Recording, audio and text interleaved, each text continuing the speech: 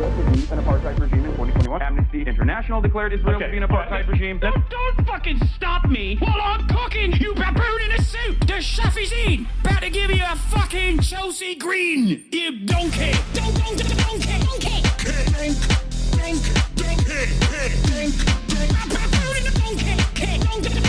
Listen to what I'm saying, and you will understand, perhaps, what I'm trying to imply. Patronizing. Yeah, I am being patronizing. I don't know who the fuck you are, and you're over here chirping all the way from fucking London about you want to fucking free Palestine, but also simultaneously you're talking about both sides are fucking fine. Shut the fuck up. You don't know anything, okay? Who the fuck is this pink-haired twink?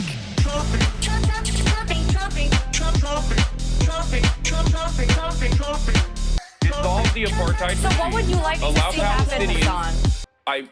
Do you not understand the What's English going on, language? everybody?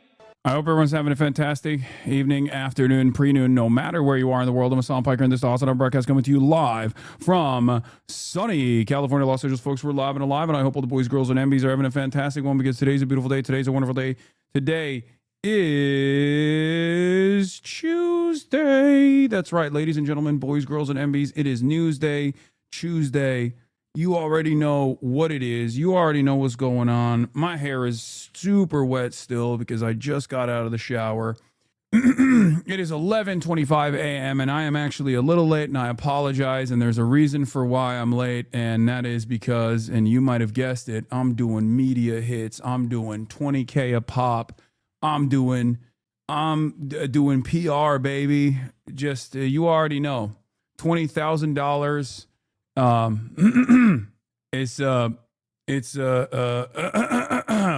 Oh my God.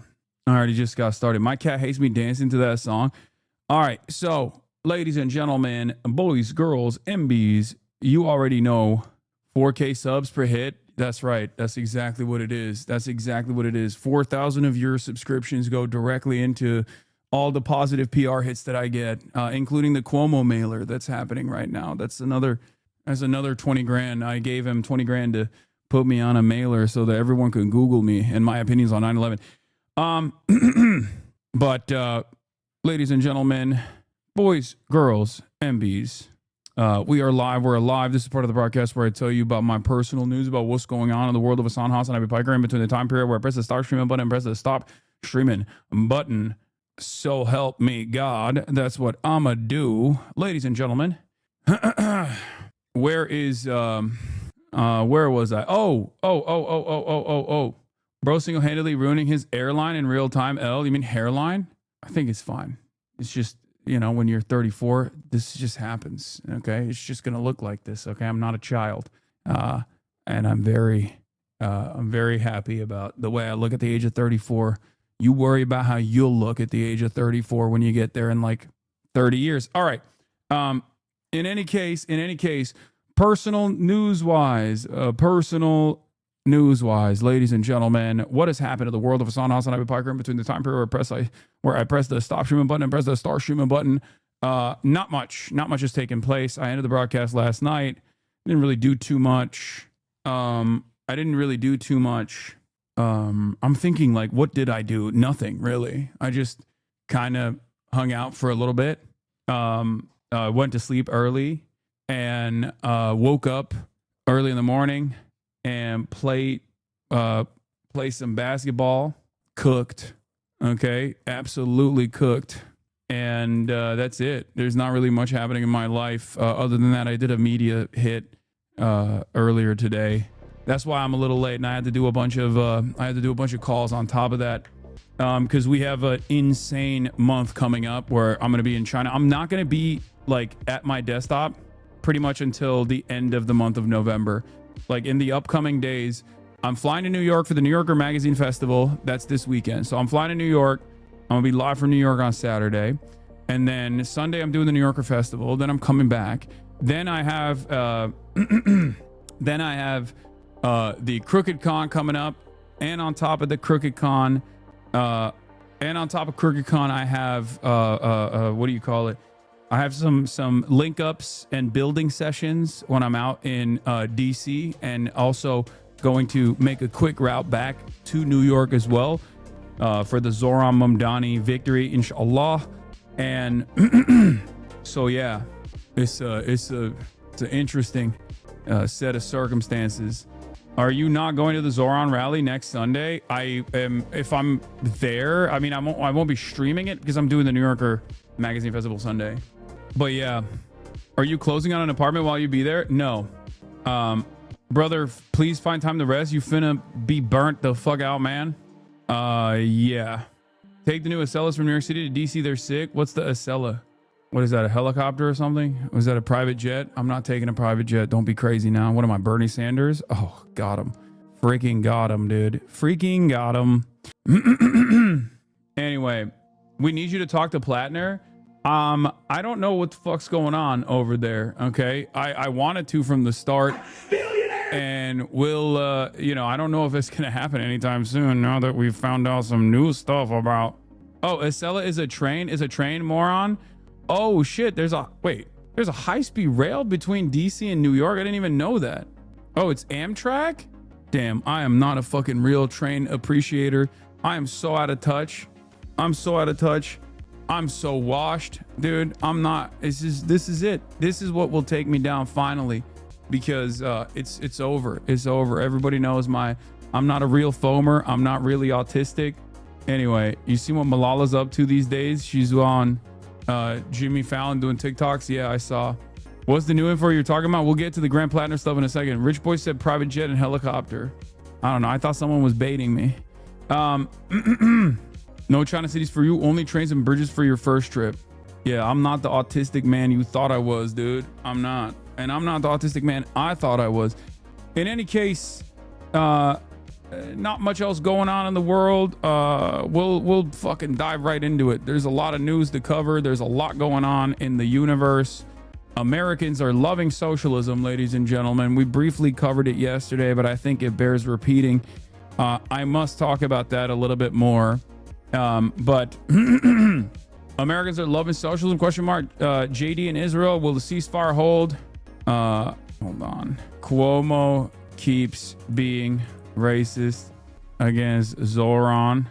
Americans love socialism. JD Vance in Israel, will the ceasefire hold? Government shutdown. LOUVRE heist is crazy. New York City mayoral debate 2 tomorrow. NYC this weekend. Get in now. Shadow ban day 2. What do you mean? Who's shadow banned? You or me? I don't know why my throat, like, I feel like I'm groggy. Yeah, the LOUVRE stuff is so crazy, dude. Did you do a Kai shoot today? Yes, at the park. Will you be speaking about Platter being a Nazi? Yes, of course I'll be speaking about that as well. Don't worry. Dude, you think this community is going to let me live that down? Are you kidding me? You think this community that has literally been up my asshole every step of the way, being like, he is a agent of fascism, he is a baby annihilator, fuck you. You think this community of all communities is going to let me live it down now that they found out, as well as I did, that the motherfucker had a totem cough on his chest, dude? Are you kidding me? Don't say we fucking told you. Bitch, you didn't know he had a totem cough on his chest. I didn't know he had a totem cough on his chest. My analysis would be a little bit different if I knew that, okay? Calm down now. Luckily, as you guys know, I'm a part of the Janet Mills militia, okay? I'm a part of the Janet Mills militia, and therefore this kind of stuff doesn't matter to me, okay? I've already made my most ethical voting decision in Maine. It is the one of the most insane, like, for people who are already predisposed with like, oh, this guy's a bad guy, he's fake, he's phony. For you, obviously it doesn't, this is just an I told you so moment. For me, it's like, holy fuck, bro, this doesn't get any worse. I mean, quite literally, it doesn't get any worse. It's not even a sort of Nazi tattoo. No, it's just like a straight up, it is a straight up Nazi tattoo. Like, no questions about it. It's probably the third or fourth most common Nazi tattoo beyond like the double bolts and the swastika. You know what I mean?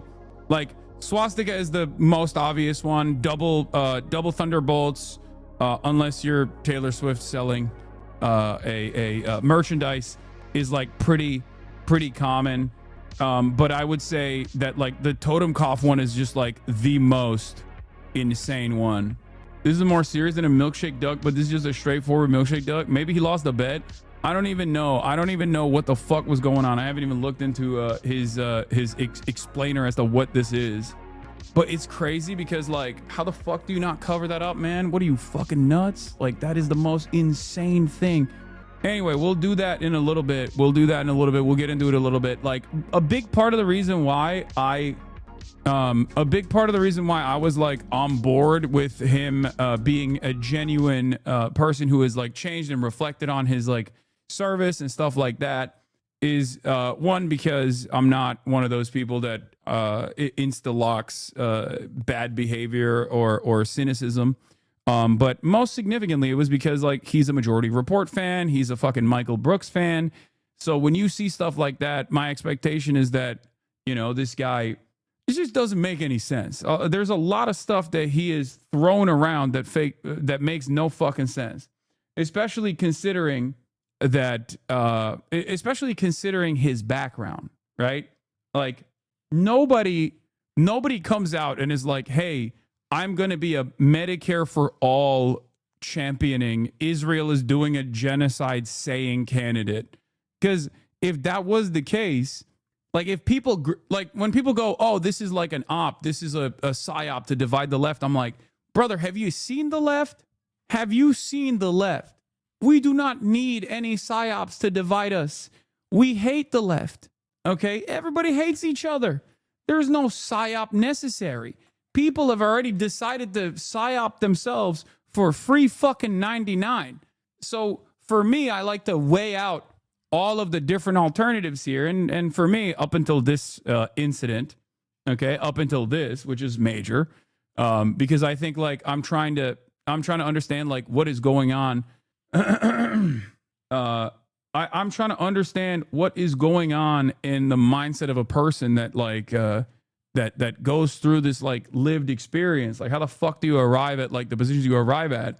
But it's pretty crazy. And I think I need to hear his defense of it, but I assume that this is indefensible. Like, what are we doing? This is like how do you not cover that, my man? How the fuck do you not cover that? It just doesn't make sense with any of the other shit that he has presented himself as in his private moments, in his public moments. A guy like this could, if he wanted to, he could just as easily be like, I'm right wing. I'm a fucking combat veteran. I'm hoorah, baby. I'm right wing. You know, he could run in Maine as a right wing guy and probably get a lot of clout. You know what I mean?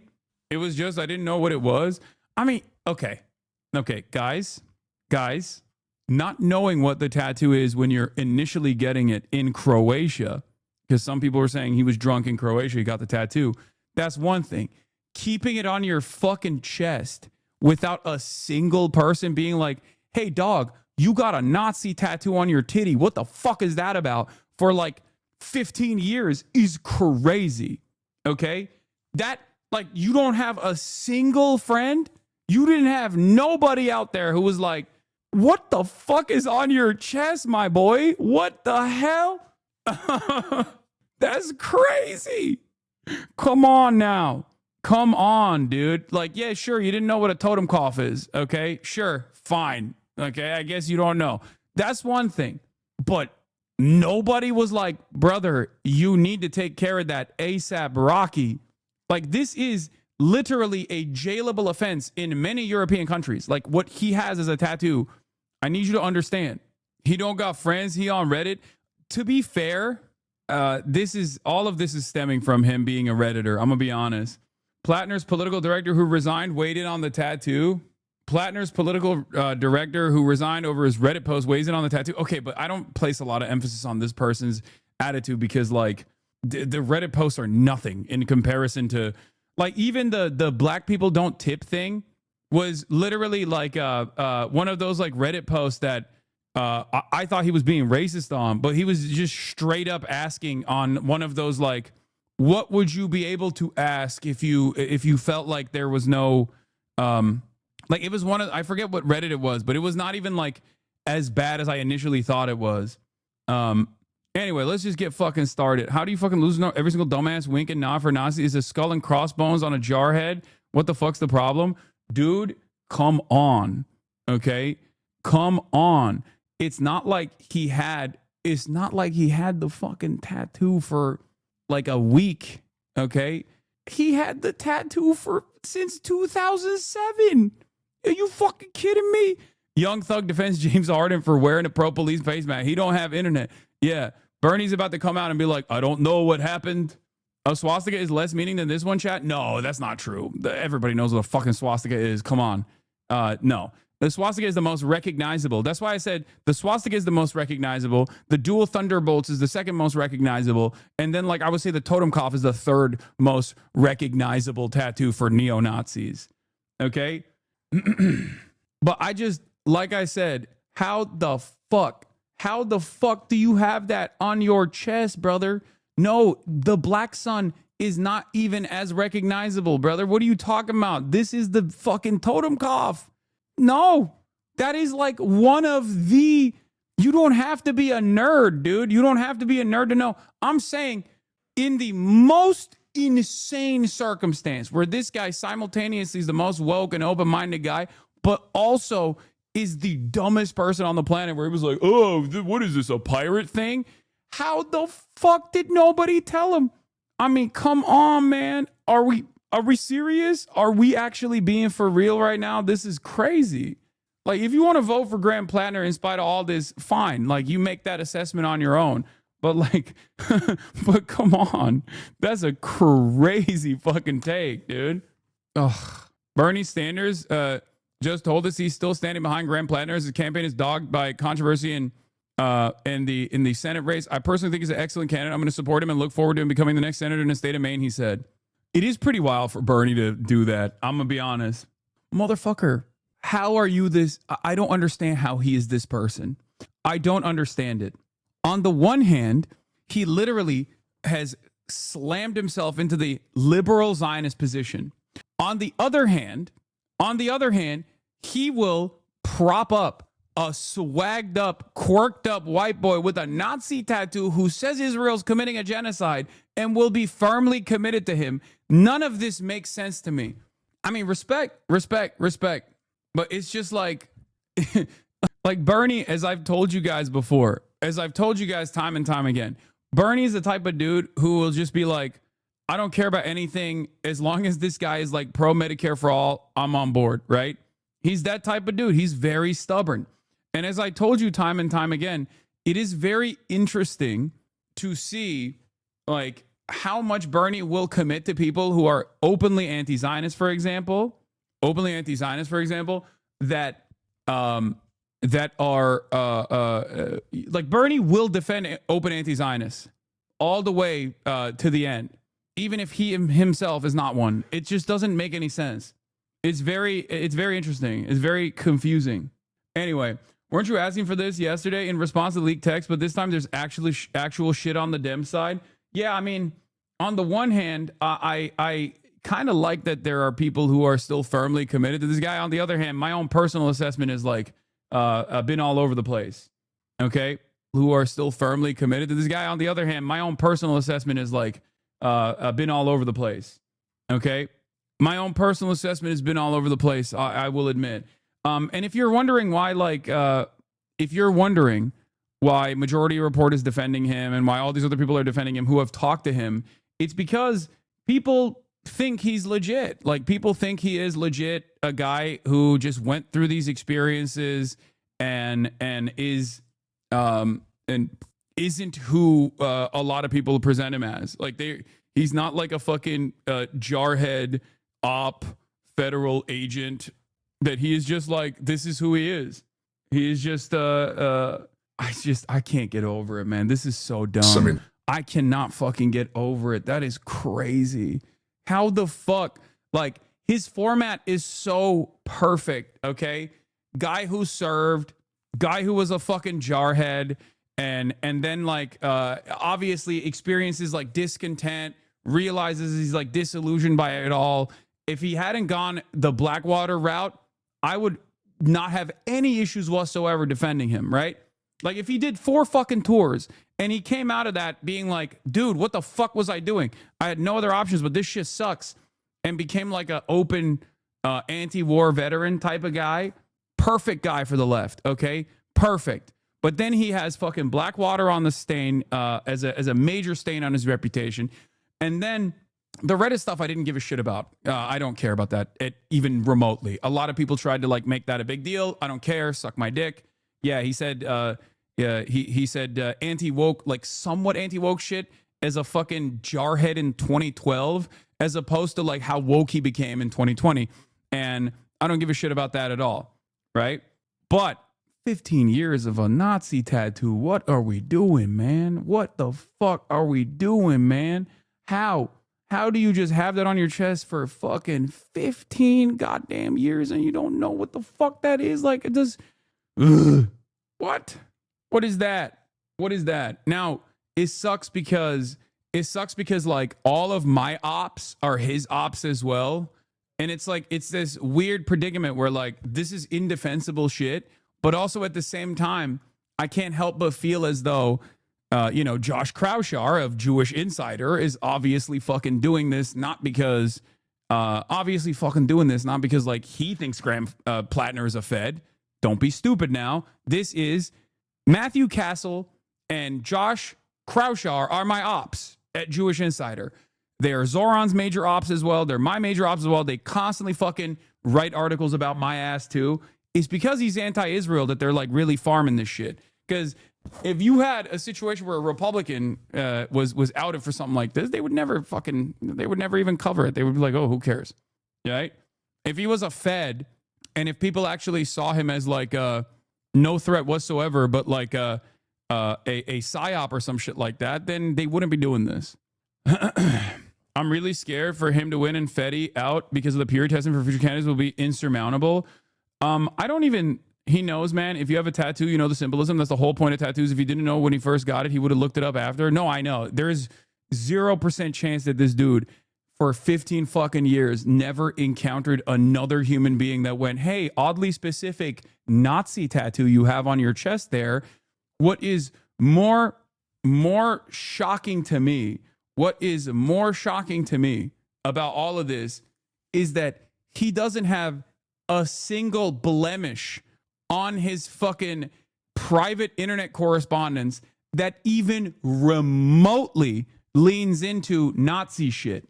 Like, not even a little bit. How is that possible? Like, this motherfucker was on Reddit, chat, in 2020. If you have in 2020, he was 13 years in to having a Totenkopf tattoo on his titty. Okay?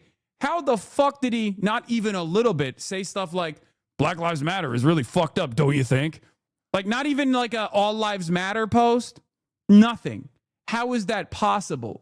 Is this the American median voter? Is this where we're at? Because like Tyson Brody also points to this. One thing we do have on Plattner is roughly 15 years of pretty unrestrained posting without any sign of actual flirtation with right-wing politics. Maybe more comes out, but as of now, inclined to believe drunk Grunt got cool skull tattoo, kind of like Harden with a Punisher mask. I mean, there's not even one anti-immigrant post I've seen floated around. Pretty revealing on that alone, given the past decade and a half. Like, that is insane to me. That is insane to me. I don't understand how people, like, for me, I like to think I kind of understand the normie mindset, right? I kind of understand the normie mindset a little bit.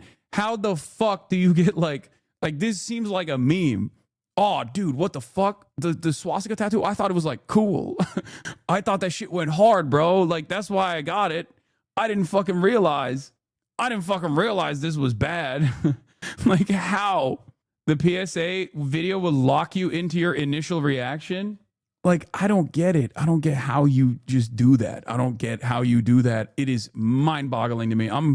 In some ways, I like that in a weird way. I like the Democrats are like experiencing some kind of like discipline on this, where they're like, we don't give a fuck. Like on a purely amoral political grounds, on a purely amoral, like, we're playing politics, who gives a fuck style attitude. It's not bad, but I don't fuck you mean we don't give a fuck. That's bad. No.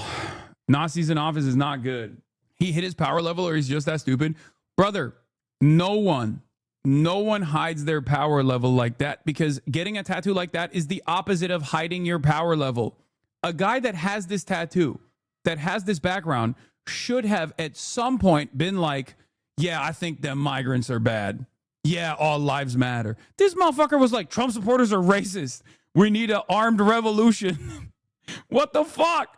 There is no way a dude that was getting a fucking Totenkopf tattoo is gonna be that quiet about their fucking perspective.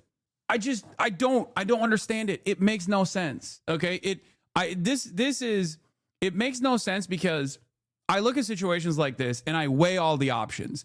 On the super left, you have the people who are like, this is a Fed, this is a John Fetterman situation, this is a psyop, right? This guy is obviously a mercenary. He was designed in a lab to make leftist brains break completely, and he's there to like divide the left, right?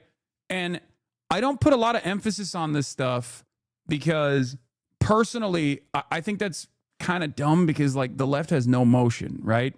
Like we can't even do entryism into the fucking Democratic Party at a time when the Democrats are just like unimaginably weak, right? So I like to personally weigh. I like to personally lean into what I think is the most likely reality here. Like, what is the most likely outcome? Okay, but I have never in my life seen someone who has thrown so many different fucking haymakers. Like, he is impossible to fucking decipher, straight up. And I know that sounds like a cop-out for a lot of people who have already made up their minds because, like, obviously, dude, he's fucking Blackwater mercenary, literally has a fucking Nazi tattoo. And you've already been like, oh, yeah, the left is experiencing, like, COINTELPRO again or some shit, right? Because you think that there is that much motion. But I truly don't understand when I, like, weigh all of his output, his own personal, like, ideological journey, and where he is, like what he is launched his campaign as, it doesn't make any fucking sense. You know, it doesn't make sense. It's just so. Oh, Order of Nine Angles makes more sense here. Shout out to the real truthers in the chat. Yeah, okay, you're crazy. Plattner is the ultimate centrist. For every woke position, he must engage in an equally right-wing action, a full metal centrist. Yeah, he is the most insane.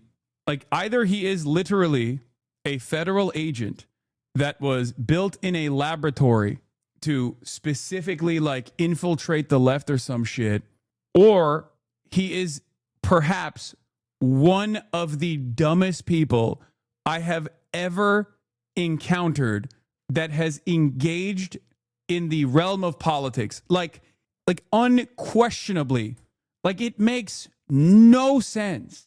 Like guy who's like, yeah, I love psychedelics, and I became like woke because I self-medicated with psychedelics, but also I have a Nazi tattoo. It is fucking crazy. I don't know. Maine Democratic Senate candidate Graham Plattner says, I am not a secret Nazi after photos of his tattoos emerge. Yeah, because I think that's not a secret. That's like, you get that tattoo when you're an open Nazi. Maybe he wanted to pull some Republicans in. No, guys, this is not John Fetterman. Shut the fuck up. This is something even dumber than that. God damn it. Guy who's only been alive for like one fucking election cycle goes, everything is John Fetterman. Is this John Fetterman? No, not everyone is John Fetterman. Stop pointing to John Fetterman, okay? Jesus Christ. Oh my God. Shut the fuck up. Okay. Let's you know what? Fuck it. Let's start with the Graham Plattner shit, because what a crazy story. Okay. I don't even know what the fuck to say. Okay.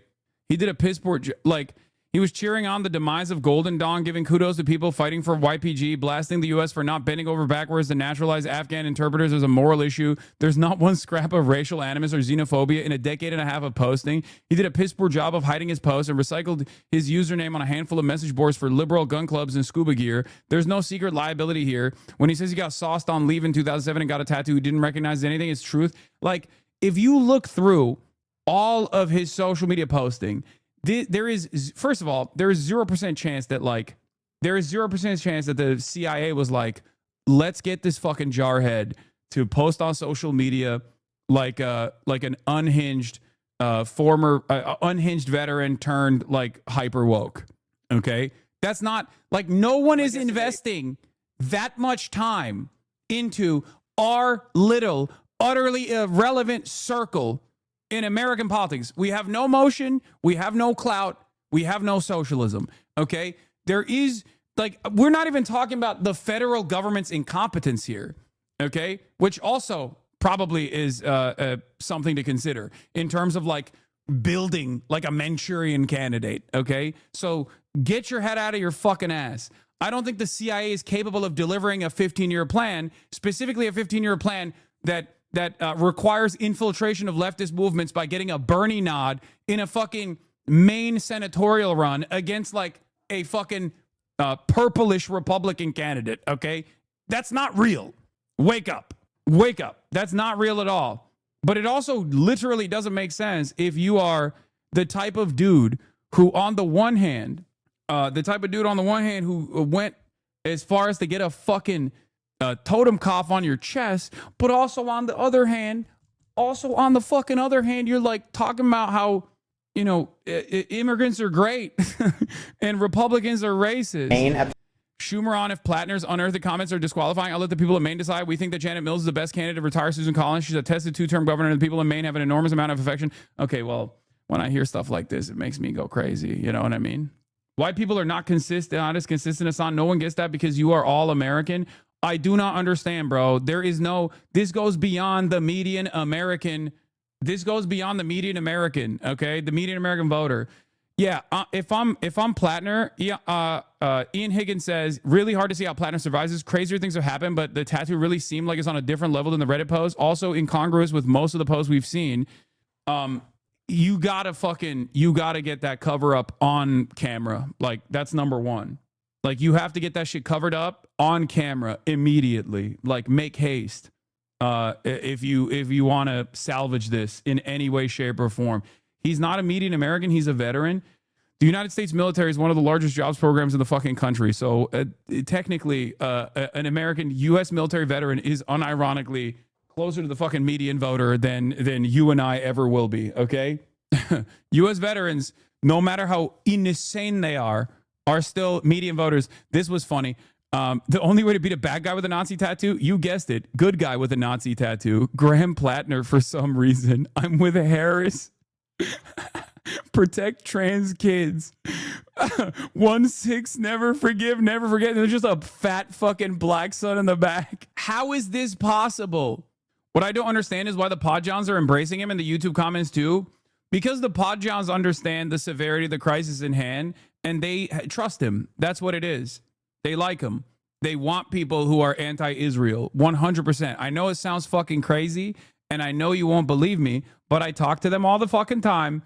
And they literally are also on this, like, we got to get the Democrats to move away from Israel to the best of our ability movement. Okay. So they recognize Plattner as a likable candidate. They recognize Plattner as a likable candidate. The worst part about the tattoo gate is that as much as I have yelled at Pete Hegseth's Jerusalem cross tattoos and shit, this is worse. That's worse. It's a fucking totem cough. It's literally worse. At least like Pete Kegsbreath has like tattoos like Deus Vult, and it's like eccentric, like weirdo, you know, we got to restart the Crusades style tattoos and shit. That's a straight up Nazi one. Like it's not, there is no plausible deniability at all. It's just like straightforward, a totem cough. What the fuck? Which way Western voter? I think it's, when was the tattoo discovered? I think today, like this morning. Maybe it's just a Ukrainian freedom fighter. I feel like 99% of Americans would just think it's a skull. I don't know. Maybe I'm too invested in knowing Nazi dog whistles. I mean, this is not even a dog whistle. This is just like a fucking bull. This is not a dog whistle.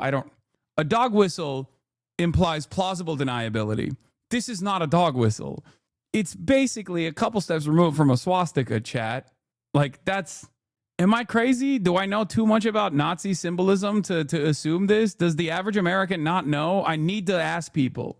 Like, I don't understand it. The Plattner Oppo is hitting hard solely because his enemies know exactly the type of things that freak out the terminally online people who drive discourse in the Democratic Party, but absolutely no one else. No real life person who wasn't a history major knows what that tattoo is. I mean, really? I don't know, man. I don't know if this is just like nonsensical wokeness. Like, I would say the attitude that some people have about like veterans are all baby killers, like that's crazy, right? That's a crazy attitude that we have in this community, unfortunately, and I try to fucking stamp it out all the goddamn time, and people yell at me all over and over again. Okay? I think it's poisonous, it's horrible, but you know, as much as I also think like you shouldn't lean into oppositional framing when it's sinister and cynical, I do think it's like what are we doing? What are we doing? It just doesn't make sense. If he had any posts that corresponded to like, if he had posts that literally were like even remotely against migrants, I'd be like, oh, he's like hiding his true ambitions here. And weirdly enough, chose to run as like a DSA-backed socialist for some fucking reason. That doesn't make sense either. But like it doesn't. You called him a base commie. Killing Iraqis and Afghans is also bad. Yeah, I don't. Yeah, that part is. This is what I mean. Like you're out of your fucking mind. You're out of your fucking mind if you think that like guys who have toured are irredeemable. Like it's just you and I are never going to be in agreement on that. Especially considering that I do have a sizable amount of people who are either currently serving or have served in the military in this community, and that's never been a position that I've maintained. I will never actually hold it. Blackwater is different, obviously, than like Blackwater is different than that. And even like when people say like, would you have an IDF person on? Like, yeah, I would. If an IDF veteran turns into an anti-Zionist and you think I'm not going to fucking talk to that person, you're out of your mind. I literally have. I have an IDF. One of the first people I talked to was Ofer Kasif. He served and then also became a conscientious objector and is an anti-Zionist in the Israeli Knesset. Like that shit does not fucking matter to me. It doesn't matter. I cannot stress this enough. Also, none of you motherfuckers know how to hold a gun. Shut the fuck up. Yeah, there is breaking the silence. Like there are like this discourse goes all over the place because like there are irredeemable things, okay, and there are things that are worthy of scrutiny, especially Blackwater. That is like a dramatic escalation beyond just like serving, okay. But it blows my mind. Like, he doesn't have anything, dude. He has decades of unrestrained Reddit posting. And when you look at that on its face, it literally looks like a dude who encountered Majority Report and Socialist Rifle Association and Michael Brooks and was like, oh my God, like there is an alternative out there. You know what I mean? Like that's what it reads like to me. But then you got the Nazi tattoo and it's fucking crazy. Is a veteran oyster farmer and Maine Senate candidate. I don't want to watch the whole thing, actually. I just realized it's so fucking long. It's like 50 minutes. But let's see what he had to say about the 6-minute part of this interview on the tattoo. First Reddit post I wanted to ask you about is from 2013. So someone wrote on Reddit, what is one question you've always wanted to ask someone of another race? You responded, why don't black people tip? I work as a bartender, and it always amazes me how solid the stereotype is. Every now and again, a black patron will leave a 15 to 20% tip, but usually it is between 0 and 5%. There's got to be a reason behind it. What is it? End of quote. How did you feel rereading that post? And what's your response to people who hear that and think that is like textbook racism and it's offensive? I mean, one, I was legitimately asking the question. I mean, that was the point of the thread. Yeah, the black people don't tip thing, I thought was just like a straight up statement. It's in no chat. No, calm down. Listen. No, it is it's one of those things that, especially with the Nazi tattoo, no one is going to fucking believe him regardless. But it quite literally is the absolute only fucking, it's still racist, but it's the only, like, It is the least racist of all of the racist options. I'm not defending it at all. It's still racist. It is the... I know someone has the actual fucking context, please. I know someone has the actual context. Please, someone give me the full... It's a Reddit thread where... God damn it. I need to just show it. No, I need to show the actual now deleted Reddit post. No, this is not... First of all, I don't give a shit. It was in 2013, and he has all of these other... he has all of these other posts like since then that obviously show that he is changed. But that's not even what I'm talking about here. I need you to see, dude, stop apologizing. I need you to see the actual, it was like one of those, it was like one of those subreddits that was like r/too afraid to ask or r/not stupid questions. So it literally was like the only acceptable, still racist, but the only acceptable context that it would come out in. He wasn't like randomly being like, blacks never actually tip. This is fucked up. Oh my God, stop fucking doing the James Gunn's reference link. Okay, I don't care. I just stop. I want to hear a black person tell me this is a racist question for an ignorant service worker to ask. I need to find the actual, there was a, oh, here's the context here. Okay. It's not spin. It really just was an honest question. Check the subheader. This was posted and deleted. The one reply his post got from a black girl who must be in her mid-30s now. Ask Reddit. r/ask Reddit. What is one question you have always wanted to ask someone of another race? Anything you want to ask or have clarified without wanting to sound racist. It's still racist. But it is like, do you see what I'm saying? Do you see what I mean? It is still a racist thing. But it is objectively, in the grand scheme of like Reddit posting, it is perhaps the least racist option out of all of the racist options out there on Reddit. He goes, what is the one question you have always wanted to ask someone of another race? Anything you want to ask or have clarified without wanting to sound racist. He goes, why don't black people tip? I work as a bartender, and it always amazes me how solid the stereotype is. Every now and again, a black patron will leave a 15 to 20% tip, but usually it's between 0 to 5%. There's got to be a reason behind it. What is it? Cinnabar Firefly says, I'll throw poverty out there in general. But honestly, I don't know. I was raised to always slap down a 5 for good service in a setting like, I don't know, Red Lobster, where I'm probably not going to spend more than $30 on just myself, and go up from there for extra degrees of awesome. There have been times I've made this mistake of not having enough to tip as well as I'd like, though. I do feel kind of slimy about it as I leave. Sad face. So, do you see what I mean? If you hear the statement without additional context, you're like, oh, wow, this guy's a real fucking asshole. Which, again, it is a racist question, but in terms of, one, it's in 2013. I can't begin to tell you how little I give a shit about this. I care way more about the fucking totem-cough tattoo, just so you understand.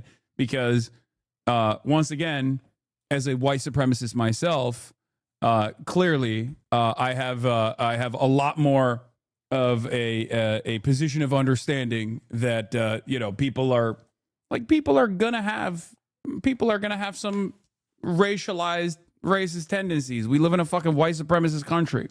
Okay? You can't joke like that right now. Yeah, I don't really give a shit. Come on.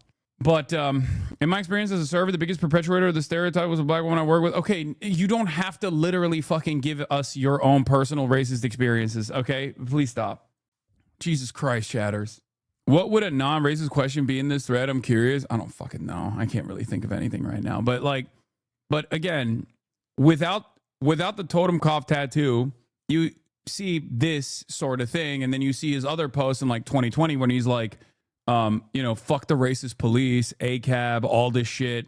It comes across like a dude who was a dumbass jarhead who said perhaps one of the least racist things that any given dumbass jarhead would have said in 2013. Okay?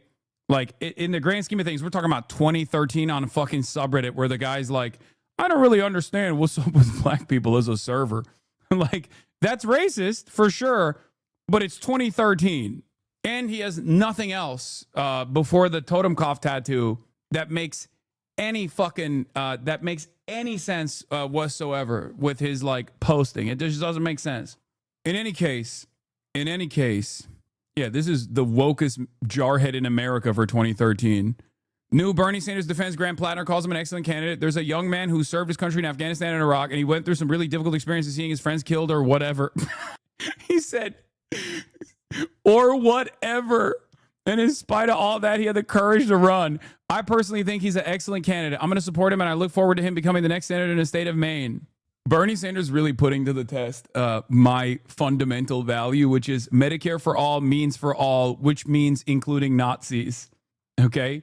That is literally, that is my fundamental principle. I stand on that when I say Medicare for all means for all, which, yes, includes Nazis as well. And Bernie is saying that is what he believes. Okay? He does not give a fuck. He meant for all, bitch. It is pretty funny that he said he served in Iraq, Afghanistan. A couple of his homies died or whatever. Or whatever is a crazy fucking thing to slap onto. He went through some really difficult experiences, seeing his friends killed. Bro, you are not the normie whisperer you imagine yourself to be if you find this hard to not be common knowledge. Yeah, I mean, I guess as far as like as far as what I think is like, even if normies themselves are not fully aware of like the totem cough, he was in the military, man. Like I'm pretty sure people know, and you'll probably find out whether he actually knew it or not. Okay, good thing for all of us if there are still Mainers in here that are Graham Plattner advocates who are looking at the situation and they're like, well, still better than Janet Mills. I don't give a shit. Don't worry. Leftists chirping on the internet are so utterly irrelevant in the grand scheme of things that my community not backing Graham Plattner is not actually going to do anything. Having said that, though, I don't think you need to be a major history enjoyer to know that this is a totem cough and it's a huge Nazi symbol. And I do think that, especially coming from a military background, it kind of feels like you have extra awareness on certain things like that. It's like when the fucking Marine Sniper Division was getting the double Thunderbolts and being like, oh, we just thought it meant Scout Sniper. It was just the SS for Scout Sniper. It's like, no, you fucking knew what you were getting a tattoo of. Shut the fuck up. Like, get out of here. Oh, I just like the numbers 1, 4, and also 8 a lot. Campaign move. Your team actually shared some opposition research on you with me. It's a video from, I believe, a decade ago. Let's just watch an excerpt and then we should talk about it.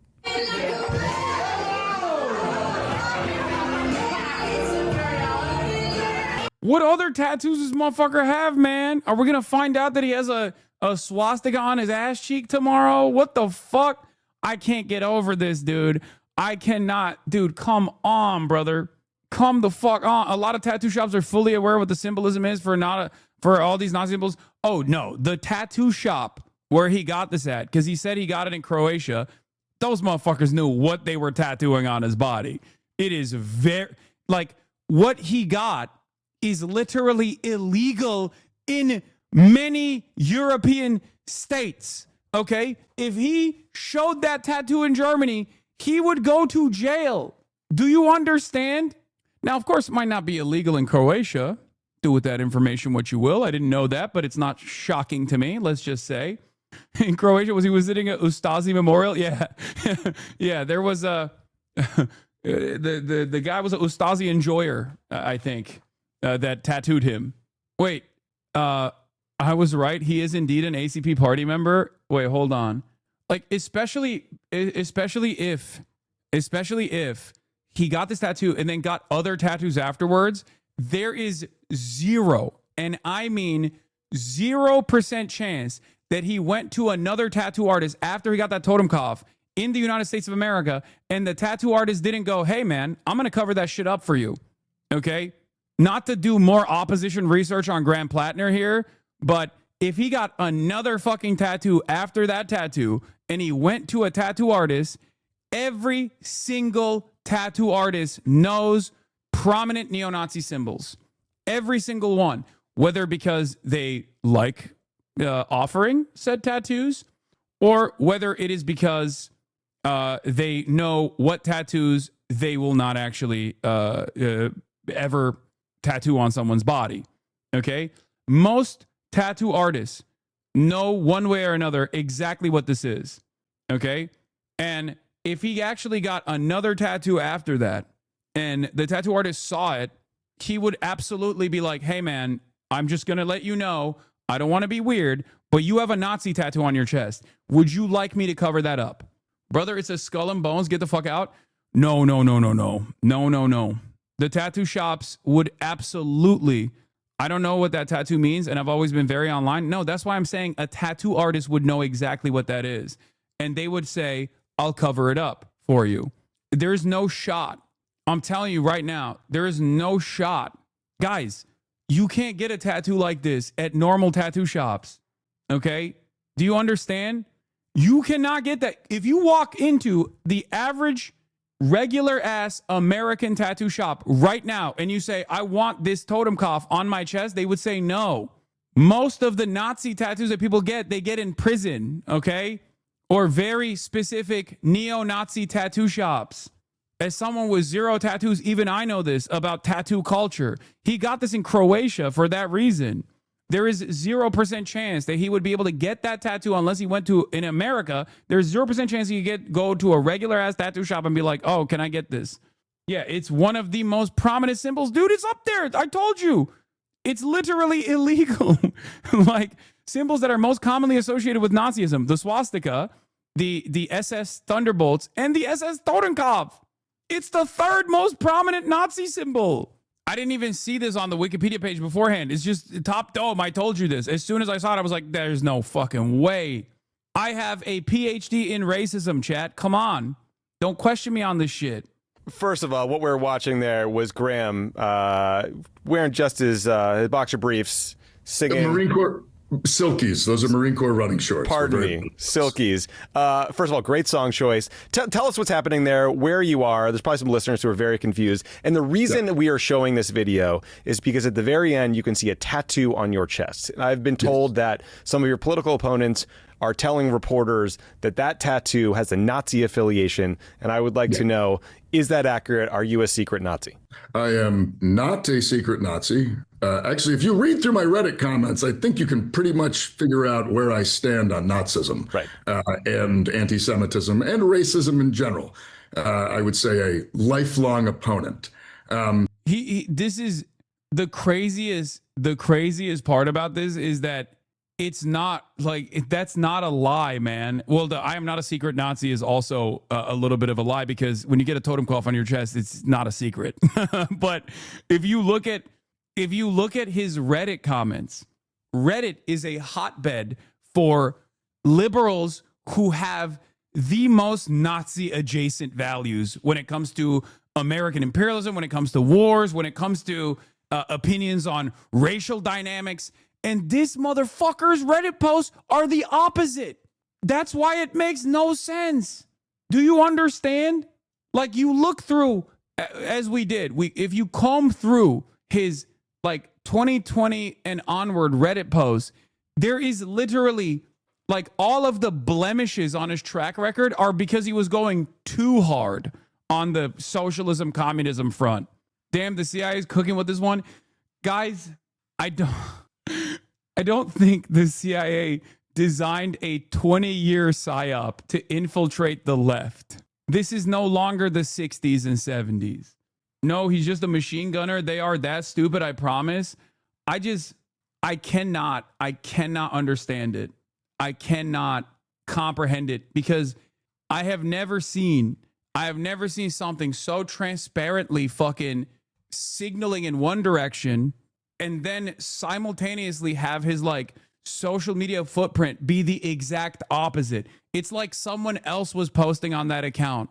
Like you see a guy, 3 tours in fucking Iraq and Afghanistan, Marine machine gunner, goes into fucking Blackwater in 2018, drops out 6 months in, drops out early, okay?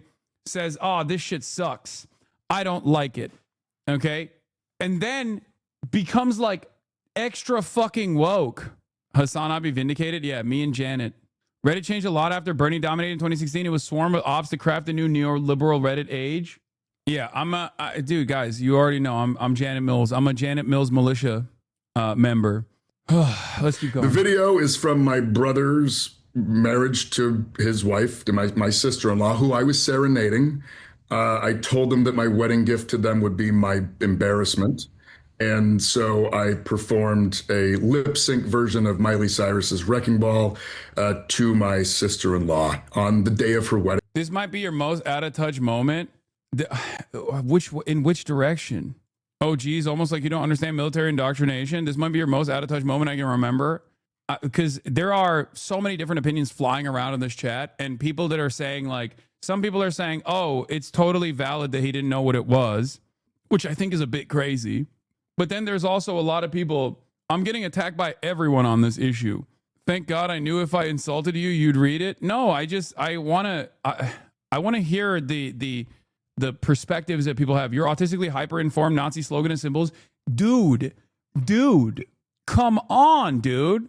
Guys, it's the third most prominent neo-Nazi symbol. What? Am I crazy?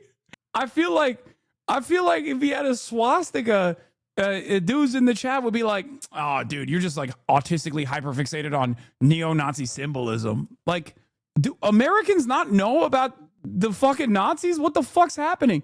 Like, the black sun or some sort of like Nordic rune still has a semblance of plausible deniability, even though I find that to be unconscionable as well. Like, as opposed to the totem cough. Like, have you not watched like any World War II movies? Like, I don't understand. This is the environment you created. This is what you have done for the past 2 days, not listening to people telling you who's bad news. Now you have Nazi sympathizers in the chat. Okay, chatter. Yes, that's what's going on. To my brother. And now, of course, that embarrassment, which was mostly just held internally in the family, as we always watch that video at family events and laughed, is now shared with the world. So I feel like I'm just going to give them a wedding gift for the rest of my life, which is great. I love them deeply. The reason, by the way, the reason of this video, Saturday was their 10th wedding anniversary. Oh, congrats. And my sister-in-law was showing everybody the video. And oh my God. So people around him literally didn't even realize that he had a fucking like his sister-in-law posted the video? Are you fucking kidding me? What are white people on, bro? What level are white people on? Do people in Maine just don't understand? Does the family have CTE as well? How is this possible? Like, they were like, haha, look at how embarrassing this is. Meanwhile, people looked at the video and were like, dog, that is a prominent neo-Nazi tattoo on the chest of a dude running for Senate. As a woke guy, by the way, as a leftist, Mainers mind their own business regardless of how racist some are. What the fuck? You're just Nazi obsessed for real? For real? No. Am I crazy? Do people only know about like the swastika? Do they think that like everything else is just like not? Growing up, I knew about the swastika. I barely knew the double lightning bolts. I didn't know about the skull shit. You don't get taught that much in school. What the fuck is going on in America? What is happening? How the fuck? Okay, we need to run a poll. Did you know the totem cough before this incident? Like, we need to run a poll. Let's do it. Let's do a poll in this chat. This is a autistically hyperfixated anti-fascist chat, so obviously it's probably one of the it's probably one of the worst places to fucking run this poll on. Okay, did you know the skull tat was fash? Yes. No. Okay, we're gonna run it for 3 minutes. We're starting the poll right now. Okay, get in there and let your opinion be known. I need to poll this shit. Whether we knew about it or does not matter. We didn't put it on our fucking chest for 2 decades and still have it. No, I know. This is not about that, man. This is not. Just calm down, okay? I'm German and I wasn't taught about this in school either. What? Dog, that is literally illegal in your country, okay? What the fuck? That is straight up an illegal thing in your country. Like, if Graham Plattner was walking around Germany with that straight up on his chest, he would go to jail. He would be deported. It is on every fucking Nazi uniform in all of the movies. What the fuck?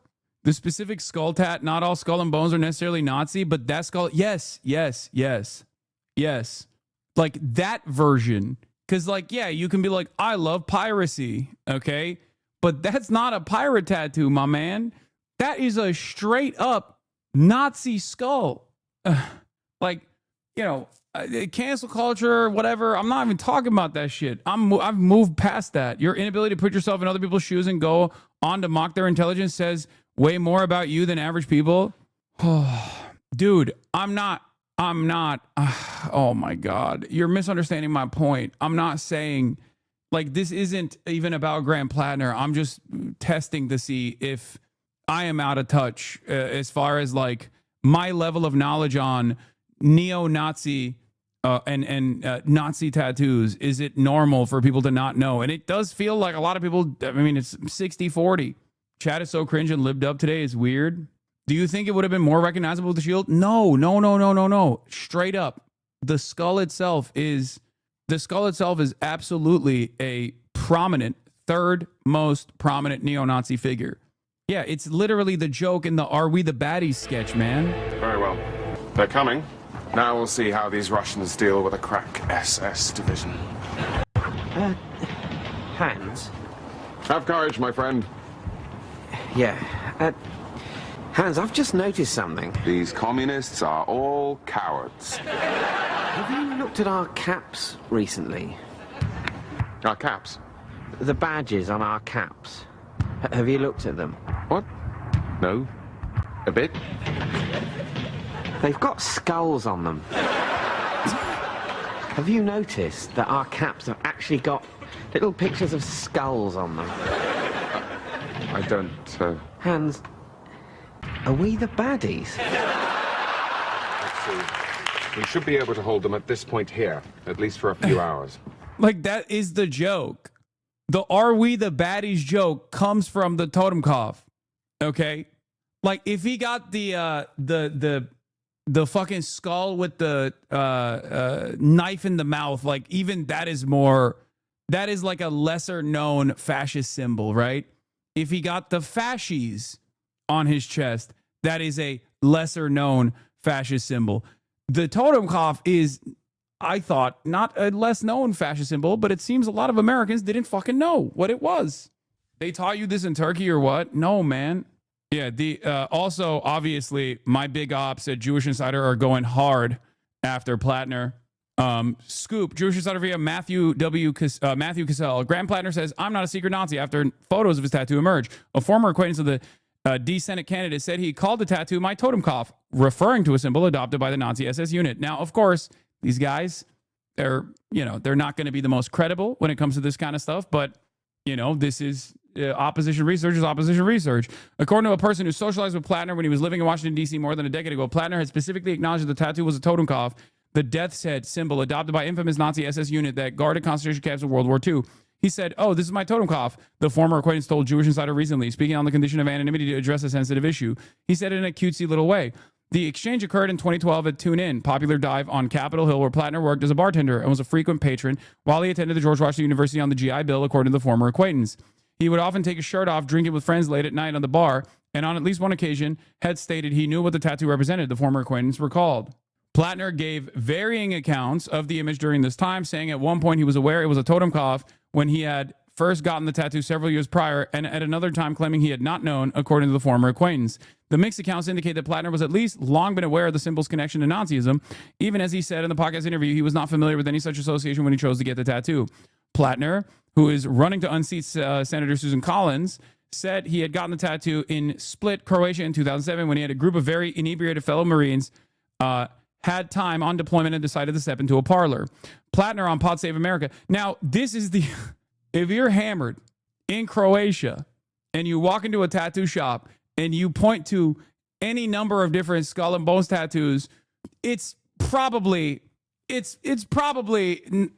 going to get a Nazi tattoo. You're gonna, especially in Croatia, okay? It's most likely gonna be a Nazi tattoo. The problem is, past that point of getting the Nazi tattoo, where, you know, you probably should have covered it up. You know what I mean? Yeah, you're rolling a 90% shot that it's not gonna be a pirate one, okay? All of us right now, sometimes this is just how life feels. Like, my point is, how the fuck do you keep that on your chest for like 20 years almost without getting it taken care of? Platinum on Positive America. We chose a terrifying looking skull and crossbones off the wall because we were Marines and the skulls and crossbones are a pretty standard military thing. We got those tattoos and then we all moved on with our lives. I can honestly say that if I was trying to hide it, I've not been doing a very good job for the past 18 years. Oppo layup. Drunk Marine went into a Croatian tattoo shop and picked the scary skull as a believable story in absence of any other evidence. He holds these views, but them Canada has a Nazi tattoos are pretty easy to message against them and objectively true. Exactly. Just seems like the sort of thing you can't really get past unless Janet Mills also has some shocking, unexpected tattoos we don't yet know about. Americans, by and large, don't like Nazis. Even fucking Americans who have identical opinions to Nazis don't like Nazis. I can't stress this enough. Okay? This is precisely the reason why Nazis will, quote unquote, hide their power level, right? And oftentimes they can't stop themselves from hiding their power levels unless seemingly you're fucking Graham Plattner, who seemingly has, under the guise of anonymity, said the exact opposite things that a Nazi would say, while simultaneously having, you know, this tattoo on his chest for 20 fucking years almost. What the fuck? If anyone on the right had that tattoo and claimed he didn't know at the time, we wouldn't be having this conversation. Be for real? Yes, of course we wouldn't be having this conversation.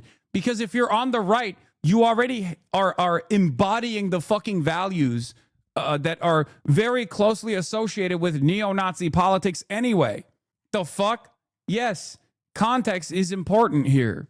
I knew it was a Nazi symbol, but if I saw it in the wild, I would have probably just seen a skull and crossbones, to be real. Yeah, I guess it's one of those things where it's like, people just kind of assume there's no way that this dude is just like running around with a Nazi tattoo on his chest, right? Because it's so extreme. It is so fucking extreme that you're just like, yeah, there's no shot. Because like, look, I've done a lot of coverage on Pete Hegseth, right? It's not a if, it's a when situation as far as like neo-Nazi adjacent tattoos. Pete Hegseth does not have a totem cough on himself. He has the Jerusalem cross. He has the Deus Vult tattoo. He even got Kafir tattooed on his arm. These are all tattoos that are multiple layers removed from a direct indication of neo-Nazi sentiment. We know all of that stuff because we're autistically hyperfixated on neo-Nazi dog whistles. Okay? Pete Hegseth also embodies those qualities in both his commentary and the way he carries himself. The reason why this is a unique predicament where people are like, what the fuck is going on here, is because he has not said those sorts of things. And a person who has that sort of tattoo would have at some point revealed their actual ambition. And a person like that would not be running as a fucking, not even a liberal candidate, but as a left flank candidate in the Democratic primaries. I just don't fucking get it, man. I used to work in a Trauma 1 operating room, and the amount of Nazi tattoos I saw was appalling. I also noticed nearly 100% of swastika tattoo owners have a peen tattoo. Peen? I feel like it's one of those things that's so, like a penis tattoo? What did the poll end up at? 60% of chat said they didn't know, and 40% of chat said they knew, which is kind of surprising. I thought it would be higher. Like, I thought the people would, a higher percentage of people would say they know what it is. How can a CIA PSYOP for 20 years make the most sense right now? I mean, that will never make sense. That will never make sense. Okay? For that to happen, you would have to assume that the CIA is, one, incredibly competent. They can initiate like 20-year PSYOPs. And two, they would even feel the need to initiate a PSYOP of this sort. They do not. The American left is in tatters. We have nothing. Okay? We have nothing. We have no motion. We are barely able to run fucking candidates to forcibly take over the Democratic Party and move them in a more radical direction without having those candidates come out with that fucking totem cuffs on their chest. What the fuck? What are we doing? What are we doing? What the hell is going on? Yeah, he needs to get a Calvin peeing tattoo, but he's peeing on the totem cuff, so it's fine. That's what he needs to do. Yeah, if the number of those who are knowledgeable is at 40% in this fucking chat, then I suspect it's much lower by average American standards. But even then, how the fuck do you not get it taken off for 20 goddamn years? Okay, that is crazy. Anyway, let's finish this fucking video. Oh yeah, there it is. There's me being embarrassed. But what we also, so in 2007, I was a machine gun section leader with Kilo Company, 3rd Battalion, 8th Marines. We were on the 2-2 Mu, and it was my 3rd deployment. My previous 2 had been to Fallujah and then Ramadi, 2006. And we went ashore in Split, Croatia, myself and a few of the other machine gun squad leaders. And we got very inebriated. And we did what Marines on Liberty do, and we decided to go get a tattoo. And we went to a tattoo parlor in Split, Croatia, and we chose a terrifying looking skull and crossbones off the wall because we were Marines, and skulls and crossbones are a pretty standard military thing. And we got those tattoos, and then we all moved on with our lives. And I actually joined the Army after that, where I got, I had to go to MEPS. I got screened. Later on, I got a security clearance and a full screen. Yeah, that's an indictment on the military, man. This tracks, but these online chatters think this is something new. No, I mean, the military screened him and literally were like, oh, it's just another one of those guys. Like, that's crazy. God damn it, the American military is so fucking insane. No wonder they have, like, Atomwaffen all up and down the military's dick, okay? Holy shit, dude. They were like, oh, welcome. You're among fellow travelers, sir. Classic. Oh, you got the totem cough. I personally chose the SS variety, but very cool. God damn. I don't know. I feel like we're making a big deal about this, but maybe I'm wrong. I mean, this is... I think under normal circumstances, this would be somewhat of a big deal. Come on. You got a Democrat. You have a fucking Democrat running for a Senate seat with a literal Nazi tattoo on his chest. Like, what the fuck? But I guess, like, American politics is so busted and so out of whack that it just kind of doesn't matter. I don't know. What is this? Fuck it. I'm spinning the block. What? I was told aligning myself with Nazis from the same motherfucker. Okay, guys, this is commentary on Michael from Pennsylvania's commentary. Like, what are we doing? We're 11 levels deep into meta commentary. Calm down. Wouldn't this help him in the US? No, I don't think so. I mean, I think if you're looking at his chances, at best, this doesn't like entirely tank him. Entirely tank him, because like most Americans, I guess, didn't fucking know, and he could just like get away with like, I didn't fucking know, right? But like from my perspective, this calls into this ties everything else up in a very weird way. It's just, if they had a totem cough on the wall, that Croatian shop 100% had a swastika too. Oh, absolutely, 100%, 100%. So we got to choose between a potential Nazi or a corpse. Love that for Maine. I mean, potential former Nazi. I don't know anymore, man. What the fuck is happening? Oh my Lord. Yeah, he's gotta come out and be like, this is completely fucking unacceptable, and cover that shit up. I worked for the State Department as a contractor doing security for the ambassador to Afghanistan in 2018. And I've also just lived my entire life like a regular person with the skull and crossbones on their chest, which by that I mean taking my shirt off, performing Miley Cyrus songs in front of my extended family. And to my sister-in-law, and just taking my shirt off at the beach. The American House of Representatives has fascies on the wall, in case y'all didn't know. Yeah, that's because our founding fathers were omega fucking Rome weebs. That's the reason. come on, this is basic knowledge. Like, that's not the same. It's the same reason why Mussolini and like Hitler, who were also Rome weebs, Rome aboos, were hyper focused on the fascies. But it's the same exact fucking reason why our founding fathers also fucking used that symbolism. I thought everybody knew that, at least.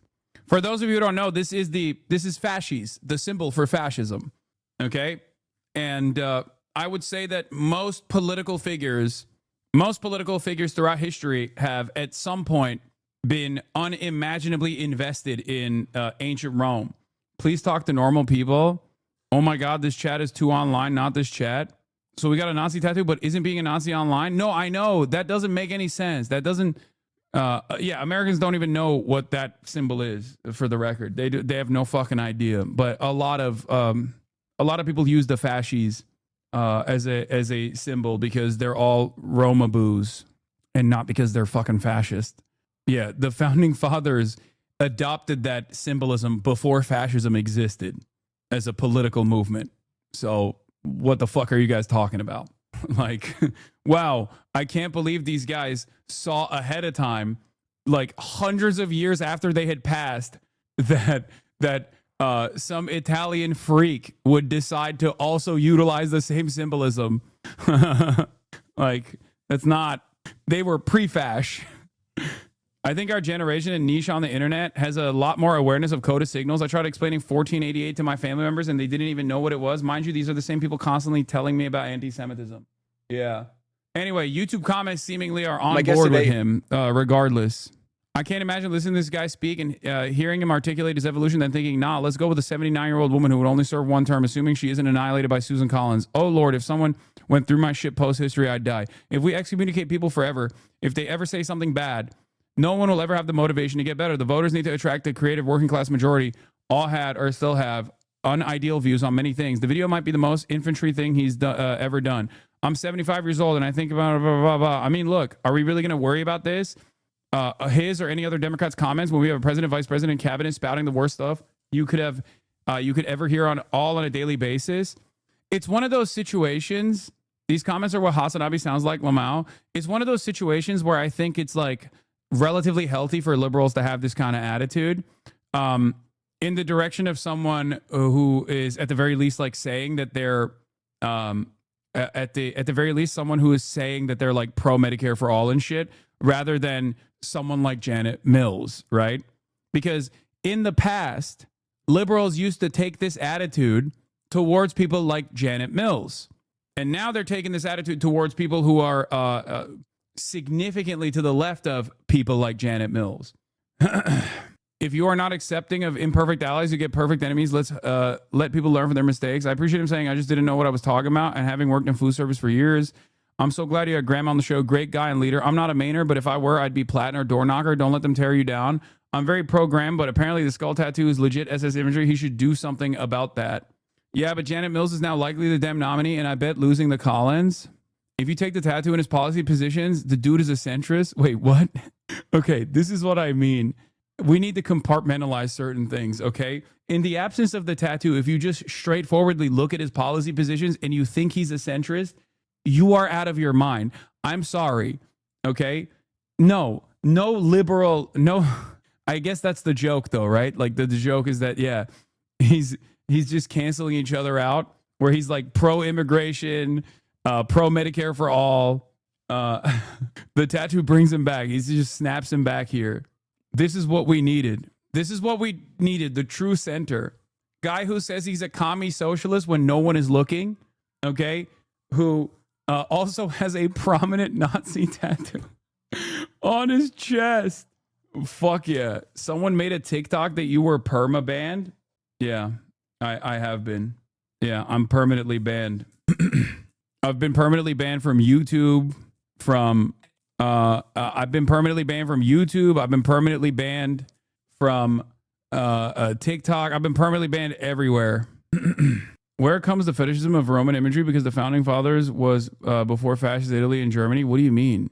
Like the Roman Empire was formative in people's in politics enjoyers, in the minds of politics enjoyers. for many, like many historic political figures have literally seen Rome as like a successful method of building an empire that lasted for a very long time. Yeah, formative in the notion of Western civilization. On the Balkan element, when I was in Slovenia this summer, I went to Ljubljana's weekly open-air antiques market, and this guy sold both of these at the same booth. Yeah, this is extreme ideological diversity that you can only find in the Balkans. Extreme Balkan moment right here is true. Ljubljana, sorry. This is peak Balkan centrism, okay? Right, presumably going to the beach, yeah. I mean, I went to college. I went to the gym. I did all the things. And at no point in this entire experience of my life did anybody ever once say, hey, you're a Nazi. It never came up until we got wind that in the opposition research, somebody was shopping the idea that I was a secret Nazi with a hidden Nazi tattoo. And I can honestly say that if I was trying to hide it, I've not been doing a very good job for the past 18 years. Yeah. So you're a self-described communist, but also a Nazi. I will say the fact that I've managed to go from communist to Nazi in the space of 4 days, according to the people who are trying to do this to me, I find to be quite a spectacular turn of events. But because the person that seen it in the gym didn't know it was a Nazi tattoo or didn't care to comment.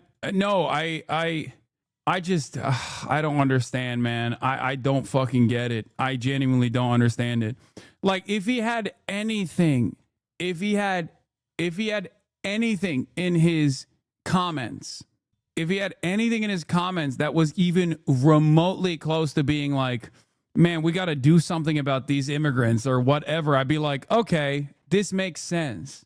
Like, how can these two extremes be captured on the same person? Like, on the one hand, if you just section out the Nazi tattoo, not even a neo-Nazi tattoo, and you don't think about the Nazi tattoo, and you just look at his Reddit posts, you see a guy who was woke by 2013 standards even as a fucking jarhead, okay, who then became omega woke by 2020.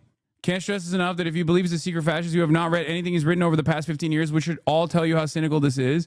Yeah, like Why to the Post has been actively going through and combing through all of his subreddit posts, right? And if you look at it, if you look at his profile, and if you're confused as to why, like, Majority Report is defending him, for example, even after this, the reason for why a lot of people who have met him, a lot of people who have talked to him, or a lot of people who have like read through his most like private moments that were never intended to be publicized, you see a guy who is a Marine machine gunner go through the process of being like, yeah, a lot of this stuff that I did was really fucked up. Okay, dude, you are defending him. I'm not. I'm explaining to you why other people are. Okay, I'm explaining to you why other people are. I haven't been able to even correspond with him personally. Why should I believe anything he's written on Reddit if he isn't willing to show growth and change by covering up his Nazi tattoo? This is a thing he's saying versus things he's done situation. Oh no, for sure. I think it is without question. It is without fucking question. If he doesn't get that shit covered up in the next week or so, it's a non-starter. Like, what are you doing? Now that you know it's a Nazi tattoo, the first thing you should be doing is making a big show of getting it covered up instantly. Okay? And even then, plenty of people will go, I don't believe it. I still don't believe it. But obviously, the appropriate thing should have been to get it covered up decades ago. The best thing would have been to not get the tattoo, obviously. He'll have that shit covered up in a video in the next 30 days. Let's be real. It won't change anything, to be honest. I don't believe, nor 98% of the American populace knows what that shit means.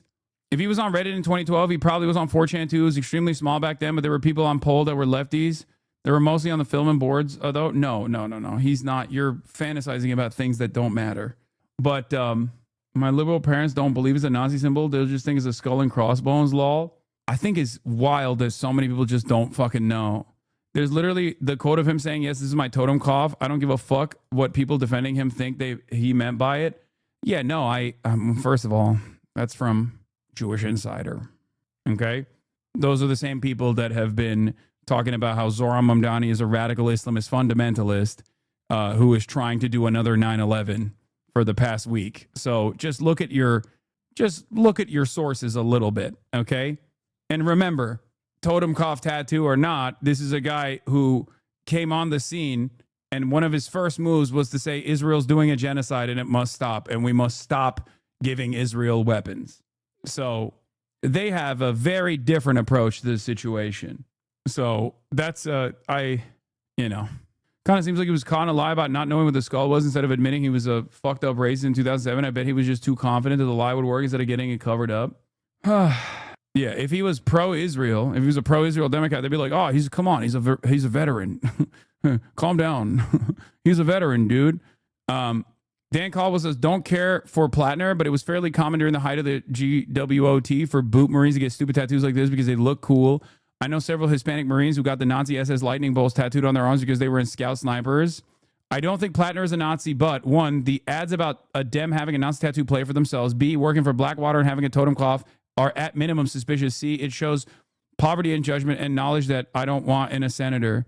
Z Jelani says Republicans are going to run ads claiming he's both a communist and a Nazi. Our rural manners are going to be like, sounds legit. I think you haven't thought this through. First of all, they absolutely will do that. What the fuck? That's unironically what Trump said about Kamala Harris.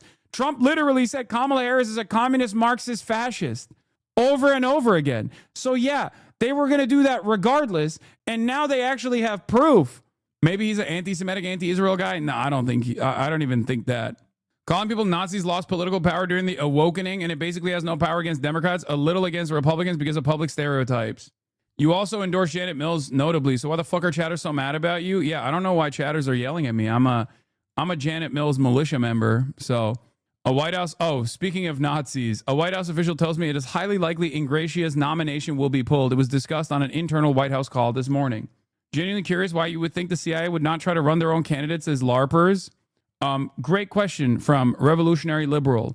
Because there is no motion. The left is not a significant formative threat. And it certainly wasn't in fucking 2007 or even in 2016. Okay? It has never been. In the United States of America, all prominent left mobilizing was destroyed, stamped out, absolutely gutted, eviscerated. Also, the CIA runs their own candidates, like literal CIA agents, whether it be Tulsi Gabbard, who also ran on anti-imperialist slant, if you recall. And I had a very different opinion about Tulsi Gabbard back then, if you remember. Or Abigail Spanberger, or Elisa Slotkin. The CIA literally runs their own candidates openly. They actually run around talking about how awesome it is that they are CIA. What are we talking about? Like, this is the one aspect that I truly do not agree with. Like, the notion that this is a fucking CIA operation or something. And the reason why I don't agree with this being a CIA operation potentially is because, one, I don't think the CIA is competent enough any longer to establish, or the FBI even for that matter, is competent enough to establish 15-year projects, 20-year projects. And two, I don't think they see any need to infiltrate leftist movements in general because we do enough to ourselves. We are already segmented. We don't have any motion whatsoever. And therefore, I do not think this is a CIA plot. Because in order for this to be a CIA plot, you would have to have a guy all the way back in 2013 being a Redditor that then very deliberately crafts 20 fucking years, very deliberately crafts almost 20 years worth of anonymous posting on Reddit.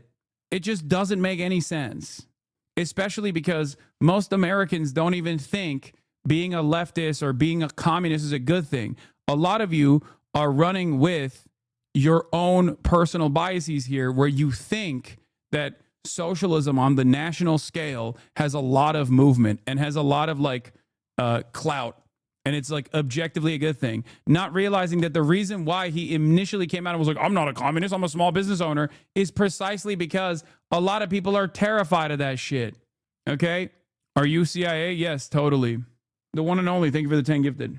He has more smoke for being called a commie than a Nazi. Yeah, while it's totally possible he did know and has been lying, if you cannot accept that 98% of the American population, including your parents' chatters, don't know that you're out of touch and clueless, all I'm saying is, I used to say it's more inclined to, I'm more inclined to assume it's stupidity rather than malicious, a malicious reason to hide, to shelter his true opinion.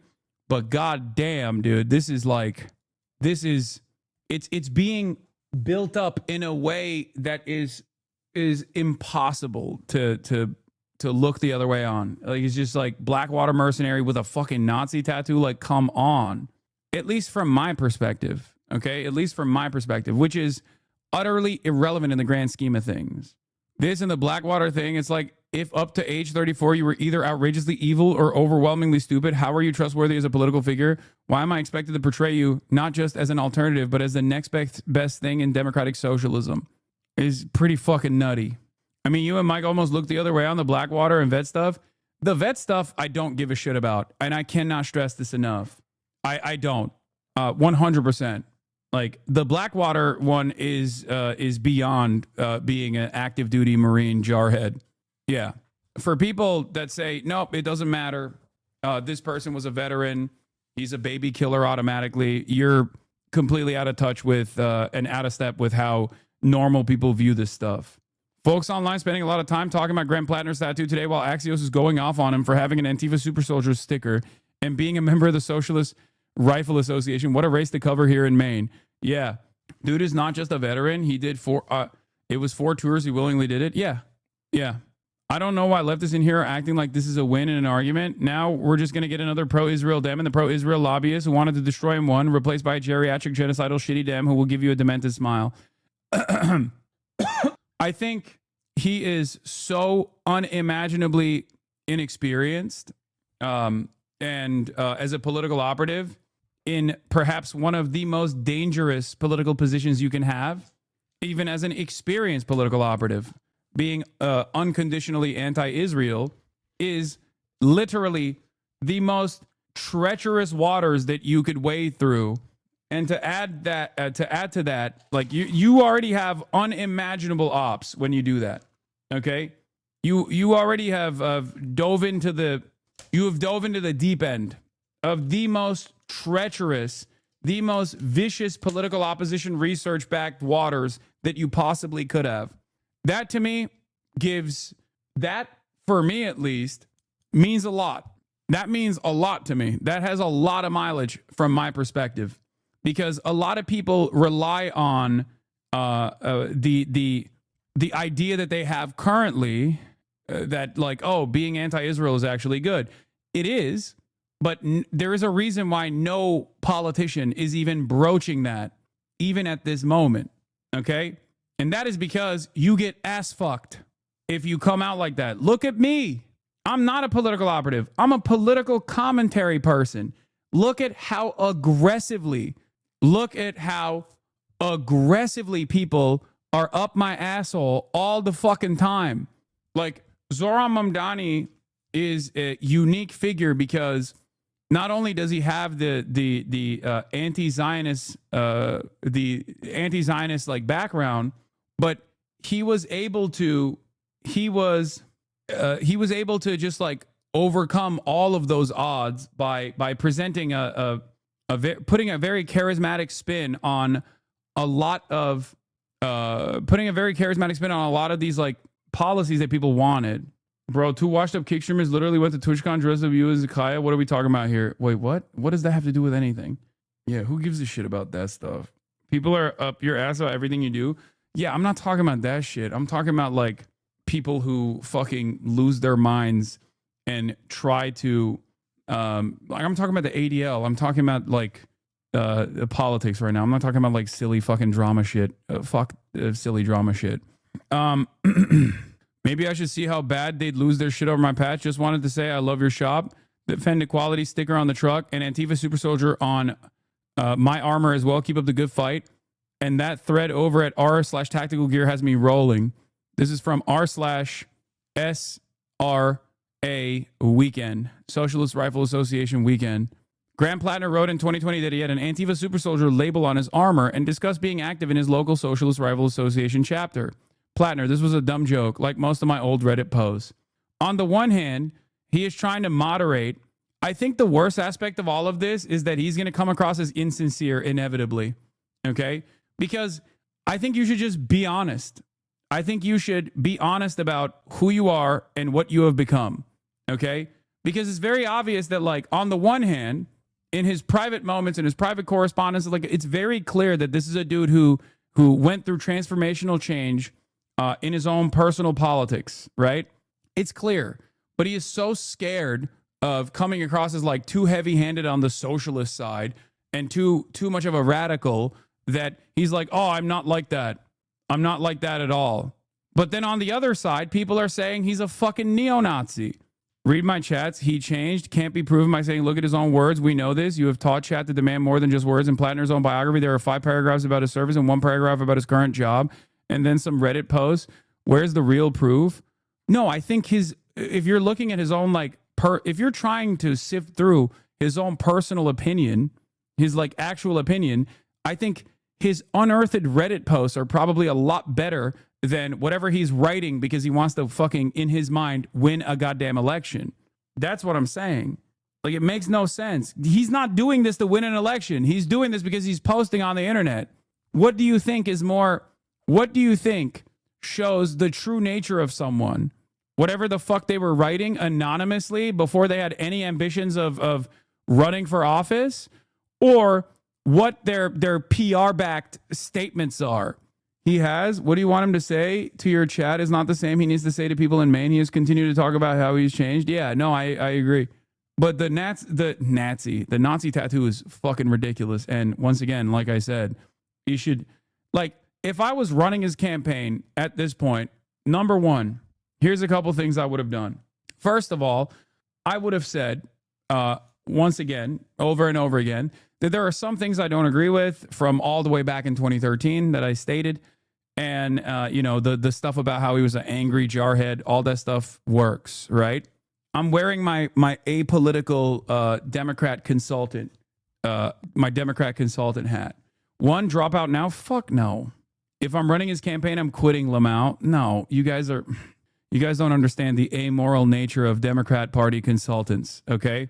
Calm down and listen to, I'm giving free money, free ball. Okay, first of all, he doesn't have to win any of you over. Let's just make that very clear. He's running for a purple seat in fucking Maine, okay, in the Maine Senate. So none of you are relevant in this conversation, except for maybe like the 12 Mainers in here who are going to vote for him anyway. So shut the fuck up. That's number one, okay?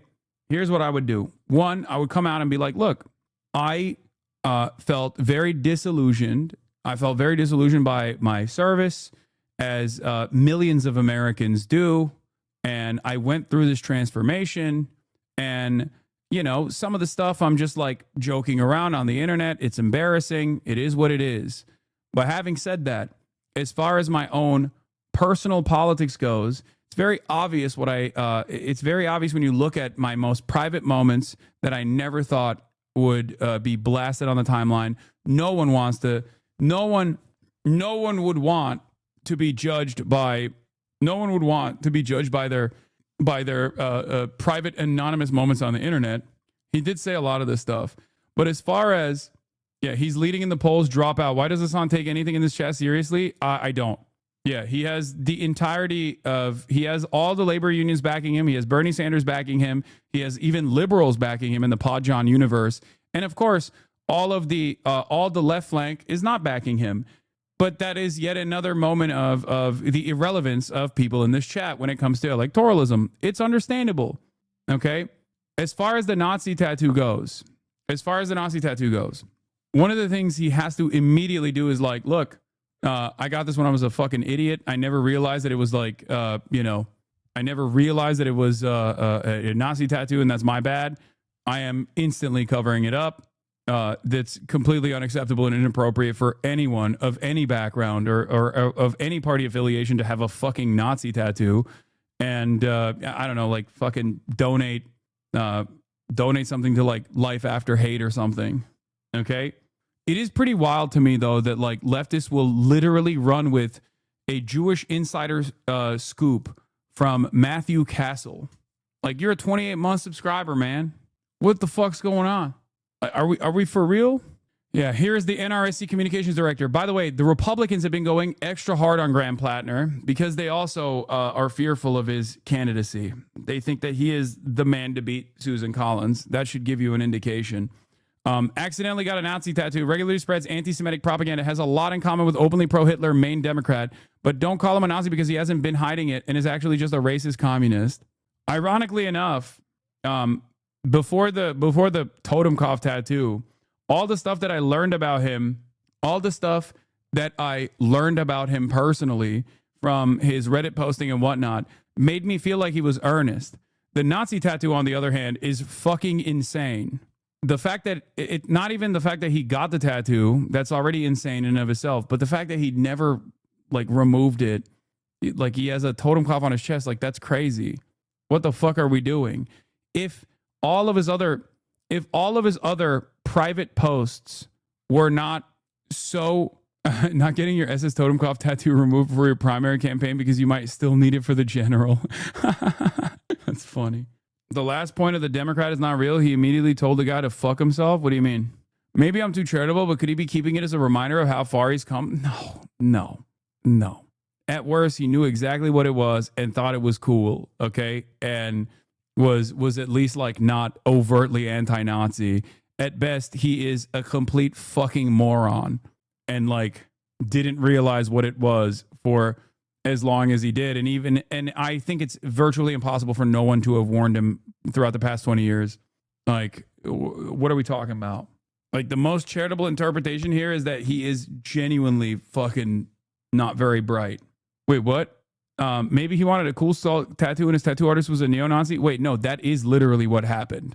That is, whether he knew it was a neo-Nazi, whether he knew it was a Nazi tattoo or not, doesn't change exactly what took place. His tattoo artist was 100% a fucking Nazi. Okay? That's not in question here. No one is questioning that, I hope. No one gives you a Totenkopf tattoo if they're a tattoo artist and they're not a Nazi. That's not how that works. Okay? Hello? What the fuck? His political director quit? Yeah, but the political director quit before all this shit.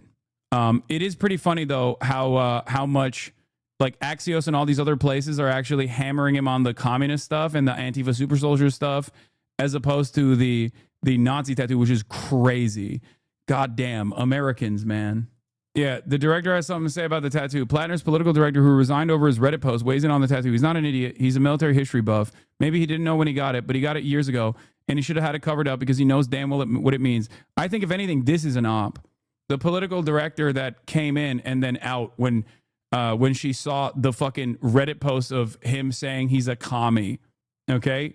Excuse me, but that political director literally fucking resigned publicly, mind you, because he said he was a commie in Reddit posts.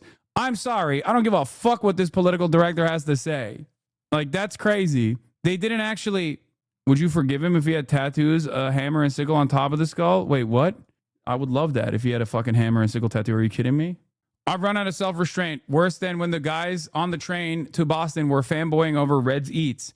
The DC consultant class is fucked up our U.S. Senate race again, and all you need to stop snipping at each other. This is seriously the dumbest timeline. Graham has an anti-Semitic tattoo on his chest. He's not an idiot. He's a military history buff. Maybe he didn't know it when he got it, but he got it years ago, and he should have had it covered up because he knows damn well what it means. His campaign released it themselves to some podcast bros, along with a video of him shirtless and drunk at a wedding to try and get ahead of it. The vault is open for the GOP to fucking crush any dreams we had in the general, and literally everyone I know is fighting with each other on social media. We cannot be this painfully stupid. Yeah, also, if he had a hammer and sickle tattoo, he would be in worse shape than the Nazi tattoo. Let's be real. Americans are fucking insane.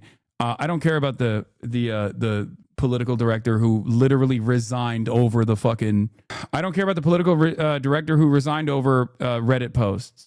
All of the stuff that like Axios is hammering him on makes me like him more, and all the stuff that is like the fucking Nazi tattoo is just completely unacceptable.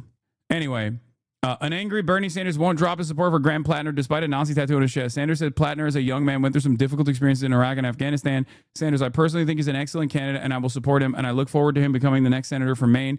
When pressed on Plattner's Nazi tattoo, Sanders lashed out at the corrupt campaign finance system, adding, we don't have enough candidates in this country that will take on the powers that be and fight for the working class.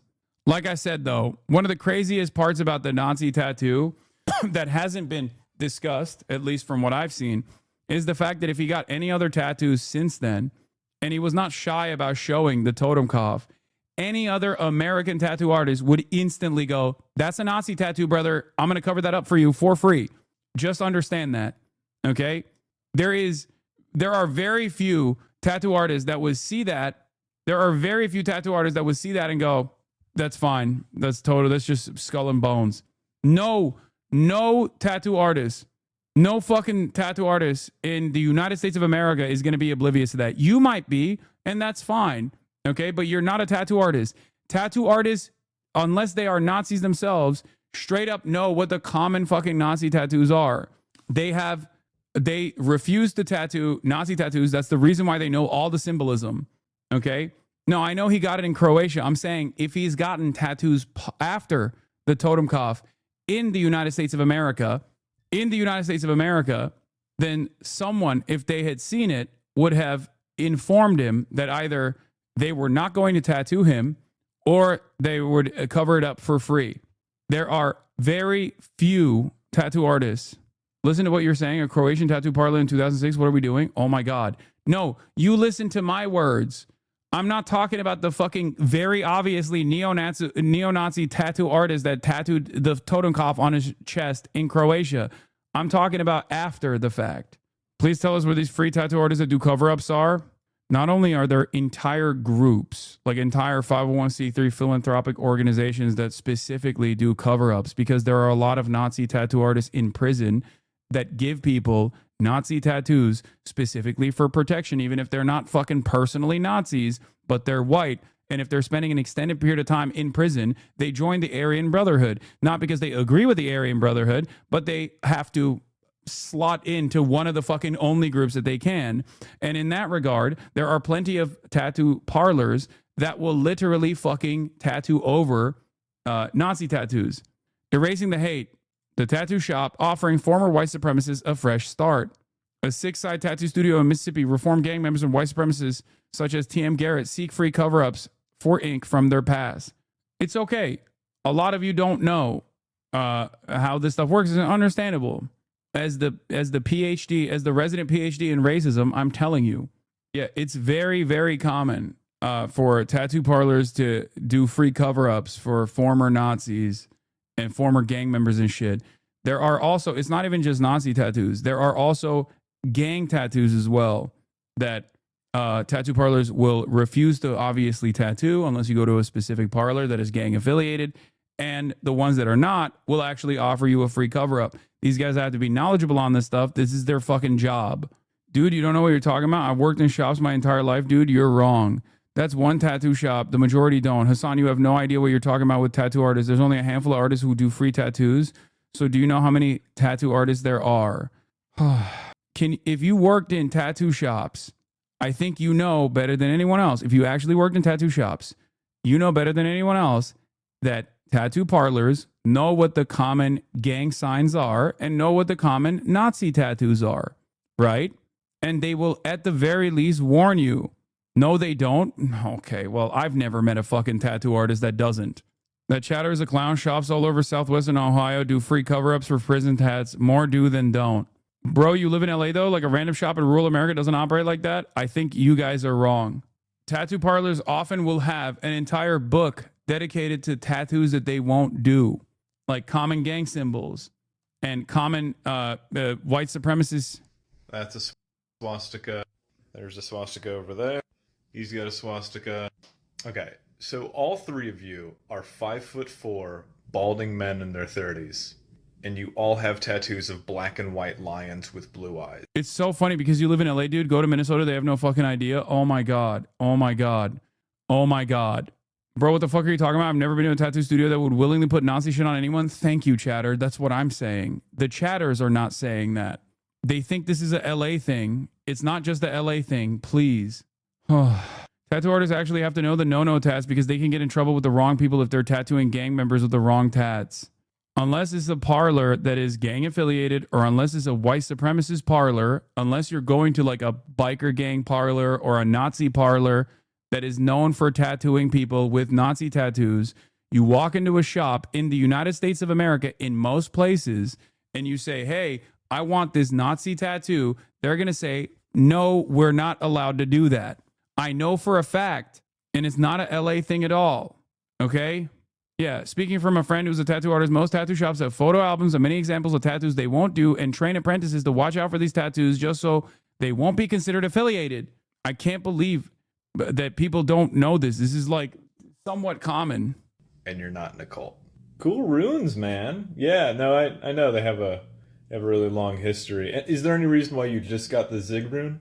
Thin blue line, Punisher skull. Classic. I get it. Right next to the swastika. No, I see what you're doing. I see you got the Iron Cross. You listen to Motorhead? You don't. You said you're from India? Okay. Yeah, I ask because it's fine. Don't worry. You must have been born in 1988. You weren't. Oh. This knife shop in Texas refusing to put Nazi symbols on a knife the old lady put in. Yeah, Nazi symbol. What are we wanting to put in? Okay, Zipper, you know, I need the emblem out of that to go into the No. Oh, really? Yeah, Nazi symbol. Yeah. Chatters, go to your local tattoo shop if you got the balls to do it and ask them for a fucking Iron Cross or ask them for a swastika or a totem cough and test it out for yourselves. You might get your ass beat, but go ahead. Go test it out. Live stream it, if you will, and see how they react. Okay? Obviously, don't do that. You will get your ass beat. Unless you go to a tattoo parlor that specifically does Nazi tattoos. Most tattoo parlors, even in bumfuck America, are not going to do that. The overwhelming majority of Nazi tattoos come from prison. Okay? They come from prison. They get tatted. A lot of the people who have Nazi tattoos get it in prison, or they get it in Nazi affiliated and gang affiliated tattoo parlors. The point would hit harder if this vid was of a tattoo parlor. I'm sure there's fucking videos of tattoo parlors. There's probably a million fucking TikToks of tattoo artists talking about how they refuse to do tattoos. Public warning, most Nazis don't wear swastikas. Familiarize yourself with these symbols to keep your eye open. Yeah, they have like a book. They have a book of tattoos that they won't do. A lot of chatters, I feel like, have not fucking entered a tattoo parlor. I have. And not just in Los Angeles either. My dad had a shoulder tattoo for an Indiana biker gang he was a member of in the 70s and 80s. He got it covered in early 2000s for free at a local shop in rural Georgia. People do cover-ups everywhere. Anyway, I can't believe how much time we spent on this shit. That's crazy. I think a lot of people are just like trying to they're trying to actively debate me for no reason. Has been in the tattoo business for nearly 2 decades, so it's safe to say he's seen all kinds of ink, the good, the bad, and tattoos that can be downright offensive. You're laying on the dumb stuff and hardwood floor. Now the St. Petersburg tattoo parlor is offering to cover up any racist and hateful images for free with no questions asked. Just trying to grab and use our trade, our skill to actually do something to help out and make people who are trying to make a change for themselves not walk around with something that's from their past. Fredo, a Columbia native, posted the shop's latest offer on social media and tells WFLA.com the response has been overwhelming, with people from all over the country wanting to book a free session. Yeah, there's a million stories like this, like feel-good stories about... Stephen got these white supremacist tattoos as a teenager, and today, he's finally removing them. This is putting the final nail in the coffin of a life that I no longer ever want to have a part of in my life again. a life where he joined white nationalist gangs. That's why he asked us to conceal his identity. Getting tattoos of this nature, it's sort of like taking a blood oath, and it can be something that you can never betray. A nonprofit called... For the record, I can't believe I'm saying this, but Pete Heggs's tattoos don't even broach the no-no territory, by the way. Graham Plattner's tattoo does. Totem Kopf is very, very well known amongst tattoo artists as a Nazi symbol. It's the third most popular Nazi symbol, but like Deus Vult or the Jerusalem Cross, stuff like that, you could probably get those tattoos in most parlors, for the record, even though they also imply eradicating Muslims, stuff like that. But the Totem Kopf is 100% like 88, 1488, the double thunderbolts. I have no inside info, but my best guess is we're not yet at the end of whatever Oppo dump is currently unfolding on Graham Plattner. So those still defending him, and I say this with love, consider that when you're deciding if you want to keep going. He was clearly poorly vetted, and it might be time to move on. I think in spite of all this stuff, unless there is like something even more insane than this, which is like, this is the most maximum insanity. I don't know what the fuck else could there be. Like the only liability beyond having a fucking Totem Kopf on your chest is literally just like being arrested for sexual assault or something. So, but as far as like people's reception of him so far, it does seem to me like the Democrats are weirdly enough defending him. Like liberals are unironically defending him. What is this? Regarding people know the skull or not, 42% of consumers didn't know their chips were made out of potatoes per fortune. What the fuck? Also, it's not like Plattner couldn't afford to pay for a cover-up either. He had a decade to do something about it. I know. I can't understand what the fuck that is about in good conscience. Like, I think it's so insane. But in a weird way, while I think it's personally indefensible, in a fucked up, twisted way, I kind of like that liberals are riding for it regardless. Because under normal circumstances, if this dude had... Here, I'll explain why. Okay? I'm going to explain to you why. I think it's like... I'll explain to you exactly why. The fuck is wrong with you? I'm going to explain. The reason why I think it's like interesting that they're defending Graham Plattner is because Janet Mills is right there. And Janet Mills is a pro-Israel Democrat specifically designed by the establishment Democratic Party to be the guy or the lady to go after Susan Collins. So there's two different flanks in the Democratic Party right now. You have the left flank with the Bernie contingency, okay? And you have the establishment centrists who have obviously put forth their best possible candidate. And Janet Mills is everything that is, brother, he is pro-Israel as well.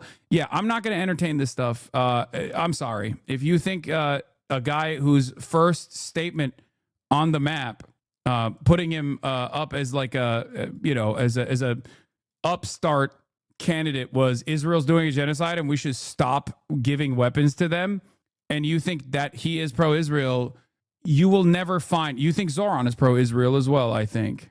Right? Like, that's crazy.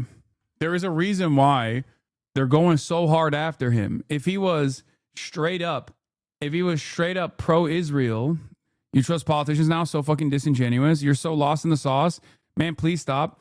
I'm not even defending him. I'm just giving you what the different forces are right now. The different forces at play internally within the Democratic Party, and also the outside forces from the pro-Israel lobby and the Republican Party. Okay?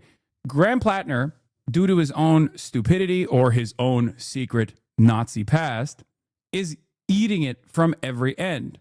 But the things that we do know about him, that has drawn tremendous ire from both the establishment Democrats and also the Republicans and also the Israel lobby, are some of his key positions, being pro-Medicare for all and being anti-Israel. Okay? But you are spending so much time talking about him when you could be talking about anything else. Yeah, because I choose to. Okay, this is my stream. Oh, fuck you. Jesus Christ. Oh my God. I can't even get through a goddamn statement without people fucking shoving it down my throat. Please shut the fuck up and just listen for once. Okay. Anyway, on the one hand, you have the establishment pick, Janet Mills, AIPAC stooge, pro-Israel, 77 years old. I believe she will be, by the time she runs, by the time her candidacy is done in the Senate, she will be like 80 something. Okay. Classic institutional establishment Democrat pick. Okay. Classic. She will be 79 on Inauguration Day and 84, I think, by the time her Senate seat is up for re-election. Perfect gilf age. Yeah. So while there is a candidate like that, the left flank of the party has decided we're staking our reputation and we are pushing for Graham Plattner. Graham Plattner's first major statement running for office is, fuck Israel. Israel's doing a genocide. We need to stop weapons transfers to Israel. Okay? This draws a lot of scrutiny from the establishment Democrats. It draws a lot of scrutiny from AIPAC and the pro-Israel lobby. And it draws a lot of ire from the Republicans as well. A lot of them are aligned on the Israel stuff, but I think they're also frustrated with a left populist, at least like seemingly left populist candidate coming in and overthrowing Susan Collins. Because if the Republicans actually did not worry about Graham Plattner running, they wouldn't be attacking him. They would be talking about how awesome he is.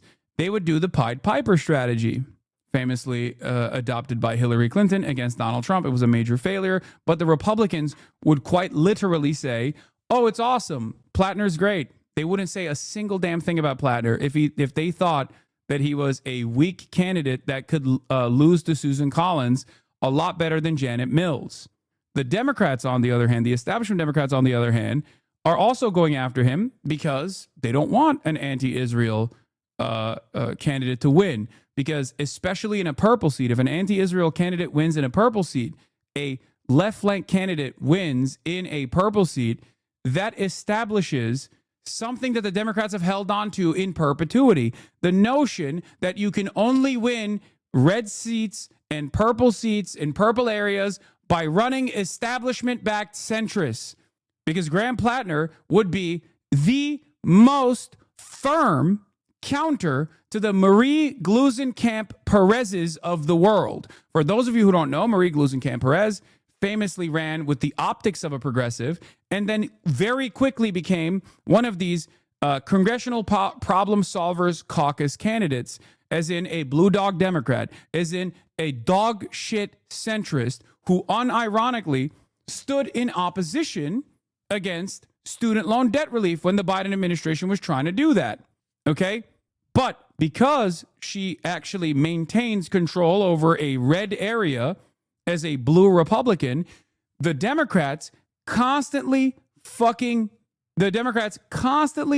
promote her as the method.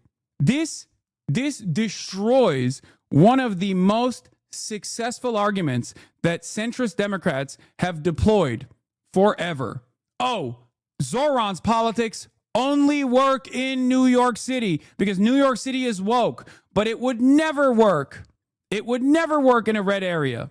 Okay? It would never work in a purple district. It would never work in a red area. So if Graham Plattner being like, I'm a leftist, blah, blah, blah, all this shit, I'm anti-Israel, blah, blah, blah, all this shit, is able to fucking unseat a Republican, this destroys that argument. It destroys that argument in its entirety. We already know it holds no weight. This is part of the reason why Bernie Sanders has actively pressed for Graham Plattner in spite of the overwhelming amount of opposition that has come his way. But what I like about the way liberals are responding to this shows me that by and large, Pod Save America watching liberals, New York Times reading liberals are also fed up with establishment centrist candidates because under different circumstances, they would be running the well, Graham Plattner's chances look really bad, so we should do vote blue no matter who and go with the establishment pick, Janet Mills. But they're not doing that. Janet Mills is right there. Chuck Schumer loves Janet Mills. Chuck Schumer is pushing for Janet Mills, and yet all of these liberals are unironically championing a dude who literally got a fucking Nazi tattoo on his chest. So they're saying, I don't give a fuck about that. I'm willing to turn a blind eye to that because we need this kind of rugged, real American guy with really fucking stupid, indecipherable politics that ultimately says, first and foremost, Israel's doing a genocide, which clearly is giving him a lot of fucking institutional credibility, or not institutional credibility, but like credibility in the eyes of the voter base. Okay. And they're looking at his own, they're looking at his track record, or they're looking at his statements on Reddit, and they're saying there's nothing wrong here. I think that's a good thing. Okay. The Nazi stuff, not so good. But I do think it's a good thing that you have a bunch of libtards that are saying 10 toes down, I would rather go with this fucking dude with a horrifying track record who in his most private moments at most has said he's a commie. He's a radical commie. He's Antifa. So yes, it's a bit like the New York Times liberals defending you in the comments after that guy called you a terrorist who wants 9/11. Yes, liberals are changing. I think by and large, liberals are changing. I think liberals, by and large, are far more comfortable with a person that in his private moments, the bar is so low for you, that is really sad. Can we just abandon electoralism and start a revolution instead? Sometimes I can't tell if like these guys are the agents in my chat. Okay? Let me ask you something, chatter. Whose technical proficiency are you going to utilize when you are doing a violent revolution? If you think every single veteran is a baby murderer that needs to be imprisoned instantly, can you point to a single instance where there has been a vanguard that has not been comprised almost entirely of disillusioned veterans, for example? You're being dishonest? No, it just doesn't even make sense in his own, I am trying to steel man his position here. We're not even talking about the fucking Nazi tattoo, which I think is irredeemable for the record. Okay? It's utterly ridiculous. I'm just asking people, when people go, dude, time to abandon, well, they have to face some accountability. Come on, dude. Time to abandon the electoralism route. Revolution now, guys. Weirdly enough, don't even think about how that shit works. I care more about the fact that liberals hear a guy who says, yeah, I did fucking tours. I felt very disillusioned. I was very angry. Okay. And I want Medicare for all. You shouldn't have to be a fucking veteran and get busted up to get government funded healthcare. Shit like that is playing a major role in the ways that liberals approach the conversation. And that is a good thing. Okay. I don't think that's a bad thing at all. Can you point to a single moment in history where a successful revolution occurred by working within the existing ruling party apparatus? Virtually every single instance until there's an opportunity for there to be a vanguard party to be formed. Like literally every single one. Every single revolution has had tireless work and countless work leading up to the moment of revolution. Every single one. Every single one. It is obvious to me that many chatters have learned about communist history and socialist revolution from internet memes rather than actually reading. And I suspect it's my fault. It's my failure. Because when I say, oh, I shouldn't be the only person you learn this stuff from, and you should actually actively seek it out on your own, say one, go ahead, not a single party said, oh, we'll work with a liberal bourgeois party and get the money bourgeois elements out of it. What are you talking about? That's not what I'm talking about at all. Every single successful revolution has taken years and years of formative work working within the existing political constructs before that moment happens. Every single one. The difference between you and I is either you are being oblivious deliberately or are not acknowledging the history. There has never been formative, spontaneous organizing without exhausting the available tools within the working party infrastructure. I mean, this is the classic. Left-wing communism and infantile disorder. Should we participate in bourgeois parliaments? It is with the utmost contempt and the utmost levity that the German left communists reply to this question in the negative. Their arguments, in the passage quoted above, we read, all reversion to parliamentary forms of struggle, which have become historically and politically obsolete, must be empathetically rejected. This is said with ridiculous pretentiousness and is patently wrong. Reversion to parliamentarism, forsooth. Perhaps there is already a Soviet Republic in Germany. It does not look like it. How, then, can one speak of reversion? It is not an empty phrase.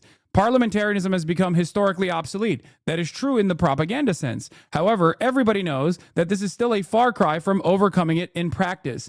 Capitalism could have been declared, and with full justice, to be historically obsolete many decades ago. But that does not all remove the need for a very long and very persistent struggle on the basis of capitalism. Parliamentarism is historically obsolete from the standpoint of world history, i.e. the era of bourgeois parliamentarism is over and the era of proletarian dictatorship has begun. That is incontestable, but world history is counted in decades. 10 or 20 years earlier or later, 10 or 20 years earlier or later makes no difference when measured with the yardstick of world history. From the standpoint of world history, it is a trifle that cannot be considered even approximately. But for that very reason, it is a glaring theoretical error to apply the yardstick of world history to practical politics. Is parliamentarianism politically obsolete? That is quite a different matter. If that were true, the position of the lefts would be a strong one. But it is proved by a most searching analysis, and the lefts do not even know how to approach the matter. In the thesis on parliamentarism published in the Bulletin of the Provisional Bureau of the Amsterdam of the Communist International, number 1, February 1920, and obviously expressing the Dutch left or left Dutch strivings, the analysis, as we shall see, is hopelessly poor. In the first place, contrary to the opinion of such outstanding political leaders as Rosa Luxemburg and Karl Liebknecht, the German lefts, as we know, considered parliamentarism politically obsolete even in January 1919. We know that the lefts were mistaken. This fact alone utterly destroys, at a single stroke, the proposition that parliamentarism is politically obsolete. It is for the lefts to prove why their error, indisputable at times, is no longer an error. They do not and cannot produce even a shred of proof. A political party's attitude towards its own mistakes is one of the most important and surest ways of judging how earnest the party is and how it fulfills in practice the obligations towards its class and the working people. Frankly, acknowledging a mistake, ascertaining the reasons for it, analyzing the conditions that have led up to it, and thrashing out the means of its rectification, that is the hallmark of a serious party. That is how it should perform its duties and how it should educate and train its class and then the masses. By failing to fulfill this duty and give the utmost attention and consideration to the study of their patent error, the lefts in Germany and in Holland have proved that they are not a party of a class, but a circle, not a party of the masses, but a group of intellectualists and of a few workers who ape the worst features of intellectualism. Second, in the same pamphlet of the Frankfurt group of lefts, which we have already cited in detail, we read, the millions of workers who still follow the policy of the center, the Catholic Center Party, are counter-revolutionary. The rural proletarians provide the legions of counter-revolutionary troops. Everything goes to show that this statement is far too sweeping and exaggerated.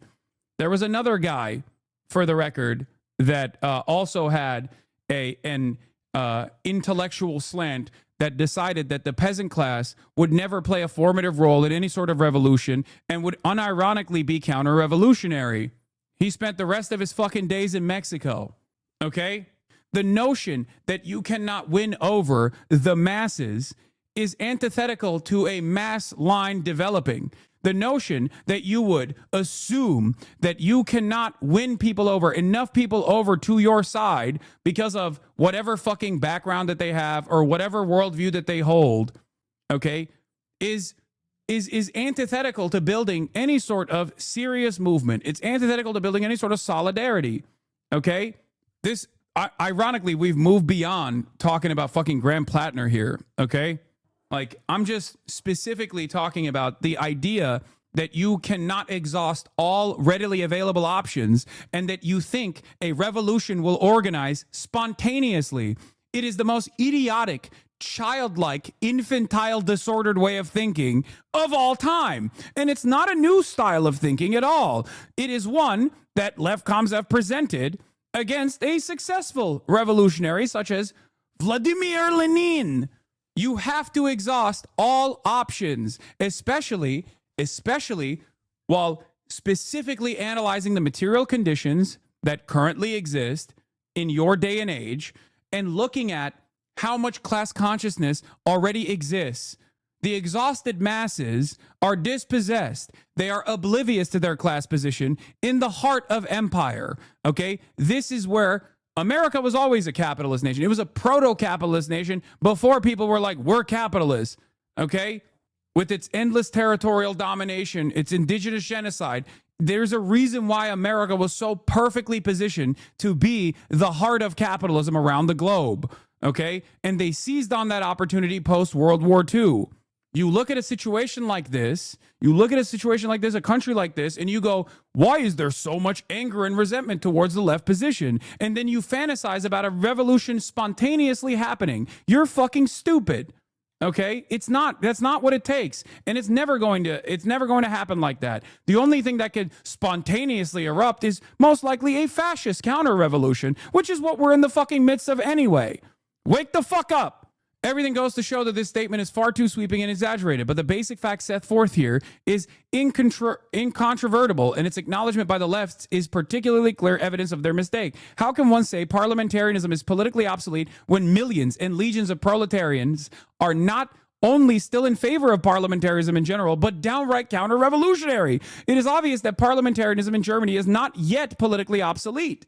This is what I tried to stress yesterday when talking about liberals. Whether you like it or not, liberals in the United States of America are a more formative political bloc than whatever fucking pamphlet reading left group that you have with your fucking dumbass friends. That's just the reality. So you have to work within the existing reality instead of sitting around and fantasizing about a spontaneous revolution. Shut the fuck up. You are unserious. Oh, I have the utmost best possible alternative. It's called moral infallibility. We must never participate in bourgeois elections.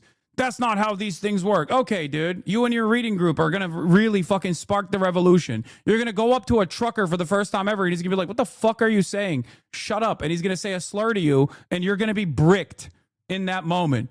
You'll be like, oh my God, the counter-revolutionary tendencies amongst the real working class members. Oh, what's happening? You're going to get one-shotted.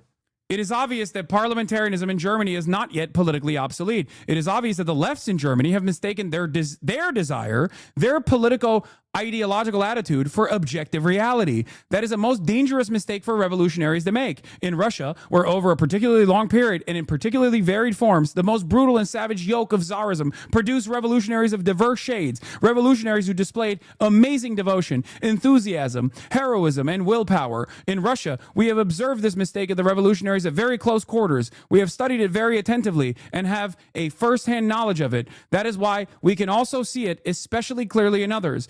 Parliamentarianism is, of course, politically obsolete to the communists in Germany, but that is the whole point. We must not regard what is obsolete to us as something obsolete to a class, to the masses. Okay? You understand the situation in bourgeois democracy. I don't normally fucking dive into any sort of work of Lenin, but this is what is like when I'm talking to you about how like the broader confines of the American public and how they analyze liberalism, you need to get, when I say get your fucking head out of your asshole, this is what I mean.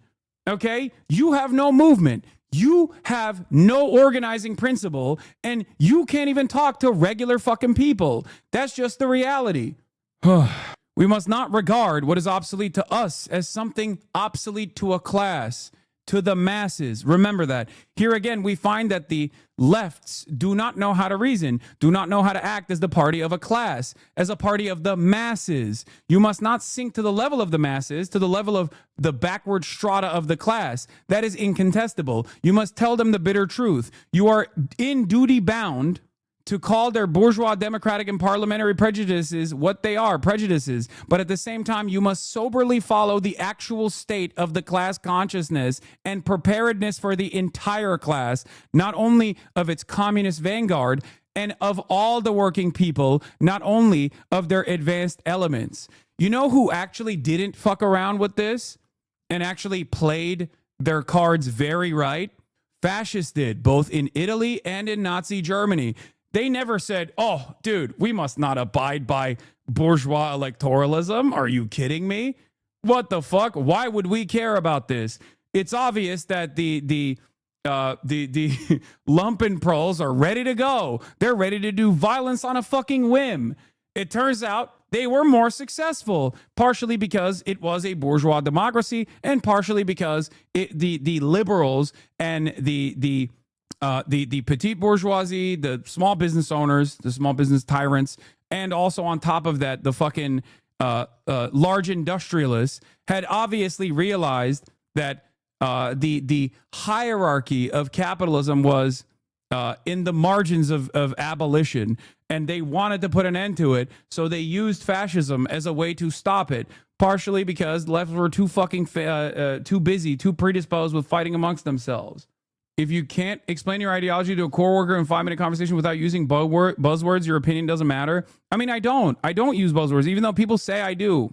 There is no place on the planet in the United States of America where I have to talk to the overwhelming majority of this fucking chat about the importance of exhausting all options, including electoralism. In the real world, people would look at you like you are a fucking insane person. If you were to be like, well, excuse me, but, you know, I'm not going to participate in this process because I am morally above it all, because this is an immoral system. If you were to explain it to that, if you were to explain to the average person like your position, they would look at you like you got fucking 3 eyes, okay? This is why I also get frustrated with a lot of fucking hyper radical hammer and sickle accounts on Twitter, because I do try to position myself as like speaking like a layman, using common sense. Okay, I try to dilute my commentary in this way, and a lot of dumbasses will go, "Oh, Hasan is fucking fake. He's a Democrat mouthpiece. He's a sheepdog for the Democratic Party." At this point, you're just arguing a straw man and never claimed any of those things. You're also wildly misreading Lenin's position on this topic. He argued for the continued use of the parliaments, but that didn't include making it the core struggle of the working. Wait, what? That's not my argument either. What the fuck are you talking about? We're not there. We're not there. That's not at all my argument. I never said that. Nobody's arguing against parliamentarianism. You know what the difference is? The Bolsheviks were their own party, and they often use the Duma to denigrate the liberals and set themselves apart. You're not arguing for any of that. Yes, because we don't have a parliamentary structure. We don't have a viable working third party. So I'm using the tools that are readily available. That's why I stress the importance of analyzing the existing material conditions as opposed to fantasizing about an alternative one. Jesus Christ. We don't have anything.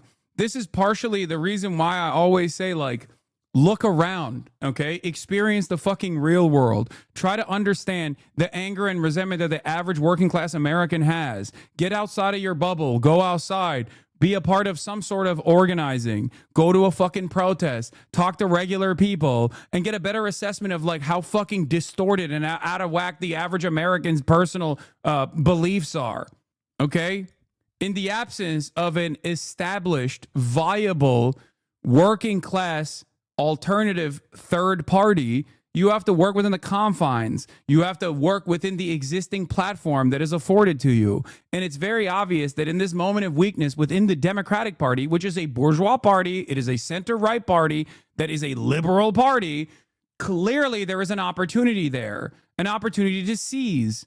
But it's too fucking difficult for people to even like soft pedal any sort of socialist tendency to the broader collective consciousness with the likes of even fucking Zoran Mamdani, because everybody goes, oh, he's not perfect. I don't like what he's saying. He's a Zionist. You're a fucking idiot. That's it. It sucks. But in any case, regardless of what people in this community say, I think it is positive that while there is an establishment Democrat pro-APAC liberal alternative out there that Chuck Schumer and the establishment Democrats love, liberals by and large are still standing by a dude with a horrifying background, okay? Especially as it pertains to the fucking Totenkopf tattoo. Do you understand? One must ask the question, why? Two things come to mind. Number one, liberals don't want to play the game of like, this person is imperfect and they said something fucked up, no matter how fucked up that might be from my assessment. Because I think having a fucking Totenkopf tattoo on your chest is completely insane. It is irredeemable, especially if you did not cover it up for 20 fucking years, okay? Having said that, I do think it's good that by and large, liberals are defending him instead of immediately leaning into the alternative. Liberals did not immediately look at someone like Graham Plattner and go, I fucking hate this guy. This guy is saying he wants Medicare for all. We can't have Medicare for all in this country. What are you talking about? We need to keep having privatized healthcare in this country. That's the best possible way to go. Like that, but killing Iraqis isn't. Wake up! Shut the fuck up! We are talking about the average fucking person, the average American. They do not think of this in the way that you do. Oh my God. This is what I was saying before. Oh, terminally online chirpers that run around. Dude, go to a local coffee shop or go to, I don't know, a restaurant and try to hear what the average person's opinion is on someone who has done 4 tours in Iraq and Afghanistan, a Marine Corps guy. They do not think that he is a baby killer, okay? What the fuck? You do. We're not talking about you. We're not talking about your own personal the perspective here.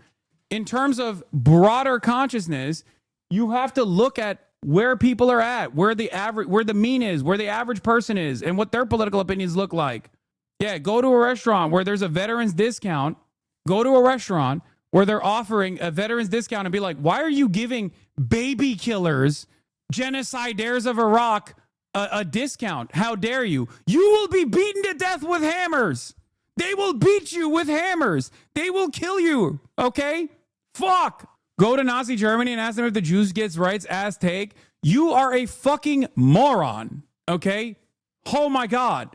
I'm losing my mind. This unironically is the text that I'm reading is quite literally about parliamentarianism and building a mass movement in fucking Germany during a time when the Nazis were also trying to build a movement and successfully did.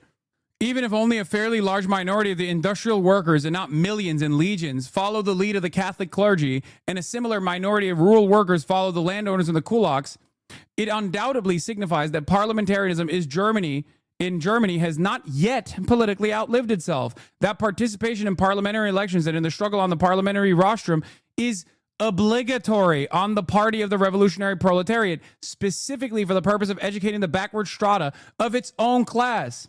What do I always tell you as far as exhausting all readily available options in a country where there's no class consciousness, in a proto-capitalist nation that was literally abiding by the principled libertarian stances while it was conducting an indigenous genocide with its manifest destiny ass nonstop westward expansion? A country like that maintains slavery, okay, is going to, of course, reflect it's of course going to have a bourgeois electoral system where there's only 2 fucking parties and both of them are right wing. One is center right, one is far right, and actually turning into a fascist one. Okay? If the center right party in that situation is weak enough, you should run candidates in that weak center right party, the Democratic Party, to show the dispossessed masses that there is an alternative. There is an alternative out there that they might be on board with, especially because for years and years, Americans have thought socialism is the greatest evil of all time. Brother, that is not remotely what Lenin is saying, because the constructs in which Lenin existed obviously was very different. Politics was very different, okay? Politics was very different in his day and age as opposed to what the electoral system looks like in the United States of America. in 2025. Lenin says something chat spam's based, and Hasan translates it to American context. Their brains break and they need to get woke points. Yeah, Hasan, your type of electoral politics is exactly what Rosa and Lenin would want. Lamau fucking moron.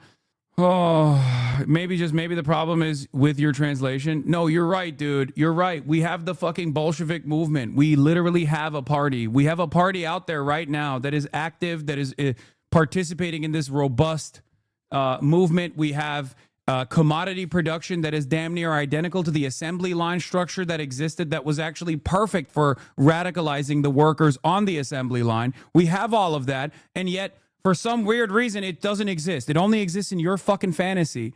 Okay, adjusting it to the current present day American material conditions is something that obviously people have endlessly pontificated on. You might have a disagreement with me on this issue, but this is what I believe. Okay, I'm not running around being like, Lenin would want you to vote for the Democratic Party. I'm not saying that at all. That is a bastardization of my fucking approach. That is a bastardization of what I'm saying. I'm saying that if you want to unlock class consciousness amongst the American working class, okay, you have to at least put socialism on the fucking board. And socialism is not on the board right now. I'm not saying there's no updating to be done in theory, in saying you're doing a fucking bad job. HasanAbi, they got held by AutoMod. Also, all this endless intellectual back and forth that we're having is just complete masturbation and nothing else, because the average American does not consider any of these things, okay? So shut the fuck up. I will take all of the fucking wins as they come along, whether it be Zohran Mamdani or Omar Fateh or anyone else in a country that has no class consciousness whatsoever, in a country that abhors even the mere mention of socialism, that has been for decades radicalized against what they think is socialism, a true danger for American liberty, okay? In a country like that, where there is an existing duopoly, you have to work within the readily available alternatives. And in the absence of an effective third party that has mobilized and exists and Americans are aware of, why not take advantage of the weakness of the left flank, supposedly, quote unquote, left flank party in this bourgeois electoralist system? It's awesome that all of the people who yell at me over what I believe is the best way to, best direction to move forward in, have never presented an alternative, not even for a second. It's always just, you're wrong. That's it. You're wrong. You're dumb. I'm going to bastardize your position, and I'm not even going to give you an alternative. Or the alternative is revolution now. With whose guns? With whose army? You're agoraphobic. You can't even talk to your fucking Uber treats delivery driver, and you're over here talking about revolution now. Jesus Christ. The pink wave works so well in Europe that all the right-wing parties are done for, right, Hasan? I am not saying that electoralism is the only outlet and is the most viable outlet and is the end-all be-all solution. Oh, read between the fucking lines, man. Some of you guys are too stupid to understand what I am saying, and it's fine. Anyway, that participation in parliamentary elections and in the struggle on the parliamentary rostrum isn't obligatory on the party of the revolutionary proletariat, specifically for the purpose of educating the backward strata of its own class and for the purpose of awakening and enlightening the undeveloped, downtrodden, and ignorant rural masses. I wonder if there's anything that we could see. I wonder if there's anything that we could learn from this lesson. Whilst you lack the strength to do away with bourgeois parliaments and every other type of reactionary institution, you must work within them, because it is there that you will still find workers who are duped by the priests and stultified by the conditions of rural life. Otherwise, you risk turning into nothing but windbags. Third, the left communists have a great deal to say in praise of us Bolsheviks. One sometimes feels like telling them to praise us less and try to get a better knowledge of the Bolsheviks' tactics. We took part in the elections of the Constituent Assembly and the Russian bourgeois parliament in September and November 1917. Were our tactics correct or not? If not, then this should be clearly stated and proven, for it is necessary in evolving the correct tactics for international communism. If they were correct, then certain conclusions must be drawn. Of course, there can be no question of placing conditions in Russia on a par with conditions in Western Europe. But as regards the particular question of the meaning of the concept that parliamentarism has become politically obsolete, due account should be taken of our experience. For unless concrete experience is taken into account, such concepts very easily turn into empty phrases. Maybe even saying stuff like revolution now in the United States of America in 2025. In November 1917, did we, the Russian Bolsheviks, not have more right than any Western communist to consider that parliamentarism was politically obsolete in Russia? Of course we did. For the point is not whether bourgeois parliaments have existed for a long time or a short time, but how far the masses of the working people are prepared ideologically, politically, and practically. Much to consider there. To accept the Soviet system and to dissolve the bourgeois democratic parliament or allow it to be dissolved, it is an absolutely incontestable and fully established historical fact that in September to November 1917, the urban working class and the soldiers and the peasants of Russia were, because of a number of special conditions, exceptionally well prepared to accept the Soviet system and to disband the most democratic of bourgeois parliaments. Nevertheless, the Bolsheviks did not boycott the Constituent Assembly, but took part in the elections both before and after the proletariat conquered political power. That these elections yielded exceedingly valuable and to the proletariat highly useful political results has, I make bold to hope, been proven by me in the above-mentioned article, which analyzes in detail the returns of the elections to the Constituent Assembly in Russia. Now, the reason why this is important and ties back to what I was saying is that, I'm going to repeat it, Americans broadly do not know what socialism is, and those who have been taught what socialism is has been taught wrong and are terrified of it. They have been negatively polarized against it. Don't you think that if one of the major two parties has viable socialist alternatives at a time of their utmost weakness and their weakest point of all time would actually get a lot more people on board to not be afraid of this terminology? Don't you think that that would be viable in maybe even later down the line building a fucking alternative third party? Because a lot of people, Michael from Pennsylvania included, have talked about Bernie Sanders building a third party. This is the best possible time to do it. Bernie Sanders clearly doesn't seem to think so. He thinks that we still need to utilize the existing confines of the Democratic Party. Maybe that's because he is old and an institutionalist and I guess for some reason a defender of Joe Biden, and he's done a lot of things that I don't agree with in general. But ultimately, the very fact that Bernie Sanders is a known entity in American politics and has since 2016, by running for the Democratic primary and having an incredibly successful run within the Democratic primary structure within 2016, that created for the first time ever, a vision of a socialist America, should possibly allow you to understand that working within the existing duopoly is not the worst idea, at least in the interim. Okay? For years and years, Palestinians wanted awareness. They wanted a recognition for their humanity. The game has changed now because they finally got it. Okay? Back then, I'm sure there were plenty of people 20 years ago that also simply wanted a one-party state, okay? But these conversations were not being had in the Western world at all because these things take time, because it requires, at first, broad awareness initiatives, and then you move into mobilizing, then you move into organizing, then you make demands. Then, when your demands are not met, you actually show your power. And the way you show your power is through work stoppages. All of this stuff takes time. It takes a tremendous amount of effort to organize around, okay? Labor militancy did not happen in this country overnight, and it was squashed after decades and decades of propaganda and violence from the state, and also legislation. I would agree with you if any of the left in the Democratic Party was like Trump. That's okay. There you go. That great. You understand what I'm saying here. What Trump has done in the fascist direction for the Republican Party must be done in the socialist direction within the Democratic Party. It's a lot harder of a bargain, but we're not even moving in that direction at all.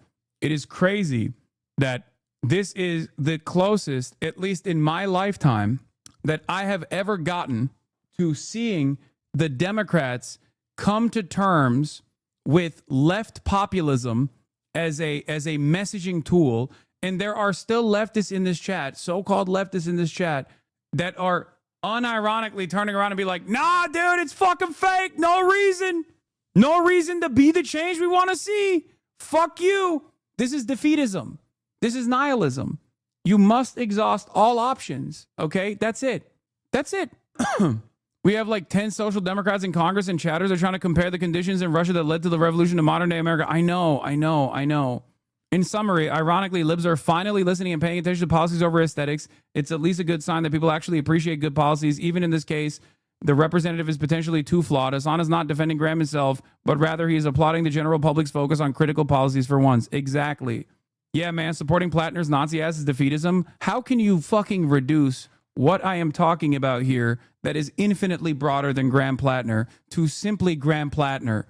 Once again, I will stand by my initial assessment that I am a Janet Militia Mills advocate.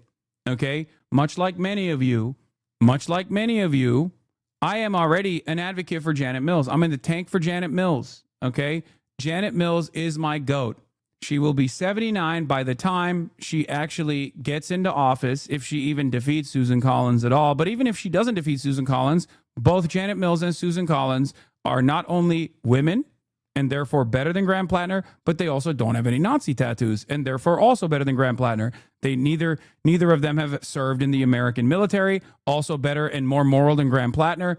And on top of that, they never went and worked for Blackwater. Again, better than Graham Plattner. Now, of course, they love Israel and they're pro-Israel, but they're just pro-Israel in name only, right? Yeah. Which is why I'm a fucking girl boss who is hashtag riding with Janet. Janet Mills, all Mills, no frills. I'm a Janet head. What more do you want from me? My bro hates you, and he says it's because you do not read leftist literature, and more so do not encourage your viewers to do so. He even says he likes Hazaldin more for that reason alone, which is insane in my opinion. I only say this because I think you were correct about learning leftist history through memes and this being a big problem. I agree that you could do more to encourage your viewers to learn more about this than memes. Yeah, okay. Well, this shit is fucking boring for the most part. This is the most entertaining version of allowing this conversation to take place. Okay? Within the confines of a fucking debate. So it's just not, yeah. 3,000 people left while I was doing this. Okay? Burgess Everett says, Graham Plattner's life of posting and his tattoos are stress testing the party's interest in younger, fresher candidates. How do you expect to win back, man, when you go back through somebody's Reddit history and just pull it all out and say, oh my God, this person has no right to ever be in politics, he told Dave Weigel. Do I like any of it? Of course not. Do I like what he's campaigning on and the way he's connecting to working class voters? That's the piece that's been missing from our party, said Senator Heinrich of his post. He's still backing Plattner, but says future candidates should stay off Reddit. I mean, I do agree with this. I can't believe I'm saying this, but yes, future candidates should stay off Reddit. Anyway, we are now moving on from this utterly unproductive conversation. But even though actually I don't think it's unproductive, I hope people actually took away some lessons about at least what I think is a viable method for change. Yes. You mentioned Maine at the top there. You only care about views. Why does it matter if people left? I don't know. Maybe because my job, first and foremost, is about broad awareness initiatives. Perhaps that is the best possible way to quantify exactly how much reach I have. There's obviously an important Senate race happening there. Are you supporting Governor Janet Mills in the primary, and do you consider Graham Plattner's recently unearthed comments disqualifying? Look, I'll let the people of Maine decide the second. We think that Janet Mills is the best candidate to retire Susan Collins. She's a tested two-term governor, and the people of Maine have an enormous amount of affection and respect for her. Yes. Me too. Me too, Chuck. Me too. I'm glad that we're on board, okay? That's why I'm riding with Mills. I'm a Mills head. Baby. Okay. Ruben Gallego, a Marine who also had PTSD on Graham Plattner. But everyone has a right to grow and grow out of their stupidity, essentially. And I think voters should take the opportunity to evaluate that. I've never seen so much backing for a candidate that is unironically, oh yeah, the other side of the Janet Mills story is that Janet Mills pardoned a man she defended in a sexual assault case. A young man at, but she's still better than Graham Plattner, of course, obviously. A young man at a Maine school was a rising basketball star with interest from Division I programs and NBA aspirations, according to one of his lawyers. Aaron Nichols, who was 20 years old then, was also charged with sexually assaulting a 15-year-old girl and having unlawful sexual contact with another teen in the fall of 2001 when he attended prep school at Maine Central Institute in Pittsfield, which had one of the nation's best basketball programs. After entering a not guilty plea, the lawyers told reporters her 20-year-old client had no criminal record and things happen between teenagers that may be blown out of proportion. As a Janet Sari, I think this is, I'm still riding with her because she didn't tour in Iraq and Afghanistan. We certainly hope that the incident does not result in devastating blow to his academic and professional career, Janet Mills, who was then a state lawmaker, said in January 2002. As a governor more than 2 decades later, Mills pardoned Nichols, who pleaded guilty in 2003 to a misdemeanor assault charge that drew a suspended 1-year sentence with probation. Mills, a Democrat, has used their constitutional power to issue dozens of pardons since taking office in 2019. But the June 2023 pardon for Nichols is a rarer case of a governor granting clemency to someone they once represented. While governors across the country have been accused of favoritism and unethical conduct for certain pardons, legal experts say nothing bars Mills from issuing such a pardon or makes it a clear conflict of interest. How is she pro-Israel in name only? Just curious. I was being sarcastic, man. Come on. Please pick up on the sarcasm. Bro, you have not confirmed you are being sarcastic about Mills and you got more viewers this week. Lemafayal, let him know. Yeah, it's fine. You've been doing this for a long time, yet you don't seem to understand our frustration. He felt the need to go 3 times to Iraq to kill brown people and join Blackwater. Yes. It's not that I don't understand your frustration. It's that I don't care about your frustration. I don't think you understand. Okay? If we're talking about electoralism, what's the difference between Graham Plattner, in the absence of the Nazi tattoo for sure, versus Amy McGrath? One is electable, the other is not. One is electable because they are promoting a left populist platform. Amy McGrath, on the other hand, also lasered babies in the fucking Air Force and is not electable and will never be electable. Democrats run veterans all around the country. Democrats run veterans all around the country. They run literal fucking CIA operatives all around the country, whether it be Elisa Slotkin or whether it be Abigail Spanberger, people who literally say, I loved being in the CIA. I played a formative role in torturing prisoners. It was awesome. And Democrats go, that's fucking sick. But the one time there's a motherfucker who's like, yeah, I want Medicare for all. I think this, the illegal war stuff was really fucked up. It fucked me up. I have great shame, and I carry this weight with me everywhere I go. I was really fucked up. And every leftist goes, nah, kill this person. That's it. Speaking of which, I obviously, given my background, will of course push for Amy McGrath again. Our democracy is under siege. Cowards in Washington are bowing to Donald Trump, and the Kentuckians are paying the price. Kentuckians deserve someone battle-tested and ready to fight for them day one. I've spent my life stepping up when the mission was tough and the stakes were high. First as a Marine, and now for Kentucky. I'm ready to complete the mission. Will you join me? I'm Amy McGrath. This isn't just a chair. It's an open seat. Hell yeah. And this video, no slogans, no gimmicks, no BS. What we're seeing in this country from this president, not normal, dangerous for Kentuckians and for all Americans. You might know me. I'm Amy McGrath. When I joined the Marines, I swore an oath to the For me, it's like, if we're gonna have fucking vets running, I would much rather have left flank vets running in positions on an objectively leftist platform than fucking whatever this nonsensical centrist bullshit is, okay? You were bastardizing Lenin's name. Yes, Lenin said to work with the bourgeois parliament, though only within a class-independent party. How can you say we're not ripe for class politics? Look at your party in UK. You have no trust in the working class. I used to really respect you, but now you're just holding the workers' movement back like so many reformers before you. Yes, I'm holding the workers' movement back. You, on the other hand, are going to successfully foment revolutionary sentiment amongst the working class tomorrow. Okay? I'm saying we're not there in the United States of America, especially. I'm the bad guy. I am the hurdle. I am the hurdle. You're right. Posting all day, it's Lenin is what Lenin would do. Unironically, they did post a lot, to be fair. Socialist, revolutionary, they loved writing, and they loved writing about other socialists, other ideological tendencies. They did unironically post non-fucking stop, perhaps too much. Everybody wrote back then, though. Your former debate opponent just posted this. Nice. Your party is filled with landlords and social conservatives, and meanwhile, everyone's joining Greens. Constitution to defend this country against all enemies, foreign and domestic. I flew F-18 fighter jets, 89 combat missions. I know what courage looks like. Right now, way too many politicians don't. And Americans are being thrown under the bus by cowards in Washington without the moral backbone to serve our nation with honor. You deserve a senator who acts with decency and patriotism, who believes in the goodness and the promise of America. This open Kentucky seat will decide the balance of power. It's not that you are the enemy. It's just the foxes and the wolves dynamic is taking place in the people. This is what Malcolm X repeatedly talked about. Yeah, I'm in a wolf in sheep's clothing. Power in the Senate. The stakes are high. We all need to step up and act with courage to meet this moment.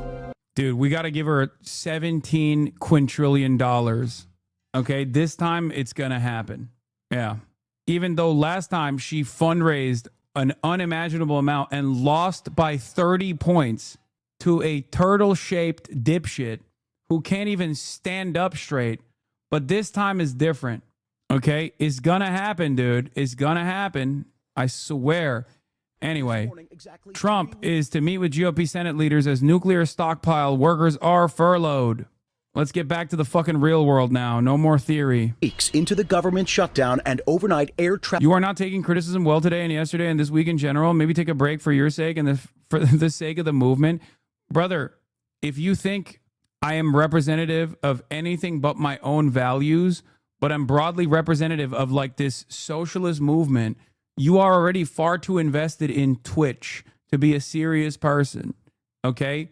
Like, there is no movement. What movement? Where is your movement? Okay? I'm a fucking Twitch streamer, dog. I'm a Twitch streamer who can't even get his 30,000 chat to be a little bit more reflective on the existing state of American politics, who hyper focus on all of the minutia. If I didn't take, he's taking criticism well, just because he responds against it doesn't mean he isn't. Yeah, like also, if I didn't like listen to your criticisms, okay, I would just ban you and fucking move on to the news. Instead, I spent 3 hours and 41 minutes this morning going all the way back to left communism and infantile disorder to explain why you have to exhaust all readily available options while taking a good, cold, hard look at the existing material conditions in the imperial core in a bourgeois democracy that has two capitalist, one center-right and one far-right political party. Traffic control centers across the country facing crippling staffing shortages. Flights bound for Austin, Texas temporarily halted, the FAA issuing a ground stop. Airports from Dallas to Atlanta to Newark recently facing similar delays as some air traffic... Dude, I hate when you say there's no motion bullshit. There's just nearly enough yet. No, we are in the beginning stages of having any sort of motion. But I think people... You did indeed go bastardize Lenin, get immediately refuted by evidence, and then act like the person who refuted you was advocating for hyper-accelerationism. Wait, what? Like that person was absolutely right about a workers' party? Okay, but we don't have one, is what I'm saying. You should be fucking embarrassed, dude. I can't be wrong. And if I am wrong, it doesn't matter. Dude, where? Who? How? Who's done it? Look at the state of fucking labor unions in this country. Where is it? Explain to me what your counter is, instead of talking about what you think Lenin implied or something, okay? Explain to me, where is the Workers' Party? How do you build a Workers' Party in this country in the absence of class consciousness? Have you gone out and spoken to the average worker? Surely if we just keep running into bourgeois parties, our unions will get stronger. Brother, stop, take a deep breath, and tell me what the alternative is, what your vision is. Because instead of trying to tear down and bastardize my vision for change, explain to me what your vision for change is and the viability of it. Okay? You're still doing the thing where you're just critiquing what I'm saying without describing to me a viable alternative. Okay? This is the problem. How is this any different than your criticism of Ezra Klein? Because, wait, what? Ezra Klein wants to run right-wing candidates. I want the Democratic Party to, by force, through the process of electoralism, at least in the interim, in the absence of a viable working party, a viable workers' party, to, at the very least, show a lot of liberals who have been fearful for no reason of the term socialism to no longer exhibit the same reactionary tendencies towards socialism by recognizing that there is electoral viability. What have I always told you? The vote blue no matter who guys. If Bernie Sanders were to win in the primaries in the Democratic Party, do you think the vote blue no matter who guys would have been like, I'm not voting for Bernie? Okay. Oh my God, this guy's still talking about Plattner. Jesus Christ.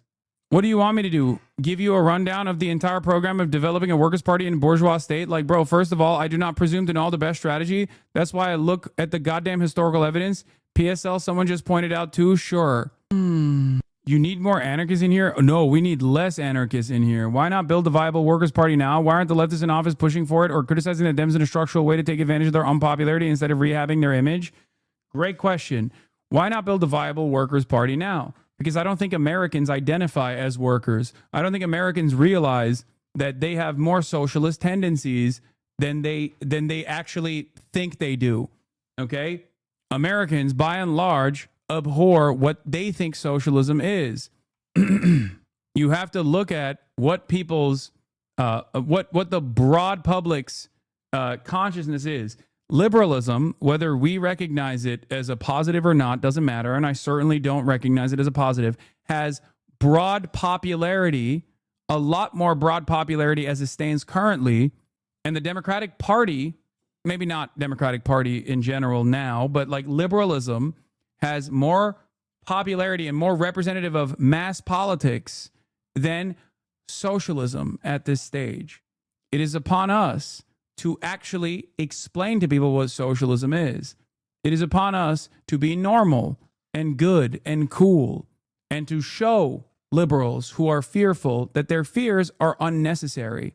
And while there is a viable outlet to do so within a weak center-right party that actually presents itself under the false auspices of being a left flank party, it is pertinent upon liberals, or not liberals, sorry, leftists, to try and use the existing platform in this moment of weakness to show the broad masses that self-identify as liberals that they are probably a lot closer to a socialist opinion than a liberal one. Entryism doesn't work if the goal is, the end goal of entryism is to simply make the liberal Democratic Party into the Workers' Party in and of itself. If that's not going to happen, you can at least take advantage of the platform that is given to you. Controllers forced to work without pay during the shutdown start to call out. I think what you might see is more disruptions in travel as more of them look to say, how do I bridge the gap between the check that's not coming and putting food on my table? And growing concern this morning after 1,400 federal workers tasked with safeguarding the country's nuclear stockpile were abruptly furloughed by the Trump administration. Only 400 now left. Every day that the government is shut down, it is a danger to the American people. On Capitol Hill, Democrats digging in, saying they're fighting to extend expiring Obamacare tax credits and prevent insurance premiums from spiking for millions. But time is running out. Obamacare open enrollment starts November 1st, less than 2 weeks away. House Minority Leader Hakeem Jeffries telling me, by that point, tens of millions of people across the country will realize that their health insurance premiums, copays, and deductibles have skyrocketed. Republicans refusing to negotiate on health care while the government is shut down. The motion is not agreed to. For the 11th time overnight, the Senate failing to advance a funding bill to end the shutdown, while federal workers like Imelda Avila Thomas worry how long they can go without pay. She's a local union leader furloughed from the Department of Labor whose husband works at the VA. We are regular people. We're not millionaires. You know, we're regular people. Their daughter's 12th birthday is just days away. We said, look, your birthday's going to look a little different this year, you know, and she is very well aware of it. And officials are warning time is running out for critical programs. SNAP, often called food assistance, which serves more than 40 million Americans, is set to dry up in most states by the end of this month. Meantime, in the House of Representatives, Speaker Johnson has kept his chamber out for the third straight week now, the fourth straight time he's canceled votes. House members have not voted now for over a month, but they still, by law, are paid during a shutdown, even when most federal workers are not. Robin. That doesn't sit well with a lot of folks. All right, Jay, thank you. The government shutdown now the second longest in U.S. history, but that does not mean that Washington is at a standstill. In fact, part of the historic East Wing of the White House was torn down yesterday to prepare for construction of President Trump's massive new ballroom. Nancy Cordes is at the White House, as she often is. Nancy, good morning. Good morning, Tony. Yeah, as we head into week 4 of this shutdown, President Trump is set. Not my big, beautiful White House, bro. This is the exact experience I had coming into your chat. I identified as liberal here in Brazil, but I slowly realized I'm much closer to a socialist than a liberal, and was able to educate myself, and I was not even a liberal. I was downright neo-Nazi past and had opinions, and I had to confront and realize they were purely wrong. There are many people like you in this chatter. Do not feel discouraged by a lot of fucking annoying moral purists, okay? That's why I don't listen to any of the dumb fucks that are constantly chirping. And that is perhaps one of the major reasons as to why I've been able to build such a fucking large community. Because I don't listen to the fucking annoying moronic chirpers in the chat. These moronic chirpers, the cringe larpers, they have been around when I had 35 viewers. Many of them have still stuck around and still chirp into the fucking wind. But at every step of the way, they have said, why are you allowing people the opportunity to understand your positions without immediately admonishing them? Okay? Chirpers who themselves probably do not even recognize that they did not have the same perfect opinions. Okay? That they also went through their own personal evolution, but now are too embarrassed to recognize it. And perhaps that is the reason why they attack so aggressively. Okay? People who behave as though they were born with a fucking copy of Das Kapital in one hand, with a firm commitment to creating the Marxist-Leninist vanguard from the early ages of 5. And I'm sure there are people like that. But what do I always say? Those people are privileged. They are. Those people are infinitely more susceptible to an attitude shift, a radical attitude shift in the negative direction, than one who has gone through the process of having right-wing sentiment in their mind, believing all this nonsensical bullshit, and then working through it, okay? Working through it through self-criticism, working through it by engaging in personal, engaging in some kind of like a personal discovery.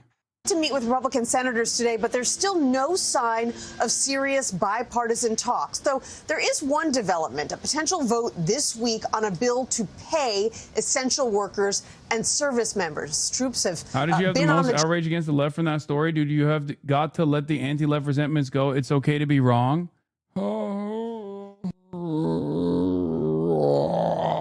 Stop getting one guide. Is not one guy. Is not. I'm not getting one guide. This is a million guys. This is all the guys. There are a lot of guys like this. Every now and then it's important to do a little bit of housekeeping and just like push back a little bit so they don't get too comfortable.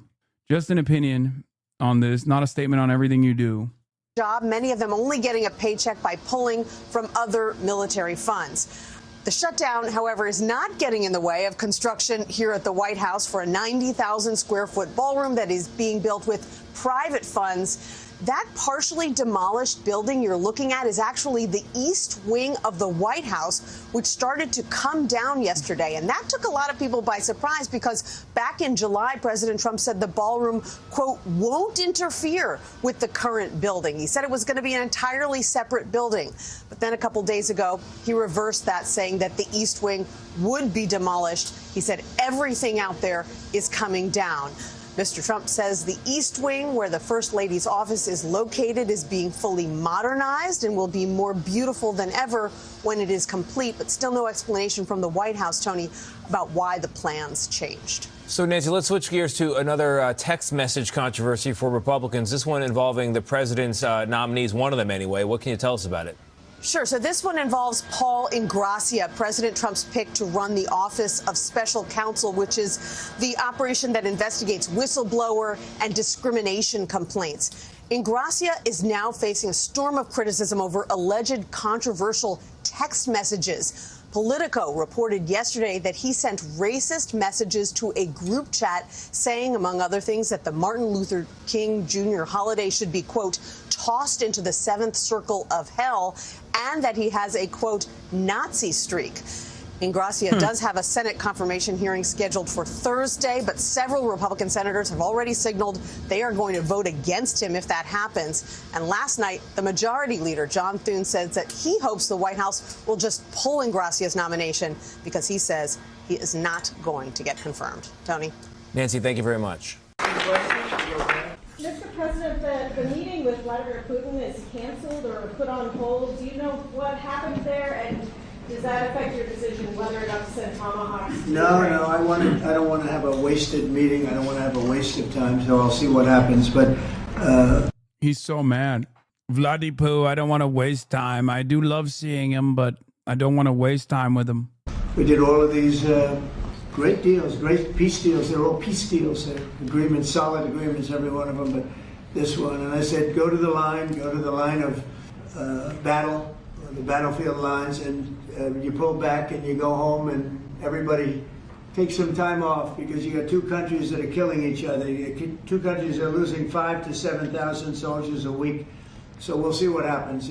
We haven't made a determination. Are you asking the Justice Department to look into the federal investigations into you and look for compensation, and how much are you asking for?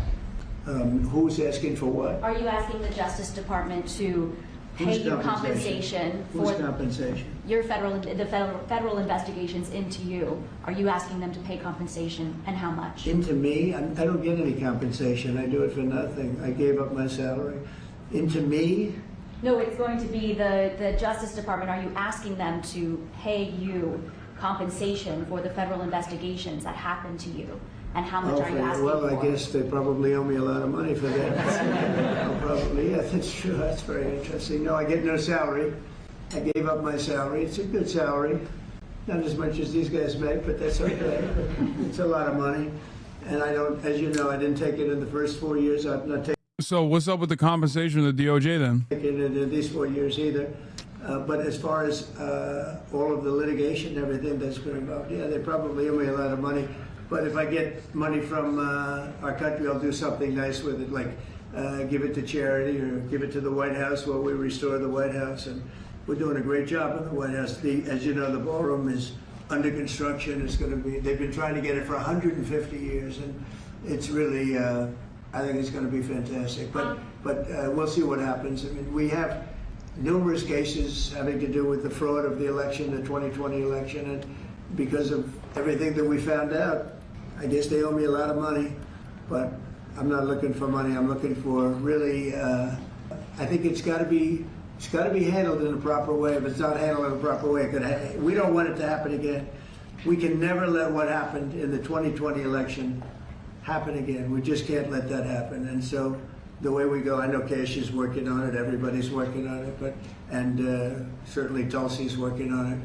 We can't let that happen again to our country. Look at what's happened where you have millions of people being allowed to come into our country, all because of a crooked election, where they come from prisons, they come from jails, they come from mental institutions and insane asylums. They're drug he dealers. loves this line. The people that they've allowed to come into our country. We cleaned them out in Washington, D.C. We have a very safe capital right now. We have a capital that's as safe as it can be. But I don't know. I mean, you'd have to ask the lawyers about that. Mr. President, what did you hear from Mr. President? A comment and a question, please, for you. First of all, you have just 1 billion plus hearts around the globe, including India, by celebrating the Diwali in the White House. Oh my God. And my other comment is, Mr. President. I like his question. Oh my God. Anyone else, Trump would immediately hit he'd be like, what are you saying? I can't understand you. But it's because it's like a fucking glaze. It's a glaze fest. It's a glaze festival over here. He's like, very nice. What a kind statement. Some might say the best statement of all time. In February, you and the White House staff gave a warm welcome to the Prime Minister of India, Mr. Narendra Modi. And after that, I decided to make a short trip to India for you, how popular you are in India. And I went there in a holiest also festival there. Millions of people were there. And also Prime Minister Narendra Modi was addressing a media event, 5,000 people. I was one of them there listening to him. And when I went to several states in India, what I found out, Mr. President, 3 people are most popular there. Prime Minister Narendra Modi, President Donald Trump, Mr. Kash Patel, and also with the surprise, our White House Press Secretary, Caroline Levitt. She's doing good, right? She is doing good. And superstar. And Mr. President, my question is, you had a great relationship with the people of India when you visited India, and with the Prime Minister of India, Narendra Modi, and also with the Indian American community.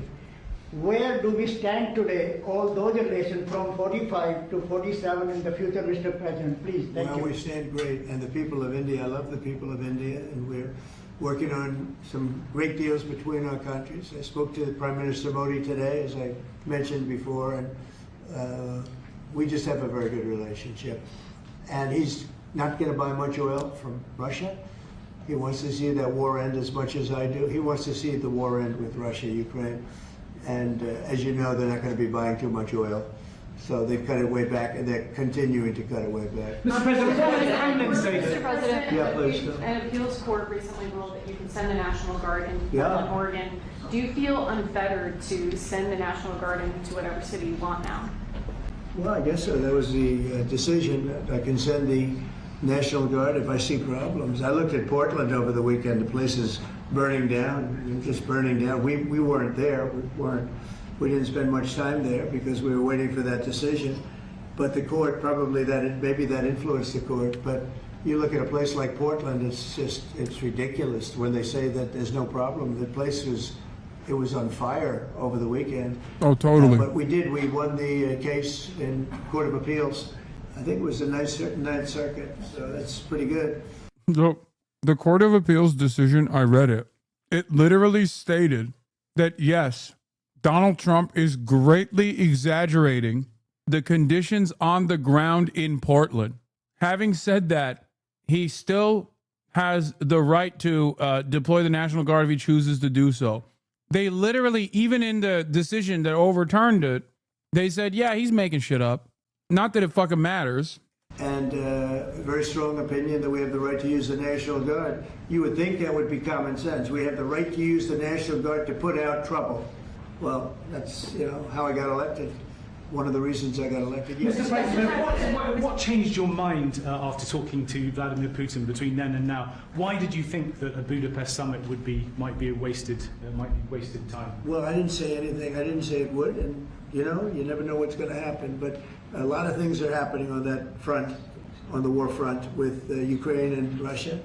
And we'll be notifying you over the next 2 days as to what we're doing. Did you hear a lot of things are happening. Did you hear something from the president? I think we're going to get it solved. Yeah, please. Mr. President, on Ukraine, do you still see a chance for a ceasefire? And what is Putin asking for? Do you still see a chance for a ceasefire? And what is Putin asking for? I do. It's a vicious look. It's a vicious war. It doesn't really affect us. We sell equipment to them. We sell equipment to NATO, and NATO gives it to Ukraine, but we don't pay anything anymore. Biden spent $350 billion. The war would have never happened if I were president. By the way, the reason the reason why he keeps saying like we don't lose anything, we just sell equipment to NATO, is because this is probably one of the worst indications that this is going to continue. Because I think he's trying to stress test that position to his own audience. He is basically trying to tell the Republicans that are like, bro, enough with this Ukraine shit, that the war is going to continue. We have no motion. We have no power. We have no leverage here. But I can't admit that to you, which is why I'm going to say this isn't foreign aid. This is actually very helpful for the American industry, which is military Keynesianism that Joe Biden actually tried to advocate for as well. I'd go so far as to say, given the confines, given the conditions on the battlefront, Biden had more leverage to end it than Trump does currently, but understand where he's coming from and what he is signaling he's going to continue to do. Would have never, not even a million years, and Putin knows that too, would have never happened. But it did happen, and I came in, and I have to see if I can put it out. But it doesn't affect us because we're not losing soldiers there. Although, when I first came in, that could have ended up, it's not going to happen, but it could have ended up in World War III. That was really out of control.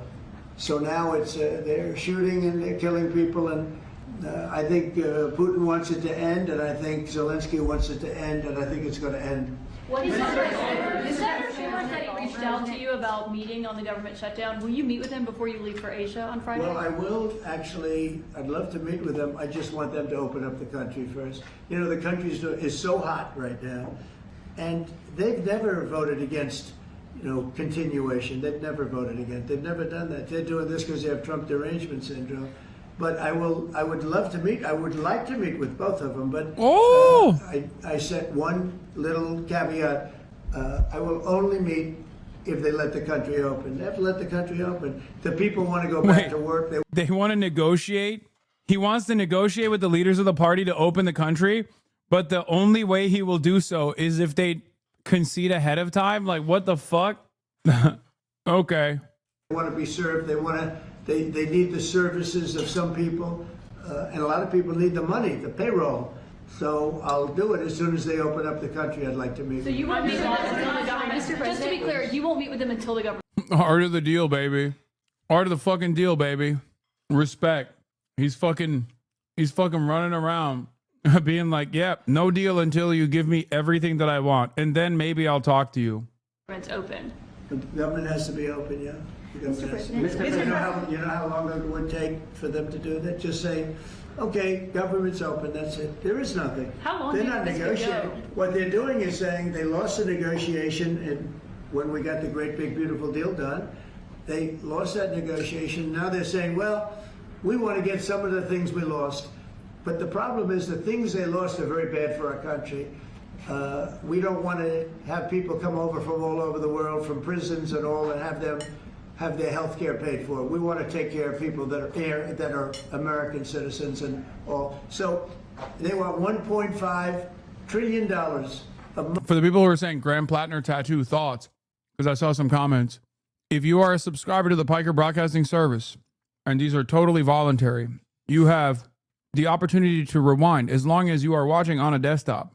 I have spent the first 3.5 hours talking about it, and then even diving into Lenin by the end of the conversation.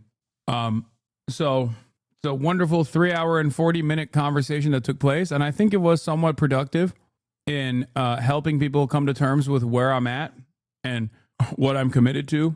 I don't think anyone thinks Plattner is a Nazi because of the tattoo.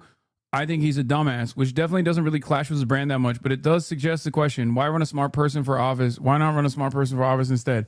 I think people need to think this through a bit, especially if Gaza is important to you. A loud advocate for Palestine in the Senate with a Nazi tattoo would be the ADL and AIPAC's greatest gift. It's not a knock on his lane or what he's trying to do, but surely there's someone else. There isn't.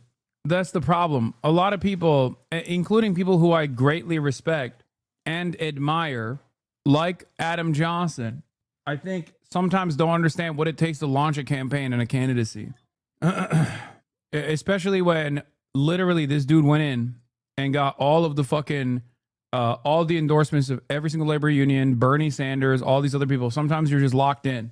If you can't see yourself voting for him, then that's fine. That's understandable. Okay? Yeah. Plattner says he'll remove tattoo that resembles Nazi symbol. His former political director said he knows damn well what the tattoo signifies. It was not until I started hearing from the reporters and DC insiders that I realized the tattoo resembled a Nazi symbol, Plattner said in a statement to Political on Tuesday. I absolutely would not have gone through life having this tattoo on my chest if I knew that. And to insinuate that I did is disgusting. I'm already planning to get this removed. Plattner reiterated that he got the tattoo while out drinking with fellow Marines in Croatia, choosing the skull and crossbones off a wall in the tattoo parlor. He has said the similarity to Nazi iconography never came up, including when he underwent physical exams mandated by the U.S. Army, which prohibits tattoos of identified hate symbols. In the nearly 20 years since this hasn't come up, Plattner said, I cannot believe it. But after talking to a bunch of people in this chat who are very neurodivergent and I thought were locked in on, you know, identifying symbols of hate, I guess a lot of Americans literally don't fucking know. I cannot believe it. I feel like a failure as far as my advocacy against Nazi symbols. Only 40% of the chat said they knew that the totem cough was a Nazi symbol, a prominent Nazi symbol. 60% of the chat said, and this community is way, way more tuned into that kind of stuff than the average American is. That is fucking crazy. How was that possible? Yeah, I only knew it because you taught us when you were covering the Azov battalion. I only knew because I found out from you when I first started watching 7 years ago. Jesus Christ. What? If he picked it off a wall, the story's bullshit. No tattoo studio that has that on their wall. Flash sheets will only have that and nothing else sketchy. No, it's definitely, he definitely went into a fucking Nazi tattoo parlor in Croatia. That part of the story is the most believable part of the story. The unbelievable part of the story is the fact that nobody told him for 20 years almost, and he never took it off. A fucking Ustazi supporting Croatian tattoo parlor being like, hell yeah, brother, this is the best tattoo to give you. That makes sense. I thought Plattner's tattoo was a pirate symbol from a pirate flag. Law. Oh my God. Plattner's statement that he would get the tattoo removed came after questions were raised, including from a former top campaign staffer, about how he could have been unaware of the tattoo's connotations. Maybe he didn't know when he got it, but he got it years ago and he should have had it covered up because he knows damn well what it means. Plattner's former political director, Genevieve McDonald, wrote on Facebook. McDonald, once again, resigned from the campaign even before this shit. And this is an understandable point for someone to like say, all right, I'm out. But the fact that she resigned because she saw Reddit posts of him being like, I'm a commie, I'm Antifa, and was like, okay, I'm out, implies I don't care about her perspective at all. I think she's a fucking dumbass. The tattoo revelation came after Plattner apologized last week for a series of offensive Reddit posts. There's a Plattner political compass. I got older and became a communist. Deleted post show main senators hopeful raw views and politics. Oh, dude, head in the office is goated. I didn't even know they were on Twitter. That's so funny. This is hilarious. Welcome back, LBJ. Created Medicare and Medicaid, said the N-word, whipped out his dick in public, signed the Civil Rights Act into law.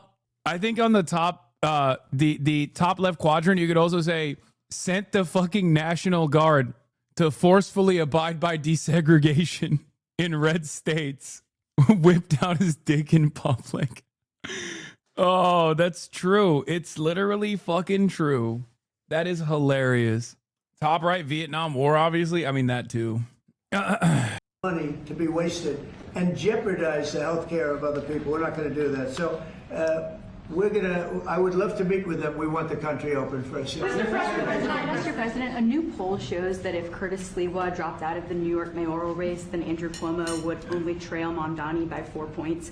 Would you call Curtis Sliwa to drop out of the race so that can happen? Well, I looked at the polls, and looks like we're going to have a communist as the mayor. Oh, he gave up. Let's go. Oh, can you believe it? I got a mailer the other day from Andrew Cuomo. He said, Google HasanAbi 9/11. I Googled it. I said to myself, unbelievable. Can you believe it? Can you believe it? They're going to do 9/11s. They're going to do so many 9/11s in New York. We've given up. What? Did he change it? New York, it'll be very interesting. But here's the good news. He's got to go through the White House. Everything goes through the White House. At least this White House it does. And we'll have to see what happens. But like, can you imagine, dude, Biden being like, hey, there's a special election happening in, I don't know, insert red state. And if you don't make sure that it is my Democratic senator who wins in the special election, I am going to cut funds to your state, to your bumfuck red state. That is calls for a civil war, okay? But when Trump says it, it's just Tuesday. It's just October 21st, 2025, just another Tuesday. Incredible. If he dropped out, he's not going to win. And not looking too good for Cuomo either. But maybe, I don't know, if he dropped out, maybe Cuomo would have a little bit of a chance, but not much. Because it looks like the lead is, it's not a great lead, but it's big enough that he should be able to win. So I genuinely don't understand what is in the mentality and mindset of like a lot of people online leftists who are so hyper focused on Graham Plattner. Like I don't understand it. Like why is this your main point of contention? I truly want to know, because there's something that I have never seen. I have never seen this level of intensity. You spent 4 hours talking about him. I know part of the reason why is because like a lot of people are very, very pissed off. It's because you are. Their entire universe is you, and everyone who hates you. Bad Empanada made a video about you and Graham Plattner literally yesterday. Yeah. Because the Argentina Trotsky is leading them. Yeah. Mr. Permanent Revolution. It's because he has a Nazi tattoo. Of course, it's a sensational info for leftists. No, this is before the Nazi tattoo. The Nazi tattoo is when I also was like, this is completely fucked up. They've been yelling at me over Graham Plattner non-fucking stop. Zohran Mamdani, opposition research. Several kindergarten classmates recalled that Mamdani often sang lyrics threatening violence against Barney the dinosaur, a figure many in the Jewish community regard as a hero. Graham Plattner, Oppo research. I heart eating shit. Expect more brigaders tomorrow after he releases a video about how he told you so. I mean, I don't really care. Here's my issue. How much leeway do we give him? Where do we draw the line? I don't know. I feel like the Nazi tattoo thing is a decent fucking line to draw for many.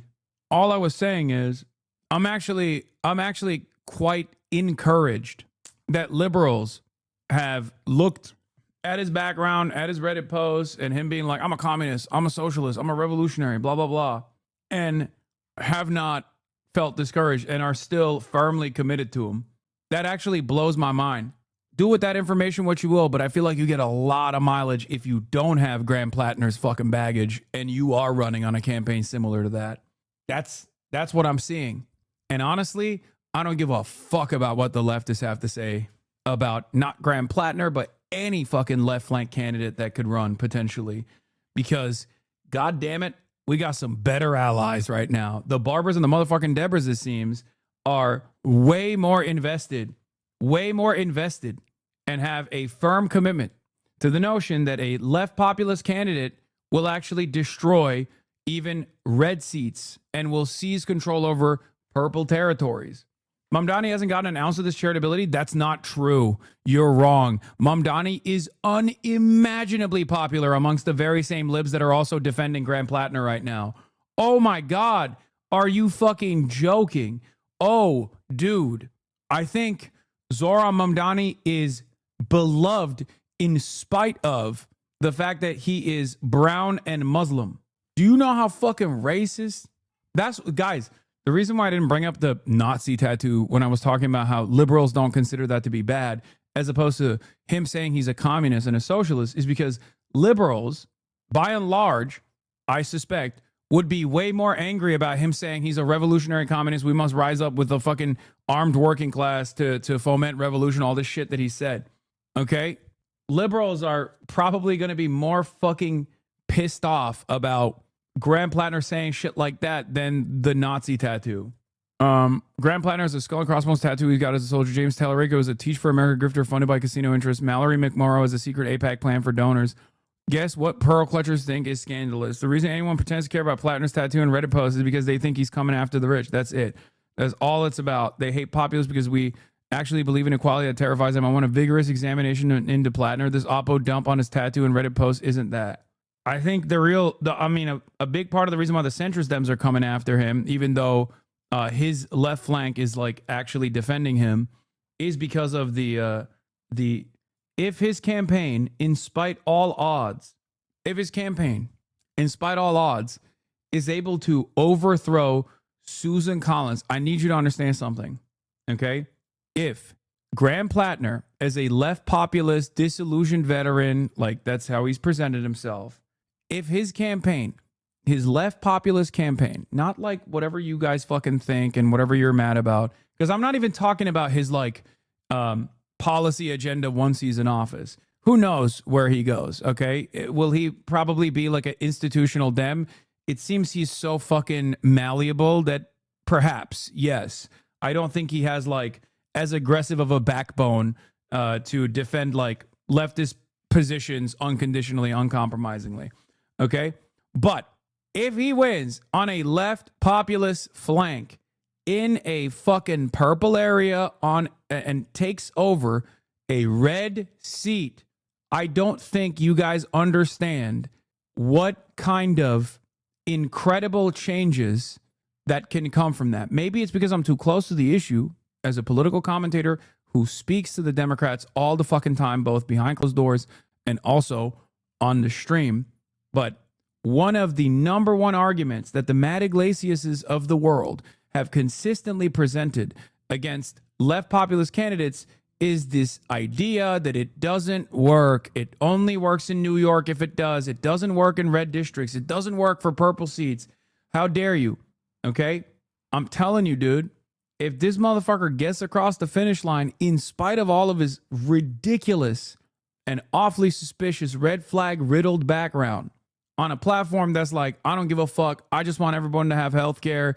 Yeah, I was a veteran. I was fucked up. I was stupid. Oh, I'm so stupid. I can't believe I got a fucking Nazi tattoo. So stupid. But like, I still want everyone to have health care. Like, I'm backed by all the labor unions. Like, if he runs on that campaign and he fucking wins a red Senate seat, dude, are you fucking kidding me? Are you fucking kidding me? I'm putting my nutsack on every fucking table inside of the goddamn Capitol, okay? I'm stamping my nuts. Every Democrat can suck me from the back after that, okay? Oh, what happened? I thought this was just a Zoran thing. I thought it couldn't fucking work anywhere else. I thought it was because New York is woke and gay.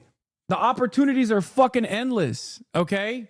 I'm from Maine. He's our best candidate. I don't care what some terminally online folks who couldn't point out Maine on a map think about our choice between Plattner and a couple shitty lib dinosaurs. Probably won't door knock for him again, though, lol. Okay, well, if you think he's the best option, you should still continue doing that. Too much faith in electoralism? No. Oh, my God. Do we have to do a broader... By the way, Patrick, lunch enjoyer, wants to collab with you at some point. He apologizes for any previous slights in the past. One of his friends may have done something that was off-putting, and they didn't mean it. They're in the same group as Caleb, and they want to link up. They appreciate every time you reference I heart eating shit. Sorry for interjecting on the convo. I'm a dumb chatter. That's so funny. I think those guys are very funny. And also, the dude who was shitting on me has already apologized to me in the DMs like a long time ago. Said the same thing with Fetterman, bro. He literally chased down a black man saying the same shit in terms of policy. We already established this is a real tried and proven method. No, because Fetterman's victory was still firmly within the hands of like the Democrat establishment, the Democrat, within the confines of like the Democratic Party. I suspect that even if Fetterman's opposition in the primaries won, he still would have defeated Dr. Oz. Like Connor Lamb would have fucking also defeated Dr. Oz, which probably my biggest fucking probably my biggest L. Who knew that Connor Lamb would be an infinitely better choice? That motherfucker was flexing. He was basically running around talking about how, you know, Israel is doing a genocide actually as a way to just say fuck you to everybody, all the fucking progressives that voted for John Fetterman. Literally, Connor Lamb was like, yeah, the Democrats really need to stop with this Israel shit. I was like, come on! Are you fucking kidding me? You can't be running around as a fucking shitty-ass neoliberal against John Fetty-Wap only to turn around and be like, just kidding, dude. I actually would have been way better, okay? And Connor would have probably been the same, to be honest, is wrong. John Fetterman is a uniquely bad candidate. No, I do not believe that Connor Lamb, regardless of how much of a fucking shitty establishment neolib he was, would be capable of behaving like a guy who has a unique brain. Also, I can't understand why so many people were so bricked by Fetterman, no pun intended. So many people were bricked by Fetterman that they just cannot see a world outside of John Fetterman. John Fetterman is a once in a lifetime situation. Okay. He got brain damage. It's not like he's hiding it. Like he literally he stroked out so hard, he became a conservative. Like it's not even like a Kyrsten Sinema style situation, because Kyrsten Sinema, by the time she was running for office, was already like saying that she was a centrist. Okay. Kyrsten Sinema, by the time she was running for office, was saying she's a centrist. John Fetterman literally wasn't saying anything while he was running for office the last time around because his brain had bricked up. And then once he was in office, he was like, I actually am the worst conservative you ever met. Taxpayers pay him nearly $250 million for legal fees.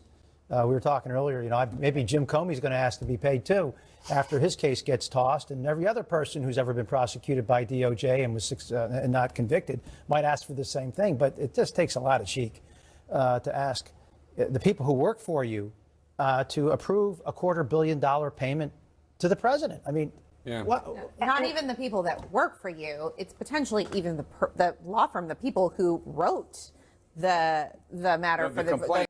Yeah. Chris Van Hollen had a stroke at the same time and I didn't become Fetterman. Wait, what? Wait. Oh my God. Is this equilibrium? Is that why Chris Van Hollen is so woke now? Oh my God. Shut the fuck up. Are you serious? Did Chris Van Hollen actually have a stroke at the same time? Dude, do strokes happen in that way where like they hit people with the stroke gun, but the target becomes a Nazi, but if someone else is in the periphery, they become an anti-Nazi? Or do you think they swap their brains out? Are you being sarcastic? No, Chris Van Hollen has unironically become one of my favorite, like, regular ass Democratic senators. And the reason why I say that is because he has done a lot of good stuff when other Democrats were too pussy to even attempt to put their bodies on the line to say anything about all the fuck shit that the administration was doing. Chris Van Hollen has been going nutty mode. He's like one of the most outspoken congresspersons on Israel. He literally flew to El Salvador to extract Kilmar Abrego Garcia. It's actually pretty crazy. Oh my God, Chris Van Hollen got hit with the stroke woke gun, the woke stroke gun, and the goddamn ogre got hit with the anti-woke stroke gun. Van Hollen's was in 22 and Fetterman was in 23. Maybe they hit Van Hollen first to try it out. It was a trial release. No, they were the same week. Wait, what? Statement from Senator Van Hollen. Today, U.S. Senator Chris Van Hollen released the following statement. This weekend, I was admitted to George Washington University Hospital for experiencing lightheartedness and acute neck pain. While I was delivering a speech in Western Maryland, at the recommendation of the attending physician, I sought medical attention upon my return. Earlier today, an angiogram indicated that I experienced a minor stroke in the form of a small venous tear at the back of my head. Wait. When was Fetty Wap? Obviously, every case is unique, but without actually weighing in on the Fetterman interview tonight, there is ample history of stroke survivors serving in the Senate. And really recent history, too. Tim Johnson, Mark Kirk, Ben Ray Lujan, Chris Van Hollen. Wait, it was around the same time. Bro got stroked out so hard, he went to fucking Gaza, bro. U.S. Senator Chris Van Hollen and Jeff Merkley, or not Gaza, West Bank, sorry, condemned violence against Palestinians as they visit the historic Church of St. George in the occupied West Bank, which was attacked by Israeli settlers in July. Bro, the stroke giveth and the stroke taketh. What the fuck? What the fuck, dude? So how the fuck did this happen to John Fetty Wap? Like, John Fetty Wap had the reverse stroke. Oh my God, 5/15/2002, 5/13/2002. Oh my God. Oh my God. There is an equilibrium. There was a balance. They stroked one out to turn him into this fucking ogre, and they stroked the other one out to turn him into a woke-ger. Perfectly balanced as things should be. You know, I don't know that I want to get involved. It's really a question of, would I rather have a Democrat or a communist? And I would rather have a Democrat than a communist. Oh! Do you speak to Mamdani if he wins? Yeah, I'll speak to him. Did you I have an obligation to speak to him, but look, I love New York. I've always loved New York. I just can't believe a thing like this is happening. I left New York, and we had a mayor, de Blasio, who was a disaster, but when I left, it was sort of before he could really take hold. And boy, New York was a hot city, and now it's sad to see what's happening, frankly. And with the communists in charge, look, you just go back 1,000 years. I mean, it's been done many times, 1,000 years. It's never worked once, so it's not going to work now either. Mr. President, you're building your ballroom right now. They're also building the Obama Presidential Library. I'm wondering if you've He needs seen. help. Have you seen pictures of the architecture and what do Yeah, you I think did. of it? It's not too pretty. No, but it's closed. It's stopped. They ran out of money. I mean, he's building a library / museum. You know, you call it some museum, and usually they call it both. They call it library and museum. That's the official name. And they're stuck. And he wanted only women and DEI to build it. Well, that's what they got.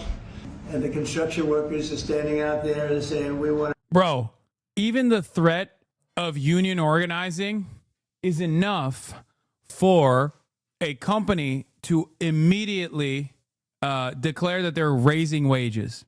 Okay? And just like that, the threat of a socialist Democrat mayor is enough for the Republicans to immediately concede and be like, well, I guess we can have a regular Democrat instead of a socialist one. Have you noticed that? Have you noticed that? Interesting. Just saying. Overton window shifted so fast, my head snapped. Meanwhile, this motherfucker's running around. This motherfucker's running around talking about 1,000 years of communism. He's talking about primitive accumulation, chat. That's what he's talking about. Be able to build it. You know, you have I built a great building in Chicago, as you know, a big, beautiful building, one of the tallest buildings in the country. A lot of you are joking, but yeah, he's talking about anarcho-primitivism. He's talking about primitive accumulation. He's talking about how people used to just pick fruit, okay, for the tribes, not a big deal. And then the enclosures came. Can you believe it? And then the enclosures came, and they said no more public land, no more. The land owning rentier class abolished the freedoms that the proletariat had in their subsistence living formation for thousands of years. And at the time, it was hard. The peasants could not stop themselves. Total woke failure. It led to agriculture. And we got it built very quickly, very well. And we use the construction workers of Chicago. They're great workers. They're great construction people. And I suggest that he get them involved. But they're hundreds of millions of dollars over budget. And I think it stopped. I'm reading these terrible stories. Primitive accumulation refers to the process in which the ruling classes stole wealth from the producers before capitalism. You are thinking of primitive communism. Yes. Thank you for correcting me. But that's the way our country was run under President Obama, too. Nobody knew it. Mr. President. Thank you, Mr. President. No, it's not. I mean, he's not wrong. He's right. Crude oil supplier in September. Are you considering tariffs on China? Well, I mean, you read the same papers as I do, but I don't have to read the papers because I'm the one. Right now, as of November 1st, China will have about 155% tariff put on it. And I don't think it's sustainable for them, so I want to be nice to China. But China's been very rough with us over the years because we had presidents that weren't smart from a business standpoint. Some were good politicians, some weren't even good politicians, but they allowed China to take advantage of us and every other country to take advantage of us. If you see, I made a deal with the European Union. I made a deal with Japan, with South Korea. I made a lot of these deals that are great deals. And I was able to do it. It's really national security. I was able to do it because of tariffs. And we're getting hundreds of billions, even trillions of dollars paid into the United States. We're a very rich country again. We'll start paying off debt. We'll do a lot of things. We'll probably make a distribution out of some of the tariff money. I think we're going to make a distribution over the next fairly short period of time to people because we took in so much money from the tariffs. Just European Union, $650 billion. Japan, $550 billion. South Korea, $350 billion. That's even a lot of money for you guys, right? That's not bad, right? But no, we're taking in a lot of money, and it keeps people like this here because that's why they're coming in. I mean, you wouldn't be, I mean, I'm not going to speak for you, but generally they won't be coming in if it weren't for tariffs. They come in here and they don't have to pay any tariff. If they do it outside, they pay a lot of money, a lot of tariffs. The money comes to us. And in order not to pay the tariff, they come and they build here. That's why we have more plants under construction than we've ever had in the What do you know about this money? About the same as Donald Trump knows about the money, which is to say nothing. Everything, bro, everything that he is saying is an abject lie. As far as like the coffers, as far as the tariffs goes, yes, they have collected some money. Okay, they have collected some money from the tariffs, but again, that ends up having an inflationary effect on the goods that you're consuming. So it technically still ends up coming out of your pockets. But as far as like the IOUs that he constantly talks about from like Korea and all these other places, like that's all bullshit. And I assume this is like a Diwali thing, right, chat? Where are my Indian HasanAbi heads at? Is it? I don't know. I don't want to come across as insensitive, but freak out. Nice. Dude, it's been kind of crazy seeing what's his face? Seeing Kash Patel be like, "Oh, I celebrate like happy Diwali," right? And then there's just like right-wing motherfuckers who are like quote retweeting him and being like, "Stop with this shit. You better stop with this right now. You cut it out with this fucking Diwali nonsense. It's not American." It's like, damn, bro. Yeah, it was Matt Walsh. Matt Walsh said, "Get the fuck out of here with this Diwali shit." Or was it Matt Walsh? Or it was Steven Crowder that I saw, which is crazy. Like, why the fuck is that a problem? Why is that crazy? It's crazy because I think it's a sign of the times that prominent and not so prominent Republican political commentators are so overt with their racism. Like, it's actually incredibly, it's devastating that people are so open about like their demands to deport brown people, like Indian people, even if they are prominent figures in the administration. Mandy Asanta, American Christians, if you can have your church bell, we can have our Islamic prayer call. Christianity built this country. Islam did not at all, even in the slightest way. That's why we can have our church bells, you ungrateful little bitch. And then the one I was thinking of is Steven Crowder straight up. What is this? Clue Freeman, D, New York, 45 years old, but young at heart. The king of Zing loves to say, while Trump's up to some monkey business, I'm over here standing on business and other really awesome, useful shit. Pennsylvania. And these Republicans, they are not the party of law and order. They're the party of lawlessness and disorder. Fucking got him. Fucking got him. This is Steven Crowder on Kash before and after. Yeah, this is why the establishment is so afraid of Kash Patel. And then boom, could we not? Happy Diwali, celebrating the Festival of Lights around the world as good triumphs over evil, is fucking nuts, bro. I can't believe it. I cannot believe it, like how open they are. I cannot believe how open they are about how they're like relentless racism. I don't think this is good. And I don't mean like, oh, I don't think this is good for the future of the country. That much is clear. That's obvious. But I don't think this is good for even like having a long standing. No, guys, listen. It's obviously not good for anything. But I'm saying I don't think this has staying power. Okay?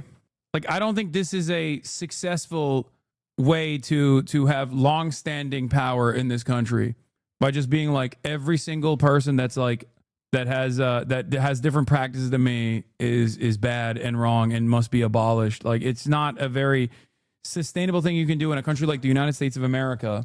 Because like, even if you are shitting on your own fascist soldiers, okay, even if you're shitting on your own fascist soldiers at a time when your ranks are way more diverse, it's just not going to work. Fascism nowadays is much more diverse than the previous formations, especially in the United States of America, because the United States of America is a diverse country. And unless they find like a higher order to tie themselves to, like unless they try to build something new instead of just like blanket white supremacist fascism, they're not going to be able to maintain this movement, which is good, I think. Maybe I'm wrong, but I don't think you can get away with like shitting on your own brave fascist soldiers like this. I'm sorry to tell you that I found out why Trump gave up on beating Zoran. I'm officially starting Hot Girls for Cuomo. So if you are a hot girl for Andrew Cuomo. You are actually correct, because whites will be a minority as a collective by 2060. I mean, whites are already a minority depending on what your definition of whiteness is. To be fair, Hinduism is not fascism. Hindutva is. There's a difference. Wait, what? No, I'm not talking about Hinduism, man. What the fuck? No, I'm talking about Kash Patel. Kash Patel himself is a loyal servant of the fascist administration. I'm not talking about Diwali. I'm just saying you can't shit on Kash Patel for celebrating Diwali when he is a fucking loyal servant of fascism. And then simultaneously expect that you can have this this movement that is going to necessarily be diverse. That's just how America is. What is this? You need to see Matt's quote of this. It's diabolical. Click the link in this quote. Honestly, I was skeptical, but they did a good job with the website. That's awesome. HotGirlsForCuomo.com takes you to the Attorney General NewYork.gov website. Report of investigation into allegations of sexual harassment by Governor Andrew M. Cuomo. Oh my God. Respect. Free scroll the replies to this Bill Ackman tweet. The Zohran Mamdani campaign is actively working to keep Curtis Sliwa in the race. Come on, Ackman, stay in your lane. There's another website at work. What is this? Help me build HasanPiker911.com. Thanks to Cuomo ad telling people to Google Hasan Piker 911. I went ahead and bought this domain. I want to prop up a simple website for people actually Googling Hasan Piker and 911. Who wants to help with this? I'd like to get something hosting over the next day or two. The goal here is to create an educational one-pager for people who have no idea what's going on. Section is, who is Hasan Piker? Why would someone say America deserved 9/11? Why is this being brought up by Cuomo? What is Mamdani's stance? Where can I learn more / help Zoran win? Join an org.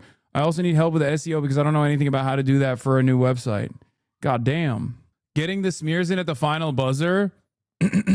Why Mamdani frightens Jews like me. Changing the URL. Zoran Mamdani, Israel, Palestine, Jew. Sick. Cuomo's going to win them all after this one? What is this? I mean, we're going to talk about fucking... De Blasio, you know. What the fuck? He's doing AI ads? Oh, God, he is so fucked. He is so fucked. Oh, Jesus Christ, he's doing AI slop. Ay, ay, ay. What a fucking shit show this has been. They're just so desperate that they're hitting every fucking racist line that they can. Anyway, let's finish this Trump thing and then I'll get to Zoran. Of our country. And you wouldn't think it's complicated, but you would have thought somebody would have done this a long time ago, sitting in this beautiful seat behind what's called the Resolute desk. You know that, right? This is a very famous. This is even more famous than any of your desks. But your desks are very good. Follow up on her question to you, because the New York Times is reporting that your legal team is seeking $230 million from your own Justice Department now in response to the investigations into you. Is that something you want your legal team to do? I don't know what the numbers are. I don't even talk to them about it. All I know is that they would owe me a lot of money, but I'm not looking for money. I'd give it to charity or something. I would give it to charity, any money. But look, what they did, they rigged the election. And as you know, we had, in one case, 60 Minutes had to pay us a lot of money. George Slopadopoulos had to pay us a lot of money. And they already paid. You know, they paid me a lot of money because what they did was wrong. And, you know, when somebody does what's wrong. Now, with the country, it's interesting because I'm the one that makes the decision, right? And, you know, that decision would have to go across my desk. And it's awfully strange to make a decision where I'm paying myself. In other words, did you ever have one of those cases where you have to decide how much you're paying yourself in damages? But I was damaged very greatly, and any money that I would get, I would give to charity. Thank you, Mr. President. Yeah, please, go ahead. Is the Democrat Party now Mamdani's party than it is even Leader Schumer's or Leader Probably Jeffries? is, yeah. Look, I mean, maybe he'll run for president in 4 years. You have a communist president. That would be interesting, right? I don't see it happening. You know, I've always said you will never see, and I always talk about socialism, and you will never see a socialist so-and-so. And I was right. I say it in speeches, we will not have socialism in our country. And I was right. Communism, yes, but socialism. In other words, they skipped socialism and they went down to communism. I really think it's quite remarkable how much people flex their idiocy in this country. Like, especially as it pertains to talking about like socialism and communism and stuff. Like, it is pretty crazy that like most people have no issue just straight up being wrong about this stuff. Like, no one just knows what these words mean or imply. And the average American is also just as stupid. And they just go, yeah, I guess that makes sense to me. I don't fucking know anything like that. They're skipping over the socialism to bring about communism. They've moved beyond. It's just, okay. I've met multiple libs that call Trump a commie. I know. We gotta do away with that. We gotta do away with the negativity associated with socialism and communism. Slowly but surely, hopefully. Except our establishment libs are not gonna do that. No, he's a communist, and he's going to be maybe the mayor of New York. I don't know, maybe, polls are wrong, but these polls seem to be pretty consistent. But he would be, I would say he would be the leader of the party. It's not Schumer. Schumer's shot. He's shot. This poor guy, I feel sorry for him. I've known him for a long time, but I think he's mentally gone. He's been beat up by young, radical lunatics. And I think Chuck Schumer he's gonzo. I really do. I think he's probably not going to run. It shows that he's losing in every poll. Now, this is hard. He wants to meet with me. It's sort of hard to meet with a guy after I make a statement like that, but I'm just giving the facts. I think Chuck is probably finished. I know some people, Democrats, that would be good. Some good politicians and some, reasonable people. But I understand that they would not have a chance of, getting even the concept of holding the torch. They're not going to get it. But they have some people that I really believe they're low IQ people. They're stupid people. And they seem to be leading the party. So we'll see what happens. Look, the Republicans are strong. We have great leadership. We're very strong in every way. Oh, yeah, definitely. Definitely. And we're going to keep it that way. But we are really a strong party. Our party's grown magnificently. We've gotten away. Look at all the union votes I got. Nobody thought that was ever possible. Look at the election where I won I won everything. I won all 7 swing states. If you win 3 or 4 swing states, you're doing great. I won all 7 by a lot. And I think the best thing when you look at districts, 2,700 versus 525. That's big. That's why the map shows all red. So we won in a tremendous landslide, and that's because people like our policy. I guess they like me, but they like my policies. Strong borders, good education, low taxes. In the great big beautiful bill, we got the biggest tax cut in history. Not only no tax on tips, no tax on Social Security, no tax on overtime, we got the biggest tax cut in the history of our country in the bill that we just approved. And I think people see that and they like it, and that's why we're doing well, but they are not. They do not have leadership. Thank you very much, everybody. Thank you, Thank you very much. Thank you, guys.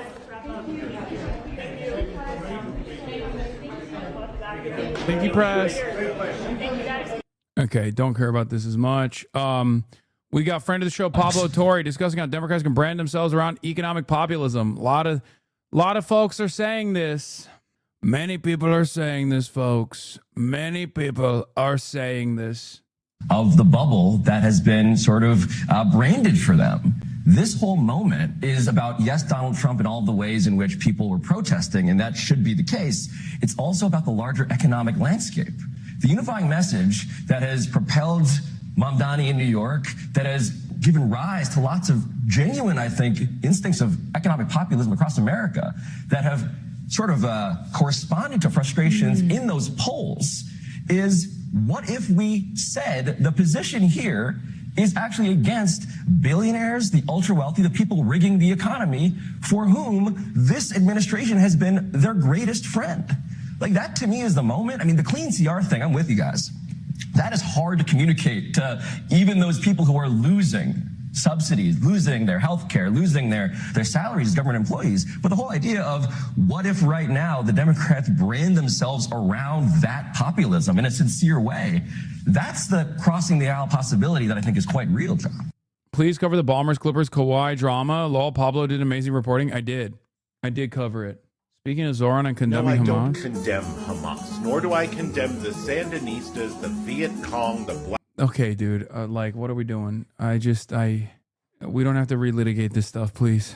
Oh, I'm so tired. All right. Speaking of condom hummus, yes, I will work on having Pablo on. Zoran Mamdani is doing well. And the better that Zoran Mamdani does in the polls, the worse Andrew Cuomo gets with his campaigning. Let's take a look at this new AI ad that he released. Hello, it's me, de Blasio. New York City's least favorite mayor. Today, I wanted to introduce you to my mini-me Mamdani. Hiya! If you thought my policies were evil, you're gonna freaking hate this. Sure will, boss! In 2020, I cut $1 billion from the NYPD, which dramatically spiked crime. I wanted to fund the police entirely! So evil, so unsafe. My mini-me also wants to cut gifted and talented school programs for kids, just like I tried. Until the backlash. There's no such thing as talent. Socialism means we're all equally dumb. Right. And he's even copying my failed rent freeze I tried on millions of units, which ended up plunging the rates of available units and making the housing crunch higher and stop new housing construction, which would actually lower rents. But I'm gonna do the same thing while doing a TikTok dance. And most evil of all, I depoliced sex work, which ended up increasing sex trafficking for women and young girls in New York City. So I'm gonna take it further by decriminalizing prostitution completely.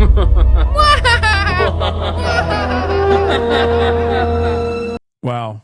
Once again, I find myself asking the question that some of you in the chat are asking as well, which is, who is this for? Like, who is going to watch this and go, hell yeah, brother, I'm voting for Andrew Cuomo? I don't understand. Anyway, what's dumb about this clip is that Zoran has never promised free housing or free transportation. He's promised a rent freeze on rent-stabilized apartments and free puzzles. You still pay for the subway. His agenda is fairly doable if negotiated with Albany. I wish that he could promise free housing and free transportation. That'd be fucking sick. Sweet, I'm in a good ad spot. Very pro Mamdani ad spot. Let's fucking go. For the record, it obviously did not end there. Cuomo is throwing out mailers, or the Cuomo campaign is throwing out mailers. The Michael Bloomberg PAC with DoorDash has decided that the Hasan 9/11 stuff is actually really good. Has anyone seen these yet? I had a couple of my friends in New York report to me that they got Instagram ads, and someone sent me the mailer as well. Oh, here it is. Tyson Brody reports, amazing Fix the City ads on IG. Favorite part is that they have to add 9/11 for Hasan rather than just his name, unlike the other two, because Googling Hasan would just bring up his channel and fans. Google Hasan Pica 9/11, paid for by Fix the City Inc. Executive Director Megan Brown. Top 3 donors Michael Bloomberg, DoorDash, and John Hess. Not expressly or otherwise authorized or requested by any candidate or the candidate's committee or agent. More information at nyc.gov/follow the money. Vote for Cuomo. And then Google Rebecca Kadaga and Google Siraj Wahaj. Why did they say Hasan Piker 9/11? Why didn't they just put my name? That's fucking bullshit. Nothing quite as sad as a super PAC that never landed on something that works, just endless spaghetti at the wall. My meme became real. He kept trying to Google you. Every time I go, I see it. Everywhere I go, I see his face. There are so many people in politics and media obsessed with messaging to a population of Americans that statistically do not exist. It's very gratifying to see Cuomo run his whole campaign around it and just eat relentless shit. Completely true, and yet I would like to hear more. How would you describe this population? Guy who works at a factory but vociferously supports businessmen and the free market, hates socialism, season ticket Israel Maccabees fan, owns a 2-bedroom house, but is intensely invested in landlords' rights for some reason. Only media he watches is News Nation. So have the mailers actually kicked in? Let's look at trends. Trends.google.com. Okay. Hasan Piker 9/11. This is in the past day. Hold on. Past 90 days. Oh, big blip. Big blip. I guess no one searched it. By the way, it's not even Minnesota is searching me more than, okay. Little blip on October 7, 8, 9. Only on October 17. Another major blip, which I suspect is that when the debate happened?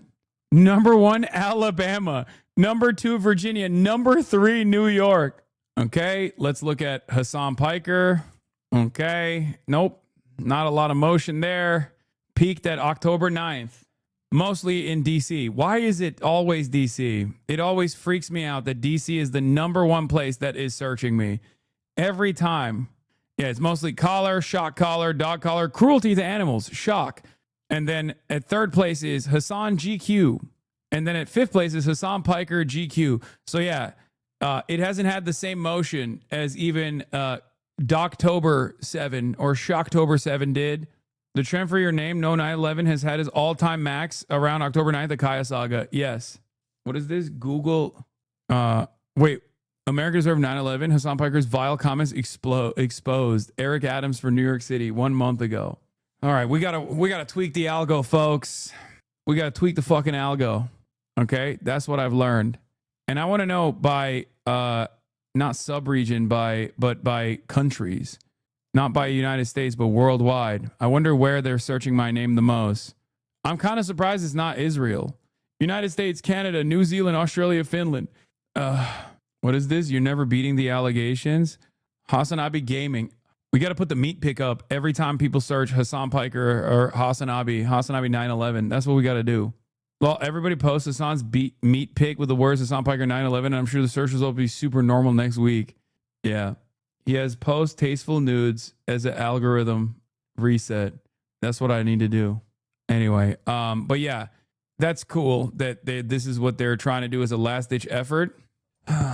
Very strange. I also don't know who Rebecca Kadaga is, and everything I know about Siraj Wahhaj is that he's just a prominent Muslim religious leader that is important for Muslim New Yorkers, and virtually every single person running for mayor before or after has actually linked up with him. Giancarlo showed me that all of your ops are coming out for Cuomo. Yeah, it's incredible. It's like, look at these scary black and brown people. Look at these scary Muslims. They're all radical. He wasn't, no, Megaphonics DJ, you are wrong. Siraj Wahhaj wasn't an unindicted 9/11 conspirator. He was an unindicted former World Trade Center bombing former unindicted conspirator. As in, it wasn't the 9/11. It was the last time before. It was in the one in 93. Is Megaphonics DJ Megaphonics' other account? What's happening? I feel like this is the type of guy that Cuomo's team is trying to reach out to. Yes, I make pretzels at the mall. I keep the food court exceptionally clean, and the pretzels are fresh, soft, and hot. That alone contributes more to American society than any brown third worlder ever will. This was one of the saddest things I've ever seen. I can't believe this got 58,000 likes, because this was like this. When I saw this, I felt so sad. And it's like, obviously it's a neo-Nazi, but I still felt kind of fucking bad about it. It's the driest looking, like, I love Auntie Annie's. Okay. I think Auntie Annie's pretzels are crack, but it made me so sad seeing the desperate state of affairs on this pretzel, and just in general, imagining myself in the shoes of this like dumbass racist who's like, I'm a fucking broke loser and I hate my life, but at least I'm not a part of the third world or something. Of course, Matthew Castle's in the tank for Cuomo. Yeah, Matthew Castle is a features reporter at Jewish Insider, a big op of mine, big time Hasbara boy. The source of Cuomo's surge in donations suggests many Jewish New Yorkers continue to oppose frontrunners Zohran Mamdani over his positions on Israel and the war in Gaza. They're just so aggressively trying to prop up Cuomo, which is a failure. The thing that I don't understand about like the Google Hasan 9/11 comments, by the way, is that it doesn't do anything to Zohran Mamdani. All it, at most, like the maximum impact that it would have is not against Zohran Mamdani, but against me. And if you think I'm your number one op, then you've already fucking lost the election. You know what I mean? Like, because at most, the only thing you get out of this, at most is like Zohran Mamdani will come out and be like, I disavow Hasan Piker, right? He hasn't done so yet. But even if he did do that, which I think it would be a silly thing to do regardless, because there's no reason to. But let's say he did that, right? He hit the fucking maximum position here for defense. Okay, he condemned hummus, he condemned HasanAbi. So that doesn't really do anything to Zohran Mamdani. Maybe it just like makes people think he's like a little bit of a, maybe it shows, at least to myself or maybe some others as well, like that, you know, his instincts on this are led by fear. Okay. Having said that, that's not really going to impact him all that significantly in this race. And all that would do is basically I don't know, put me in the hot seat for like, put me in the fucking hot seat for like a week, right? That's it. And it doesn't make any sense because, like, you're not running against me, dumbass. You know, you're not running against me. You're running against Zohran Mamdani. So it doesn't make any sense, which is why I keep saying, like, it's very, it's just like a really stupid thing for him to keep hammering on. Did you expect to end up being somehow a part of the New York City mayoral election? No, I did not. I did not. Like, yeah, it has as much motion as Zoran saying Google Logan Paul's suicide forest, except he doesn't even need to do that. He could quite literally be like, you went on Logan Paul's Impulsive podcast last week. You know who else went on that podcast? Donald fucking Trump. So, like, that's a silly line of attack. And even then, he wouldn't actually have to say anything more than Logan Paul. You went on Logan Paul's podcast because Logan Paul is a more known person than me in New York. Do you understand? You wouldn't need to do Logan Paul's suicide forest for people to know all of the negative associations with Logan Paul. What? When I search your name on Google, this is what comes up, and it's not even a meme. Hasan Piker is hot. Hasan Piker is flirting with the revolution. Hasan Piker is a tanky. Hasan Piker is so hot. Hasan Piker is Turkish. Hasan Piker, is he married? He reposted a positive response. Yeah, no, I saw he reposted this before. But yeah, I mean, obviously, you know, no love lost between me and Zoran. It's just very stupid for, like I said, Andrew Cuomo to keep hitting that line over and over again. Let's take a look at this dumb fuck. Kids don't like capitalism. And I think a lot of it has to do with social media, the clickbait, right? Rage bait works better in... Or because they know late stage capitalism. That's all they've seen. Social media, and gets more people's attention. And if Mamdani is out there saying, you're getting free housing, you're getting free transportation, you're getting cheaper groceries, I mean, of course, that's what they need, particularly in New York, and that's what they're going to respond positively to. Is there any way that can work? No. No, of course not. No. Look, we have a financial... All right, this is who Flopmala was listening to. True. The problem in America is affecting the politics in America, which is that if you don't understand that if you actually decide that you think rent stabilization is going to somehow increase the supply of apartments and homes in the country, you've got it completely backwards. Because what happens is the developers say, well, if they're going to stabilize the rent in this town, we don't really want to be developing in this town, in which case there's not going to be enough supply, in which case it's going to cost more to rent your apartment. That's just the way it is. And unless people understand that, when a politician stands up and says, excuse me, I'm over here and I'm very happy to give you rent stabilization and the free groceries and this and that, and then it doesn't happen, I think people are going to be in for a surprise. It's fucking crazy because he knows this shit is possible because he did it with medicine. Mark Cuban is the reason I only pay $30 for epilepsy meds instead of $700. Yeah, I wonder why kids fucking hate capitalism, dude. Just in, Amazon aiming to replace 600,000 jobs with robots by 2033. A bunch of upwardly mobile millennials will be losing their jobs in the mid to late 40s. That'll be good for our society. Housing costs will probably go down in Seattle, though. Like every single person who controls the levers of power in this country are actively telling anyone who will listen that they don't give a fuck about you. Okay? They don't give a fuck about you, and you can eat shit and die, and it doesn't matter. You're cooked. Your future prospects are gone, and we threw it away for a crumb of additional profits, right? Why would anybody look at the system and go, oh, wow, I feel really great? If anything, in all of this discontent, in all of this chaos and confusion, I'm fearful that many young people actually look towards an alternative specifically designed around fascism.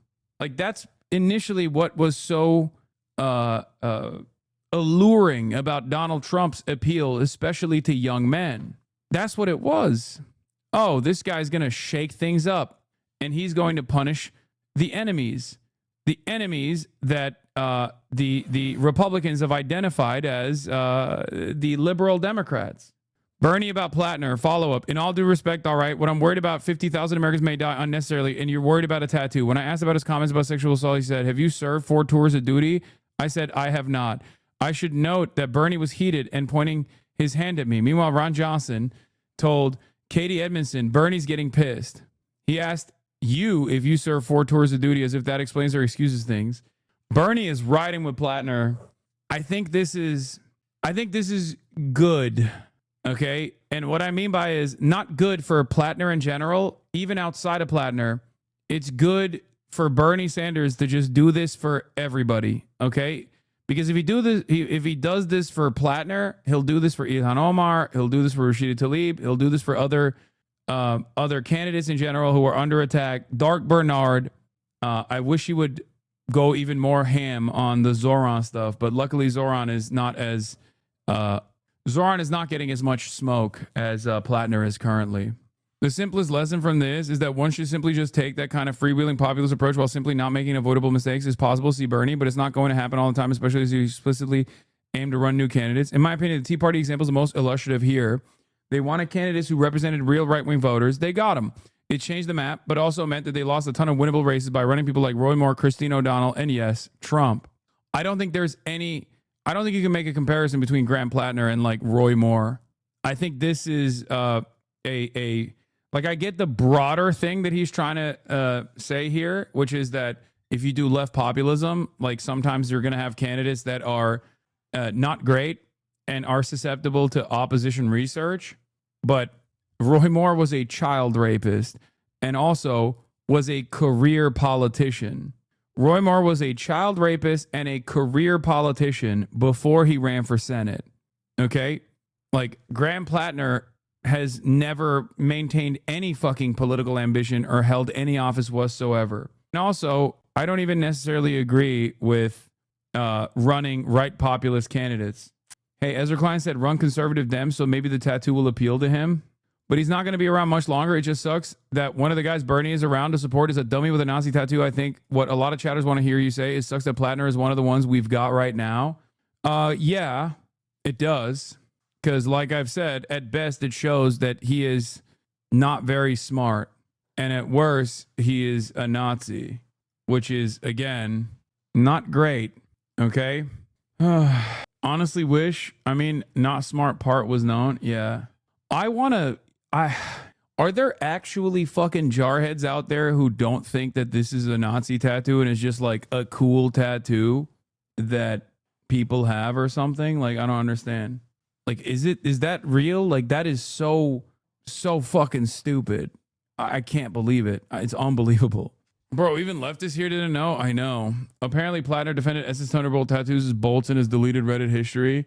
Yeah, now we got my community doing Oppo research on this guy. There's been a lot of talk about how clean and normal Graham Plattner's Reddit history was, but how there were no clues about the Nazi tattoos. Bullshit. I wasn't the original one to find this, but here's Plattner defending someone with SS Thunderbolts. Plattner's Reddit account is P. Hustle, according to CNN. In several deleted comments in 2020, Plattner defended. I don't know if this is actually a Plattner Reddit post. The amount of people in this thread who have no idea what they're talking about is pretty epic. Dude was 51, took the STA indoc, became a hog and got his bolts, then got out and became a cop. This is not some complicated timeline. Although I do understand that our world is very foreign and insulated, most normal people have no idea how it works. I know a bunch of black and Latino hogs with bolts. They'd be quite surprised to hear that they are part of a conspiracy to infiltrate the white supremacists into the Marine Corps. I will be sure to inform the black guys I know with bolts that they're Nazis now and not USMC Scout snipers. Oh my God. I've literally talked about Scout snipers and the bolts tattoos that they have. I've literally talked about the bolts, the SS bolts tattoos that Scout snipers have in the Marine Corps, and how it's like very obviously a fucking Nazi tattoo. And I always just assumed that these guys knew it was a Nazi tattoo and they were just lying. Yeah. Like, this is a famous instance. I learned today that this was racist. I'm covered in tats, and after looking up racist tattoos, bolts are super common in the military. Even unknowing Dems have them. What is going on, dude? Like, what's next? What about the swastika? Is that also a defensible what the fuck? Am I out of touch with what the fuck's going on in the military? Are the people in the military that stupid? What is going on? I can't tell if I'm being psyoped here when I see this stuff. I never in my life would have assumed that people unironically think SS stands for Scout Sniper And I for the longest time was under the assumption that all of these dipshits are fucking Nazis. How is that possible? And I'm sure that there are plenty. I'm sure that there are plenty who fucking get the tattoo knowing full well that it's a Nazi tattoo. But the very fact that there are even people that are just like, nah, dude, I just thought it was cool. Like, it's so, it's fun. It's like defending eating. It's like defending eating crayons and being like, nah, dude, you don't understand. Actually, that's not a meme. The red one does taste like cherry and it's my favorite. Like, what the fuck? Do the Marines actually eat crayons too? I was just saying that as a joke. I didn't realize that they were fucking eating the tasty crayons and they had their favorite flavors. Only when they're scented, dude. They are in the military because they didn't have many prospects because they sucked at fucking American high school, which is dog shit. It like Americans only claim to know about World War II or are only taught World War II, and they know such little about World War II. And this to me proves that once again. How the fuck are you a part of a military tradition that destroyed the fucking Nazis and you just get that shit stamped on your body and you're oblivious that it's a Nazi symbol? I think you're underestimating how dumb Marines can get. My father-in-law was a Marine. I can vouch for the cavemanness. Oh my God. I think when I hear stuff like this, when I learn about stuff like this, it's almost more black pilling than people being like intentionally neo-Nazi. At least, or I guess it's technically better than them like knowingly getting neo-Nazi tattoos. But like it's almost bad in a very different way where you got people who are that dumb. Yeah, my partner was in the army and he says bolts are pretty common. Most of them don't know that, or the skull and crossbones are Nazi shit. This is unironically causing me to reconsider a bunch of shit. This is a Nazi country, Lamal, the #1 importer of war criminals after World War II. Not saying all these people are ideological fascists, but of course that symbolism is going to seep in everywhere. It is not explicitly banned. I just, like, how do you do that? Like, how do you get tatted up with like Nazi iconography? What the fuck? Like, they made the meme real.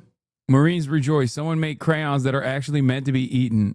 Marine photo with the SS flag won't mean punishment for the Marines. Posing with Nazi symbols might be fine if it's part of a ridiculous movie like Iron Sky, but what if it's in a real war zone? A U.S. Marine sniper unit is under fire for posing next to a logo that closely resembles that of the Nazi SS. In a photo that... It doesn't closely resemble it. It is the logo of the Nazi Waffen SS.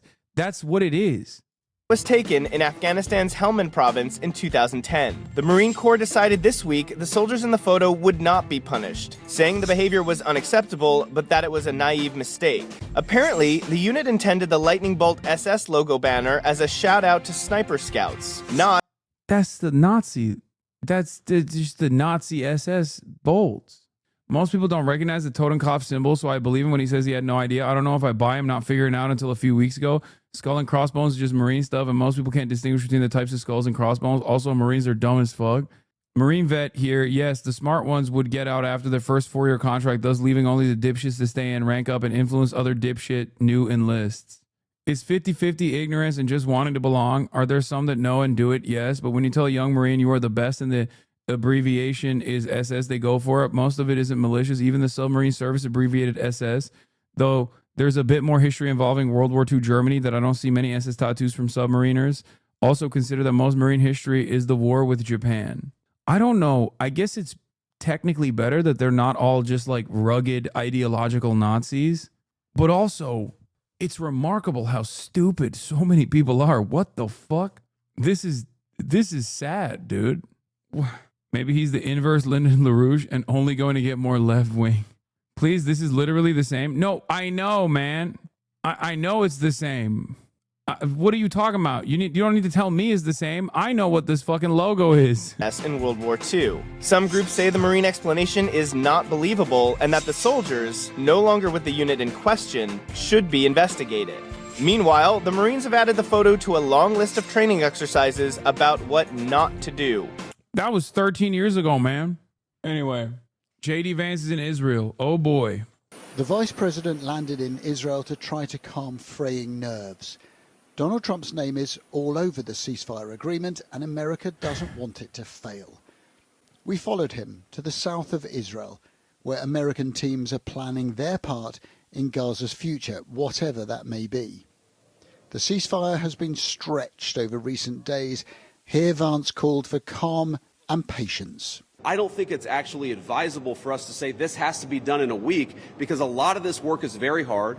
It's never been done before, and in order for us to give it a chance to succeed, we've got to be a little bit flexible. I think what you're seeing from our Gulf Arab friends, certainly from our Israeli friends, is a certain amount of impatience with Hamas. Do you now believe it is feasible to have a governance structure for Gaza that does not include strong Palestinian voices? We need to make sure that both the Palestinians living in Gaza, but also the Israelis, are able to live in some measure of security and stability. We're doing all those things simultaneously. And then I think once we've got to a point where both the Gazans and our Israeli friends can have some measure of security, then we'll worry about what the long-term governance of Gaza is. Vance knows that the reconstruction plans are still vague and ill-defined, but nations, including Britain, are now joining forces to offer help. This building where J.D. Vance was giving his comments from is an important part of the story, because this is being designed as a coordination centre between the civilian authorities and the military. As and when Gaza is rebuilt, the plans will be drawn up here. Steve Witkoff and Jared Kushner, Trump's trusted emissaries, are also in Israel, meeting freed hostages. This is a display of US diplomatic heft and a warning that whatever happens, the White House wants this ceasefire to work. Humanitarian aid is getting into Gaza, but it's still well below the target. The crucial Rafah crossing remains closed. For many in Gaza, the joy that a peace deal was agreed has been replaced by the fear that it might fail. We are praying to God that this truce holds, that it lasts long enough for them to let in the essentials of life, meat, medicine, everything we need. The pharmacies are empty and the market prices are sky high. Anyone who tells you things are cheap, they're not. Life is really difficult right now. Life in Gaza remains desperately hard. These people were queuing to get cash from a bank that reopened, but most left empty-handed. This is a land of sorrow and of splits, cut in half by these blocks. On one side, the Israeli military is in control, and on the other, 2 million people. Was the relation between America and Israel always like this? I feel like I'm in an alternative reality. It's like Israel is part of America out something. No, Trump won was when this relationship dramatically escalated, and Israel got onto the driver's seat completely. And it was really bad because back to back after Trump won, you had a malignant narcissist who got hundreds of millions of dollars from the Adelsons that was willing to let Israel do whatever the fuck it wanted, and then followed up by an ultra Zionist who was a career dick rider of Israel, like an honest, legitimate pro-Israel guy like Joe Biden. So back to back, there was no reining in of Israel at any point, and here we are. Trump is back in office, and he is letting Israel do whatever the fuck it wants. Like Barack Obama, for all of his faults, for all of his failures, unironically did do things in his time in office that Israel didn't want the American government to do. Okay, and even then, he was super pro-Israel. Make no mistake, as every president is. But it was clear that there was some kind of autonomy in the decision-making process for America. There was some sovereignty where they were like, hey, you're the junior partner in this coalition. Israel obviously still would do fuck shit that no other country would be able to do, like having Benjamin Netanyahu come and deliver a speech in front of the U.S. Congress against Barack Obama, which he did. And that was attended by both parties, which is crazy when you think about it. The reason why that was allowed, which, by the way, Joe Biden was there in attendance as Barack Obama's vice president. Think about how fucking nutty that is. The reason why he did that was because they hated the JCPOA.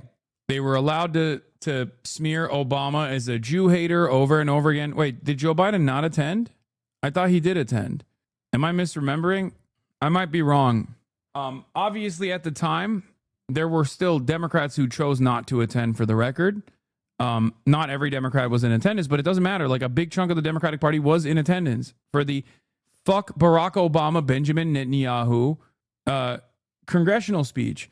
And it was obviously the Republicans that had invited him. You know, that much is, you know, I hope that's obvious for all of you. But the fact that, like, Democrats still went and still listened to this fucking war criminal foreign actor that was there with the express purpose of shitting on the at the time very popular president, leader of the Democrats, was crazy. But yes, if you ask me, I would say that I'm not usually the type of person to ever claim that there is like a singular force that changes the trajectory of American politics. Having said that, the Trump administration after the Obama administration was dramatic in its allowances for Israel, which is ironic because so many groypers and like anti-Israel, anti-Semites think Donald Trump is like this based guy. Let's talk a little politics. New And York City. he is literally a bigger dick rider for Israel than Barack Obama was, who they hate. Liberal media has grown comfortable with naming the spoiler of the ceasefire.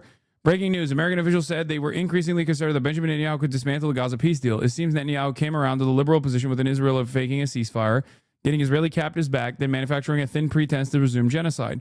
The open question is whether the White House is part of this ruse or will actually apply meaningful pressure. Again, this is why you've seen 9,000 media mentions about Hamas disarming, e.g. everyone in Gaza with a gun surrendering and welcoming Israeli-U.S. occupation. Because this is the new release the hostages, a bad faith rhetorical bludgeon used to hand wave away endless child killing. Per the agreement, there is zero obligation Hamas disarm in phase 1, but suddenly it's everywhere as a vague liberal moral imperative. Meanwhile, the military that has killed over 20,000 children is a precious defensive army in urgent need of full liberal normalization. I mean, I said this was the worst case scenario, but a lot of people have confidence in Trump for some reason. So all we can do is just wait and see. Meanwhile, Sliwa is staying in the New York City mayoral race. Mayoral I'm not candidates dropping are out. preparing for the second debate of the general election race tomorrow night. It comes as a new poll reveals a much closer race if Republican candidate Curtis Sliwa drops out. Let's get right to Good Day's Robert Moses. He joins us more on what Sliwa plans on doing. Good morning, Robert. So, Shani and Dan, good morning to you. 2 weeks to go until Election Day, and on the eve of the second and final debate and just 4 days before early voting starts, the pressure really is building on Republican Curtis Sliwa to drop out of this race in order to set up that one-on-one matchup between Zohran Mamdani and Andrew Cuomo. A survey from AARP and Gotham Polling shows Mamdani and Cuomo in a statistical dead heat. That is, if Sliwa drops out. That's not earth-shattering news because other polls have reached the same conclusion. But yesterday's poll really does provide more fodder to those who see Sliwa merely as a spoiler. Last night at a synagogue on the Upper West Side, Cuomo called Mamdani anti-Semitic and argued his case anew that Sliwa needs to drop out. He is not a viable candidate to win. He knows that. But he is a viable candidate to make Mamdani a winner. I am hopeful that before the end of the day, he realizes that there's something bigger at stake than his notoriety or his... Cuomo is far from the only bold-faced name making that argument. Billionaire John Katzimatidis, the CEO of WABC Radio, where Sliwa worked before running, also called on Sliwa to drop out so he doesn't, quote, inadvertently help another candidate, i.e. Mamdani. Sliwa, for about the millionth time in this race, says he's not going anywhere. Israel shills floated a bombshell revelation that will force Sliwa to drop out. Turns out it's just that he, like most voters, doesn't like the foreign country of Israel very much. These clowns really think Americans are and should be as devoted to this foreign country as they are. Curtis Sliwa will be leaving the New York City mayor's race. He hasn't announced it, but after what I share in the coming hours, he will. Curtis, you are a disgusting, evil man. You thought we wouldn't find out. The people of New York will hate you for this, and rightly so. You are evil. Screenshots of alleged tweets to show wife of New York City mayoral candidate Sliwa blasting Israeli hostage rescue and Gaza deaths. Isn't she Jewish? Isn't Curtis Sliwa's wife literally Jewish? A Jewish New Yorker. No, here's what New York City mayoral candidate Curtis Sliwa and his wife Nancy Sliwa really think of Jews in Israel. in addition to criticizing Israel's June 2024 hostage rescue, accusing Israel of slaughter, and complaining that the ICC should have acted against Israel sooner. Are they trying to beef up Curtis Lewa's chances? Is that what's going on? What the hell is happening here? Wait, so his wife is anti-Zionist? How is that bad? I don't think she's anti-Zionist. But like, it's just... True. John Catsimatidis is a part of the billionaire class. Look, John Catsimatidis is part of that billionaire class. They think that they can pick the next mayor. How did that work out? They went to Cuomo in the primary. Cuomo was up by 40 points. Zoran Mandami was down at 1%. Zoran Mandami won the primary convincingly at 13%. So throw the polls right out the door. And secondarily, whatever happened with the people deciding who the mayor should be? So I should drop out. I am the only Republican. I am a designated candidate. The only independent candidate is Andrew Cuomo. You have to go through a maze to find him on the ballot. Let him go out. He gets his people to vote for him. I get my people to vote for me because I have a get out the vote effort. We know Zoran Mandami did a great job in the primary getting his vote out. There's nothing complicated about this. It's called democracy, the people's right to vote. And the billionaires don't want the people to make this decision. I trust the people, not the political elite and not the billionaires. Let me ask. Fucking, he's so ridiculous, dude. Lamau, this is the big breaking news that was supposed to force Sliwa to drop out. He accused Israel of slaughter. If anything, this will give Sliwa a boost in the polls. Times are changing. Criticizing Israel's very good politics, but Zionists are in denial. Yeah, I feel like they're trying to get people to vote for Curtis Sliwa with this shit. Wait, what is this? This has nothing to do with Curtis Sliwa, does it? Nancy Sliwa, Curtis Sliwa's wife, posts with this gift. Thank you, New York City Mayor, for your strong support of Israel. Throughout the day, I've been monitoring the protests that started in Times Square and that moved through our streets throughout the Israeli consulate. At a moment when innocent people are being slaughtered and children kidnapped in Israel is disgusting. Please leave. Wait, this is not even an anti-Israel response. This is a GIF reply that doesn't even imply that she is like anti-Israel. It just implies that she's anti-Mayor Eric Adams. What the fuck? Decolonizing the Hindu mind. Beautiful. An entire Israeli neighborhood gathers on balconies to sing Hatikva, our national anthem. When Indian did it during COVID, the entire left wing mocked us. We will not be broken. What is this? This is not even Curtis Sliwa, by the way. Curtis Sliwa's wife. This was in the Gaza Strip about an hour ago after an Israeli airstrike. Just in case this wasn't already perfectly clear to anyone, life is not for playing games. Not amongst those animals who drop bombs on innocent folks, I guess. Okay, maybe, wait, what the fuck? October 9th, 2023? Okay, maybe she is actually anti-Israel. That's what happens when you hide hostages among your civilians and then indiscriminately bomb both. Very intuitive. Oh my God. Hey, yo. Children stabbing police in Jerusalem, just so appallingly sad. What's your point? What the fuck? Is Curtis Sliwa's wife anti-Israel? What? The first couple of responses don't actually mean anything. Oh, this is what... Oh my God. November 9th, 2023. Noam knows what he's talking about. This is the video. A truce accord is established. Hamas lives up to it. Israel violates it, never keeps up to it. Finally, Israel escalates its violation. That elicits some kind of Hamas. Okay, I was wrong. Oh my God. Nancy Sliwa, unironically, is openly anti-Israel. Curtis said his wife was a Bernie supporter in 2016. Oh my God. Maybe he wasn't wrong when he said she was the best thing to happen to him. What the fuck? Former New York City Mayor Rudy Giuliani wrote to me on X on behalf of the Sliwa campaign. I asked him a basic explanation of Sliwa's supposed path to victory. He has not responded. Something strange is going on. Republicans, we need to ask questions. This is disturbing. Link below. Excuse me, don't speak for me. You're a propagandist. Israel made it clear. Release the hostages or we'll keep fighting.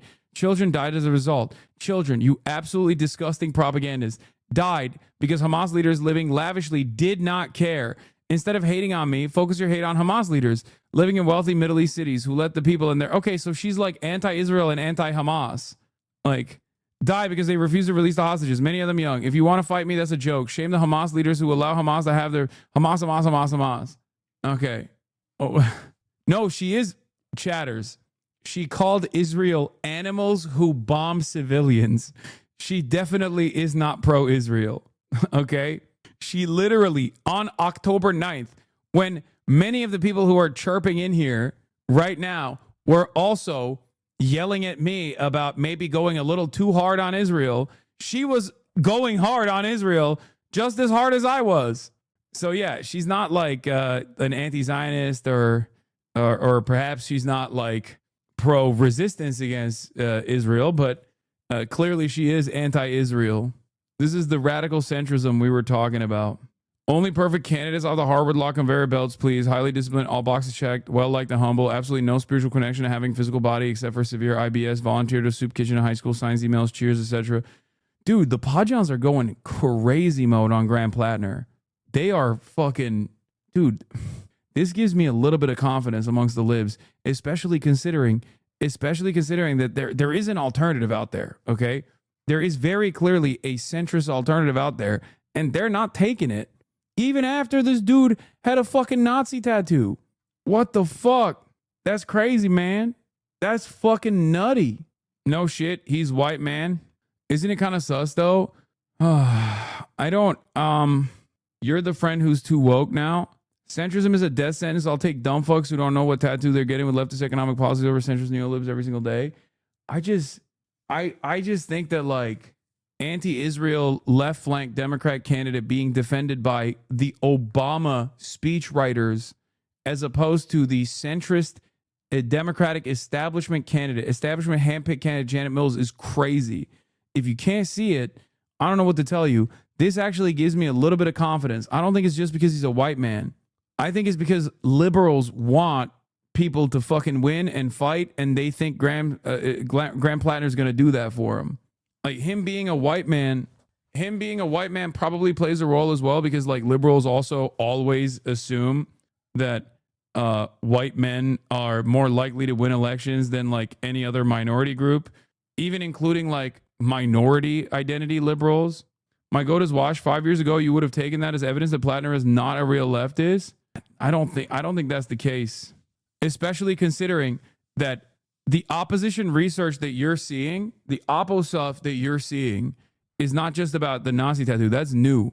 They've been doing this since he came out, since his Reddit post came out, and he was talking about how he's a fucking commie.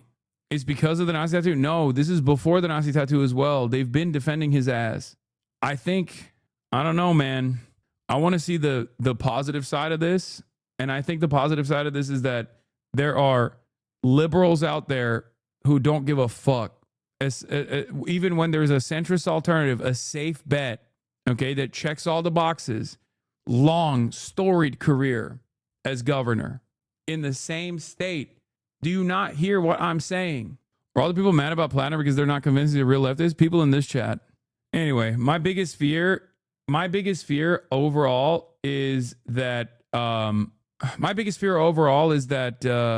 this spells bad decision making for Plattner, and that he is malleable potentially once in office, and I do worry about that. Nancy Sliwa has replied to you before. Shut the fuck up, bro. You cannot be a communist if you have a totem cloth tattooed on your chest, brother. I don't think he's a communist. Okay, that's not what I'm saying. I think liberals are basically looking at this. I think liberals are basically looking at the situation and they're like, Donald Trump is a pedophile and he stole the election. I would vote for a fucking dude with a totem cloth on his chest if I believe that he is going to be a better alternative than the centrist old person. And it's literally, unironically, the old people that voted for centrist their whole life saying this shit. Like, something is shifting in the water, okay? That's all I'm saying.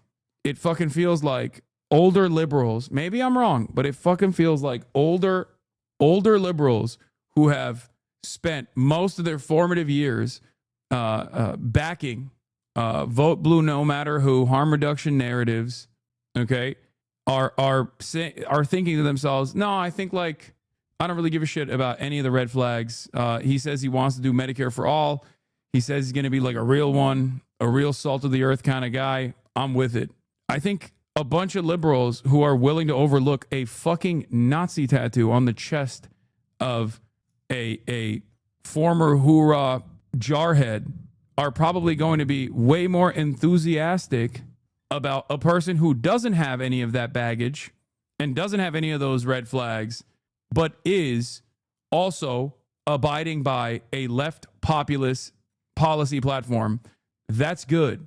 People who say we're not taking, candidates all around the country that say, I'm not taking any fucking money from big donors.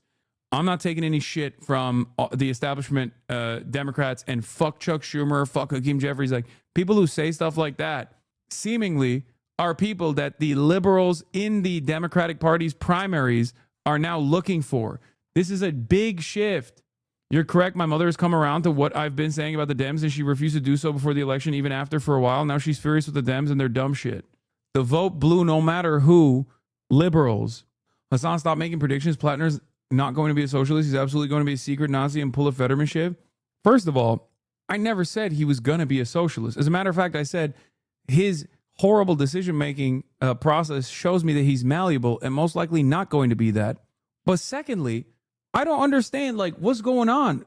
Does it matter what I say at all? Or do you guys just hear what you want to hear and then get mad? For years and years, I have emphasized the importance of fighting fascism, fighting Nazis, and talked about how if Democrats want to win, they can't just rely on harm reduction narratives. They must have a strong and committed response to bringing about radical change. And now it seems like the liberals are coming to that conclusion on their own, not because they heard me or anything. It's not like these Barbaras and Debras are listening to me. As a matter of fact, all the people who are listening to me are looking at the situation and they're like, nah, fuck that. Barbaras and Debras are actually voting for him because he's a psyop by the CIA to actually eviscerate the leftist movement that was actually really robust and really threatening the order of capital that has been calcified in every American institution in perpetuity. That's like, which one do you think is more likely? Do you think that the liberals are looking at like left populist candidates and going, no, that's actually probably a better alternative than the fucking centrist Democrats, and I want that because I don't want Republicans to win any longer? Or do you think they are doing the other thing where they're like, I love that this is a CIA psyop designed to actually destroy the left, which I simultaneously believe is scary, but also is causing so much terror? It's probably the first thing, don't you think?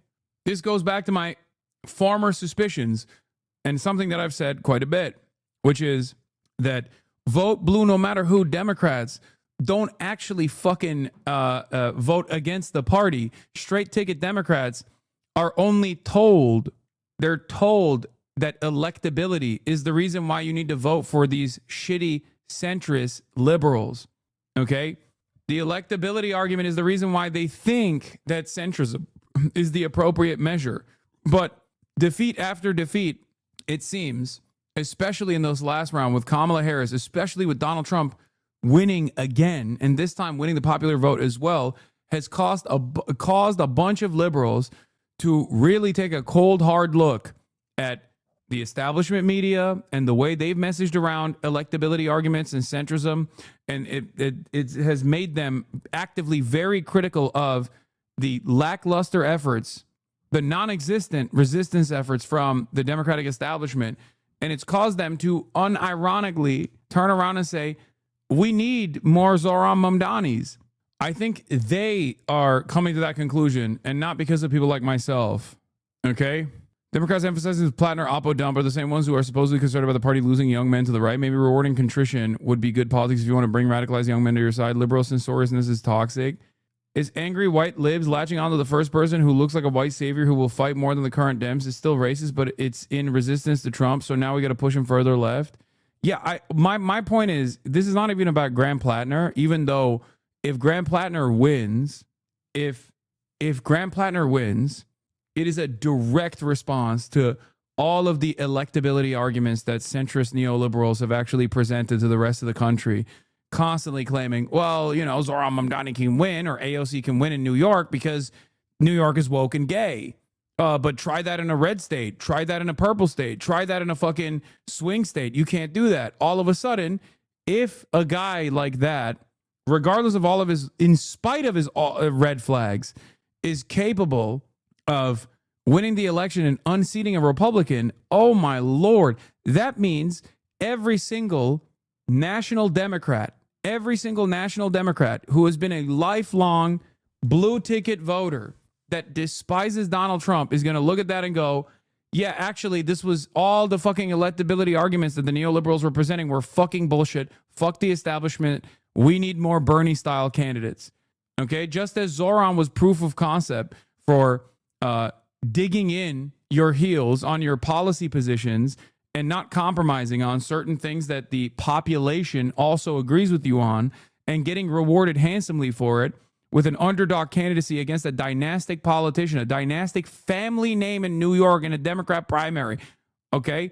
The very fact that Zoran Mamdani cut away from a incredibly heavily populated field of 16 other candidates, made a name for himself, and actually won by larger margins than fucking Eric Adams did, implies that there's something there. There's something there about focusing on issues, okay? Being issue specific. Being and refusing to be defined by how your opposition defines you, and instead setting the standards for yourself. This is who I am. This is what I'm about. The Bernie method. The friction you are feeling from this community is that you teach chat not to take politicians' word for granted. You have said today that the words he has changed, but there is no hard evidence of that other than words. Yeah, because he's not fucking the campaign messages I don't give a fuck about. It's the Reddit stuff that I think is more consequential. Unless you literally think that he actually set up a PSYOP Reddit to imply that he had like a genuine shift in his policy and his worldview and his attitude, became a fucking Michael Brooks fan who radicalized him, became a Majority Report fan, and personally had this change, and he was just like posting on subreddits constantly as like a super woke guy. Okay, unless you think all of that was build up for this election cycle where they're actually using that buildup against him. They're actually using all the fucking statements that he made on Reddit against him to say he's not a moderate. When you said, I thought you said you don't care about his Reddit. No, I don't care about shit he said in 2013 on his subreddit, as opposed to shit he said in 2020. I personally think him not committing to a more radical position when asked about whether he's a communist or a socialist or whatever, when he goes, oh, I'm a small business owner, that is bad instincts, because that in and of itself actually shows that he's like trying to moderate his position more so than the other stuff. Because what you say in private as a politician with a fucking Reddit history, I think is more consequential than what you say in public when you're trying to win an election. I ain't reading all that, not voting for a Nazi. Well, you're not from Maine anyway, so I don't think you have to, like, yeah, and that's perfectly valid. But I don't know why you're saying this. In any case, I care more about across the board. All right, you got it, buddy. It's fine. No one is making you vote for him. Is that such a weird position? No, I didn't say you should vote for him at all. It's not a weird position. Stop making me vote for him. I'm going to illegally vote for Janet Mills. You guys already know my position on this. I'm going to illegally vote for Janet Mills. I'm endorsing Janet Mills. I'm a Mills militia. I'm Mills Mafia. I'm Mills militia. I want a 79-year-old former governor to take over that seat and then lose to Susan Collins in the general. That's what I want. You need a heavyweight to beat a heavyweight. The Janet series, rise the fuck up. That's right, baby. I don't get it. Because the lib is pro-ICE, pro-Israel, didn't sign labor laws, pardon a rapist, so these people are here to argue with you to just not vote? Yeah. It's the broader scope of this conversation is exactly what we were talking about before. Which is people with no like viable alternative, no viable method for change, who simply just want to fucking criticize whatever the fuck I'm saying. And it's not even like what I'm actually saying, like the broader picture or anything like that, but it's quite literally what they misunderstand about what I'm talking about. Regardless of what happens with Graham Plattner, it's good that liberals liberals are even willing to overlook insane shit like a dude with a fucking Nazi tattoo, as long as they have presented themselves as like a strong, like, because right now in the polls he's cooking. Okay, he's cooking in the polls. Why should we expected to be actively supporting him though? I'm Jewish and cannot fucking support a dude who killed children and got a Nazi tattoo as an adult. Did I say that? I didn't. Because at the end of the day, your support and my support, which is not expected at all, doesn't fucking matter. Okay? I think we like to see ourselves as more relevant in this conversation than we actually are. I'm not saying you should support the guy. He has a fucking totem cough on his chest. If you don't support him, you don't support him. It is what it is. Having said that, the thing that actually gives me a little bit of confidence is that liberals support him when there is a viable centrist alternative hand-selected by the fucking establishment Democrats. A lot of people are not hearing what I am saying, okay? Every single person in here, including the fucking Mainers, could actively not support Graham Plattner. But as long as liberals do, I think that's a sign for better things to come. Because next time around, there is going to be a fucking candidate who is running on a left flank ticket, who is going to say the same things that Graham Plattner is saying and won't have the fucking insane background, okay? And guess what? I suspect liberals will be going along with that candidate too, as opposed to whatever centrist pick there is. Your support does matter, Hasan. It matters. Your minority fans and those... Dude, this is literally the fucking... Your support does matter, Hasan. It matters to your minority fans and those of us from the third world that know victims of Blackwater Mercs and U.S. imperialism. Oh my God. This is Radlib tendencies, but this time in an anti-imperialist slant. What the fuck is happening? What is going on? What is happening here? Okay, well, don't worry about it. All right? If you're living in the third world, the main Democratic primary unseating Susan Collins is not going to move the needle in any direction for you. Okay? You understand that, right? Because it's not like Susan Collins is like a radical third worldist, a Maoist third worldist, and neither is Janet Mills. So from your perspective, from your background, the output is all the same. America's war machine continues. Okay? Like this is just someone trying to make an argument against a position that I'm not even holding. Okay? I'm genuinely convinced 80% of chat is selectively deaf today and think that you've been constantly endorsing this guy and should just reading the general attitude of liberals. Yeah, I'm happy with what liberals are doing. Anyway, New York City mayoral election is in 2 weeks, and that's going to prove to Mainers that this Plattner guy who says some of the same things can win. It'll be over after that. Time to get over it, chat. Yeah, exactly.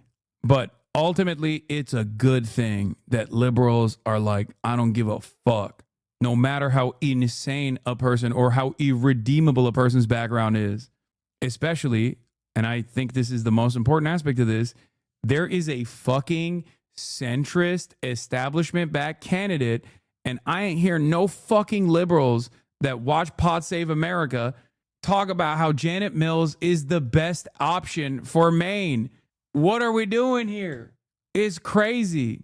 So hell yeah, I say, to the libtards. I love them. I love liberals and I hate the left. I am a liberal now.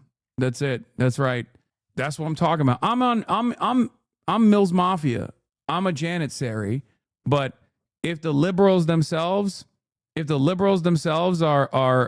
seeing an alternative vision here, if the liberals themselves are seeing an alternative vision here in Graham Plattner, then good on them. I think that there is a systemic shift here, and I like it. Half liberals were brain broken by the electability false narrative of the Clinton campaign. Once leftists win in the Trump era, it'll be a new day in that electability calculation that libs obsess over. Yeah. Yep. Your perfect radical centrist Dem candidate. Yeah, I already mentioned. I already saw this meme. This is it. This is the guy. This is Graham Plattner, dude. Please don't make it look like all it takes a bit of irony to win the left over to the libs. Wait, what? I have yet to see one battle after another. Now I have to wait until it comes to video on demand, unfortunately. All right, we got LOUVRE HEIST. Not height. I do want to talk about that. What? This isn't about electability, though? Dude has a Nazi tab, man. Like, come on. You can't just write us off as electability. Wait, what? Brother. It's perfectly valid if you think that a dude that has a fucking totem cough is just a bad candidate. But it's not up to either of us. The assessment is now in the hands of the Democratic politicians, or not the Democratic politicians, the Democratic Party voters in Maine. Okay? Please let me move on from this story. I'm not saying you have to hug and kiss Graham Plattner. I don't care. I don't care. You're not listening to what I'm saying. You're not listening to what my words that are coming out of my mouth. Okay? Socialism will win with the Podjons. Okay? Seemingly. The Podjons are here. They will form the mass line. They will form the real proletarian vanguard. Okay? It's outside of our hands now. It's not anything we can do. The Pajans are restoring the former glory of the Communist Party of Deutschland. Okay, the true anti-fascist contingency. A shocking art heist at the Louvre Museum in Paris. It all happened in less than 8 minutes on Sunday in broad daylight. And the thieves, guess what? They are still on the run. Elizabeth Palmer's in Paris with the very latest. Elizabeth, good morning to you. A lot of people still can't believe there has not been an arrest in this case. Major security breach. Yeah, we're hearing from some experts. They expect the criminals will be caught, but the jewels won't be recovered. We'll have to see. There are many people down here at the Louvre, in spite of the fact that it's closed, but it's always closed on a Tuesday. Nevertheless, crowds have gathered to have a look at what is essentially a spectacular crime scene.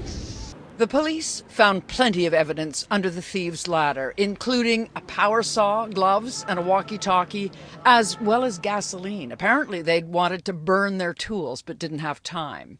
The robbers wanted France's crown jewels, priceless in historical terms, but broken up and sold on the black market, still worth multi-millions. This heist is... How do you even sell something like this on the fucking black market? Like, I don't understand that. How do you even do that? They released the timeline? 30 minutes after the Louvre Museum opened on Sunday, thieves entered the building on the south side. The heist took a matter of minutes. Here's how it happened. At 9:30 on Sunday, 4 individuals arrived on scooters in a truck that had... You break it down and cut the gems? Isn't it more expensive intact? Like the entire thing? Like that's a crazy thing to steal just so you can sell the gems individually. Like that's crazy.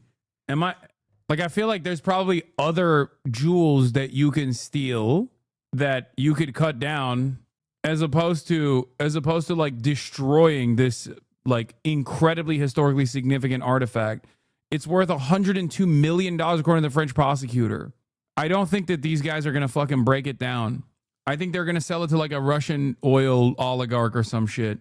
And I suspect that this is a targeted crime regardless. Like I assume that this was for a specific buyer in mind. I don't think you fucking do a heist on something so spectacular without having a buyer in mind ahead of time. There is 0% chance that this wasn't a sponsored hit because the most infamous jewelry theft gang with Balkan ties is known as the Pink Panthers, an outfit cited across Europe and Asia for a dozen of jewel thefts worth hundreds of millions of dollars over the past couple of decades. I don't believe that this would be stolen. Something like this, like a historic artifact of this significance, would be stolen so that they could chop it up. Mechanical ladder attached to the back of it. 2 of them ascended to the balcony and used power tools to carve into the outside window.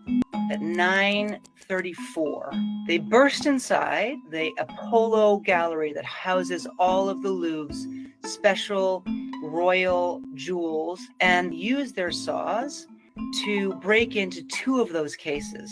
In the meantime, we've been told that the security guards really quickly got people out of that room. This very wing of the Louvre also contains the Mona Lisa, so it's the most sort of precious things in France are there, but only 75% of the rooms have security cameras in them. What? 4 minutes later, they emerge with 8 precious... Wait, what? I'm sorry. So all of the most expensive items in the world's perhaps most famous museum, they're not under 24/7 surveillance? What the fuck? I can't be the only one who like loves heist movies and shit like that. And when I went to the Louvre, like one of the things that I was thinking is like, how do you pull this off? And with my primitive ape mind, I look around and I'm like, there's 0% chance you can steal anything in here. I thought it was like the entire room is like booby trapped. You know what I mean? It's because most of this stuff is hard to sell on, so it's not at risk. It's almost at worse than TwitchCon security. That is crazy. Tragedy and... Oh, sorry. Let's finish this. Items, including tiara, necklaces, a beautiful brooch, and a crown that had been worn by the Empress. They ran out, dropping that crown along the way. They descended the same ladder. They dropped jumped on the motorcycles crown? and sped off. We know the investigation's ongoing, that they haven't ruled out any motive. But I think there's a collective sense of sort of shock, distress, like you would feel if someone had come into your house and robbed you at home, but also profound sadness. There's a huge amount of pride. Also, I thought, bro, I thought they were all dupes. I thought they were all dupes, brother. I didn't think that you had the real, genuine thing up there. Like, that's the other thing. Like, what? So this whole time when I went to the Louvre, like, I was looking at the real thing? I don't know what the fucking difference is. Why would you put the real thing right there? Yes, why do you think they're all dupes? What do you mean? Why would it be the real thing? I thought they just, like, dusted off the real thing from the tomes whenever there was, like, special clients or something. Why would you go to a museum? It's a museum. What do you think a museum is for? Wait, I'm so confused. What difference does it make? You don't know. I thought that's how they do it in the movies. What if they were dupes and this whole thing is just a way to make them think they got away with a big heist? Brother, you need to go to more museums. Bitch, I've been to more museums than you. I've been to every museum in Los Angeles, New York City, France. What are you talking about? About that museum. It is by far the most important museum in France. It's a former palace, and all of these jewels are really important treasures to the culture of France, the history of France. 30 minutes after the... I cannot believe it, dude. Wow. We are getting more of the incredible details through the day today of the robbery at the Louvre Museum, one that took less than 7 minutes from the moment the group of 3 or 4 thieves broke into the first floor of the southeast building of the museum, smashing a window. Dressed, it's reported, as workmen. 9:30 this morning, broad daylight, and using an extendable power ladder from outside, using then a workman's lift to get into the room they'd targeted. It's been described by Laurent Nunez, the Interior Minister, as priceless historical and cultural value that's been taken. It's not clear exact at the moment as to what has been removed, but jewellery from 2 displays at the museum's Apollo Gallery is where the jewels were taken. It holds the remnants of the French crown jewels. The Louvre, as you can see here, earlier closed shortly after. Exceptional reasons, it said. And authorities recovered a 19th century gem-encrusted crown near the museum, but the culprit's still at large and a target of a manhunt. Let's bring in Arthur Brand, historian detective, as I mentioned at the top, the so-called Indiana Jones of the art world, celebrated for recovering priceless works of Dali, Picasso, Van Gogh, and joins us on the programme. Welcome to France 24 tonight, Arthur. Let me ask your initial thoughts about how brazen this was and how quick it was too. Well, it's the theft of the decade, you know, targeting the Louvre and You've been to the Louvre, so you've probably seen the Mona Lisa behind the glass and roped off with like a 4-foot buffer, right? Why would they do that if it was a dupe? I don't know. To avoid having it be stolen, like to make sure that there ain't no fucking way that is being stolen at all. It's like security theater. That's what I thought. Where do you think the real ones would be? What would even be the point of a museum? I'm not kidding when I say this. I literally thought that they just have it in the fucking, I don't know, in like a secret safe or something. I literally thought it was in a secret safe somewhere, and they just like sometimes swap it in and out. Sorry, this is your funniest take ever? That's fucking hilarious.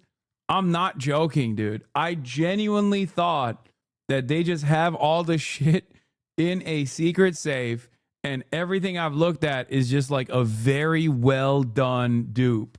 And they sometimes put the real stuff out there, and they sometimes swap it out. And the reason for why they do that is because, like, you know, they just throw the thieves off their game, you know? Tell me this, did you enjoy museums thinking you were looking at fake shit? Yeah, I still thought it was cool. I still thought it was cool. Why would they bother swapping it every now and then? I don't know, to throw people off. I clearly didn't put much thought into it. I don't know. I feel like it's what I'm saying is not that crazy. I feel like it is you, chat, who's crazy. You lost me at the switcheroo. stealing the crown jewels related to Napoleon. It's the ultimate heist. This is something you see in movies. Like First of all, if I was right, France wouldn't be crying tears right now. Okay? So who's the stupid one now? How dare you come to me in this moment where I'm the most correct with my position that they should have been dupes all along? It turns out, if they had dupes up there, they wouldn't have been duped by a bunch of fucking thieves. Vindication, why museums hide masterpieces away. In major museums around the world, some truly great works of art are hidden away from public view. What are they and why can't we see them? Numbers don't lie. New York's Museum of Modern Art, 24 of the 1,221 works by Pablo Picasso in the institution's permanent collection could currently be seen by visitors. Just one of California's conceptual artist Ed Ruscha's 145 pieces on view. The walls of the Tate, the Met, the Louvre, or MoMA may look perfectly well hung, but the vast majority of art belonging to the world's top art institutions and many countries' taxpayers is at any time hidden from public view in a temperature-cooled, darkened, meticulously organized storage facility. Overall percentages paint an even more dramatic picture. The Tate shows about 20% of its permanent collection. The Louvre shows 8%. The Guggenheim, a lowly 3%. And the Berlinische Galerie, a Berlin museum whose mandate is to show, preserve, and collect art made in the city, 2% of its holdings. We don't have space to show more, says Berlinische Galerie director Thomas Köhler, explaining that the museum has 1,200 square meters in which display works acquired over decades through purchases and donations. Spatial deficit is only one reason why not. Another is fashion. Some holdings no longer fit their institution's curatorial missions. Lesser works by well-known artists may also languish. Their hits hang on museum walls. Their misses lie forgotten in flat files. Works that come to a museum within estate acquisitions might sit around in crates for years. Okay, that's not what I was, I'll be fair. That's not what I was advocating for. That's not what I was saying. Like, these guys are saying it's because, like, some of these are no motion paintings, and also for space related reasons. Also, if they go on tour, you have to pay extra to go into those rooms. There's usually security. At least the museums in Chicago are crazy to believe our museums may be better secured than the literal Louvre. Lemau. The crown jewels of France were only worth 3-year Aaron Gordon extension. I'm not feeling that sorry for the French. Most of these precious stones were stolen from some of the many African countries they colonized. Many of the most precious treasures in some European countries, especially France and Britain, were purloined from African countries. Ocean's 11 and Ocean's 12. So it's the theft of the decade. Your immediate sort of questions, you look a lot at museums, museum security. What questions do you have right now about just how this came about, 9:30, broad daylight, the speed of it, why they might have chose this morning, for example? Well, it's Sunday morning. It's the quietest morning in the week. People are recovering from Saturday night, and it seems like a very simple theft. You know, they used this ladder, they entered. It took them 7 minutes to break the glass, which was not thick enough, obviously. And they went away with all these crown jewels. So something was wrong in the Louvre, not only today, but apparently already before, because, you know, it went too easy. What do you mean? Talk to me about, you know, the comparisons that you perhaps have looked at in the past, you know, heists where security's been of question, and what you've made in the past of the security at the Louvre. Well, it's not that difficult to steal something from a museum. You can take a gun with. Bro, why are you giving the game away? This man is just saying it's too easy. It's free money. It's free ball, baby. I'm surprised more people aren't doing it all the time, actually. Damn, dude. The problem is what museums should do is they should slow these thieves down. What they do is they go 2-3 weeks before these thieves enter the museum, and they look at the glass, the vitrines, the doors, and they know they have only like 7 minutes before the police arrives. And in this case, they thought we can take this chance, and it happened, you know. So the glass was not thick enough. It was too easy to enter the doors. It was a complete disaster, this one. I've seen your comment today that you've said this is a mistake for the thieves because French security services will no doubt be involved, the scale and the shock of this. Tell us about that. Well, you know, if you target any museum, you get the police after you. But in this case, the Louvre, the most important museum in the world, stealing the crown jewels Napoleon, it's too much. This is headlines all over the world, and the fear is if you can do this heist at the Louvre, it can happen everywhere. So it's a bad day for the museum world. And bro, this guy is saying, one, it's super easy to steal from museums. You just need to take an officer's service weapon and they'll let you take whatever you want. And two, it's actually easy everywhere. This is a universally easy process. Everybody, go to your nearest museum right now and put your hand in the cash register. But in this instance, instead of the cash register, he means on the priceless works of art. It is yours. Demand it for the taking. I hope they will be recovered pretty soon. Let's fingers crossed.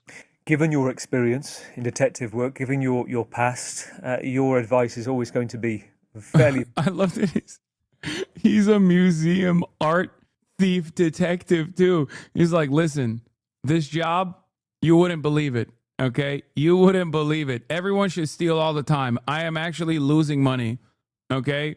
I'm so glad this happened because finally, a lot of people think museums are super airtight with their security. They're not. You should steal more so people hire me. I'm so fucking bored, dude. Please. Valuable right now. What are your thoughts about the best way to catch them, the best method to go about it? Is there a key period? I imagine it's right at the start. And is there much chance? These guys will lay low for a while because there is too much news now, too much media. And, I think the police, if they catch them within a week, we might see these pieces back. If it takes longer, it will be difficult because most likely they will try to get rid of it as soon as possible. They might already have a plan. They might know people who can dismantle these jewels, who can melt stuff down. So it's a race against time. But as said, it's the Louvre, Napoleon, the French Secret Service will be on this case. All the police officers who are on leave in Paris will be called in. So it will be a real manhunt as France never has seen before in these cases. Well, you get to the heart of something for any art lovers. And Laurent Nunez, the French Interior Minister, mentioned it as well. It's an incalculable price of things that have gone missing, whether it's to do with Napoleon, the Empress as well. All of that centuries of diamonds and the fact that you talk about potentially now being cut up or being sold if they to do it because you couldn't sell it as it is. You say within the art world, nobody would want that.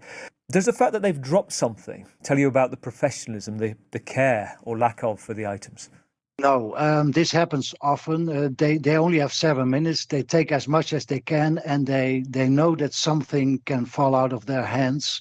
I think this was not their first theft. You don't wake up in the morning as a normal citizen thinking, I become a criminal, let's do a robbery, let's target the Louvre. So these guys are known by the police. They have a criminal record. They have done heist before, maybe banks, jewelry shops, something like that. These are professionals. And, in 7 minutes, they targeted the Louvre, and the whole world is now talking about it.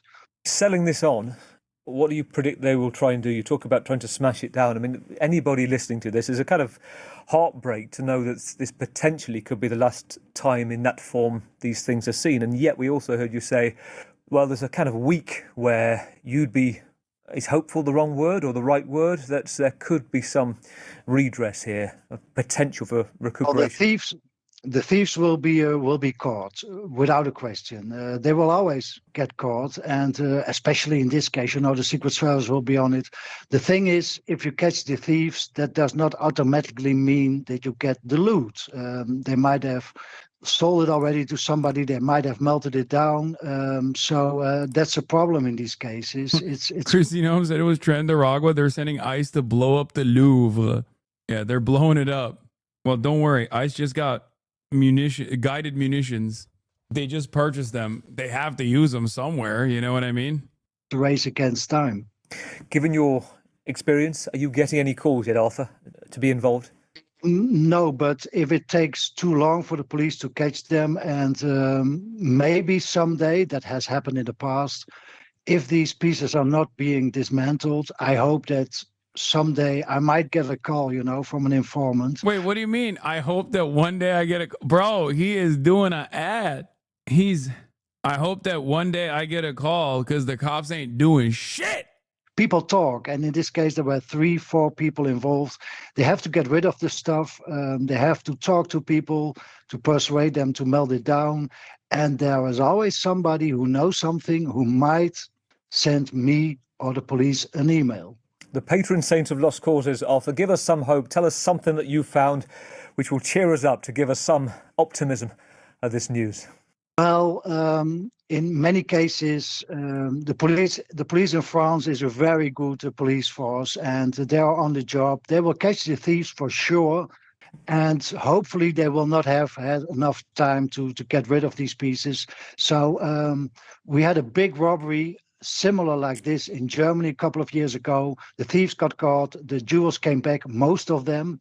2 pieces are still missing. So there is hope, but it's not a good day for the museum world. And it's not 100% sure that we will see these pieces back.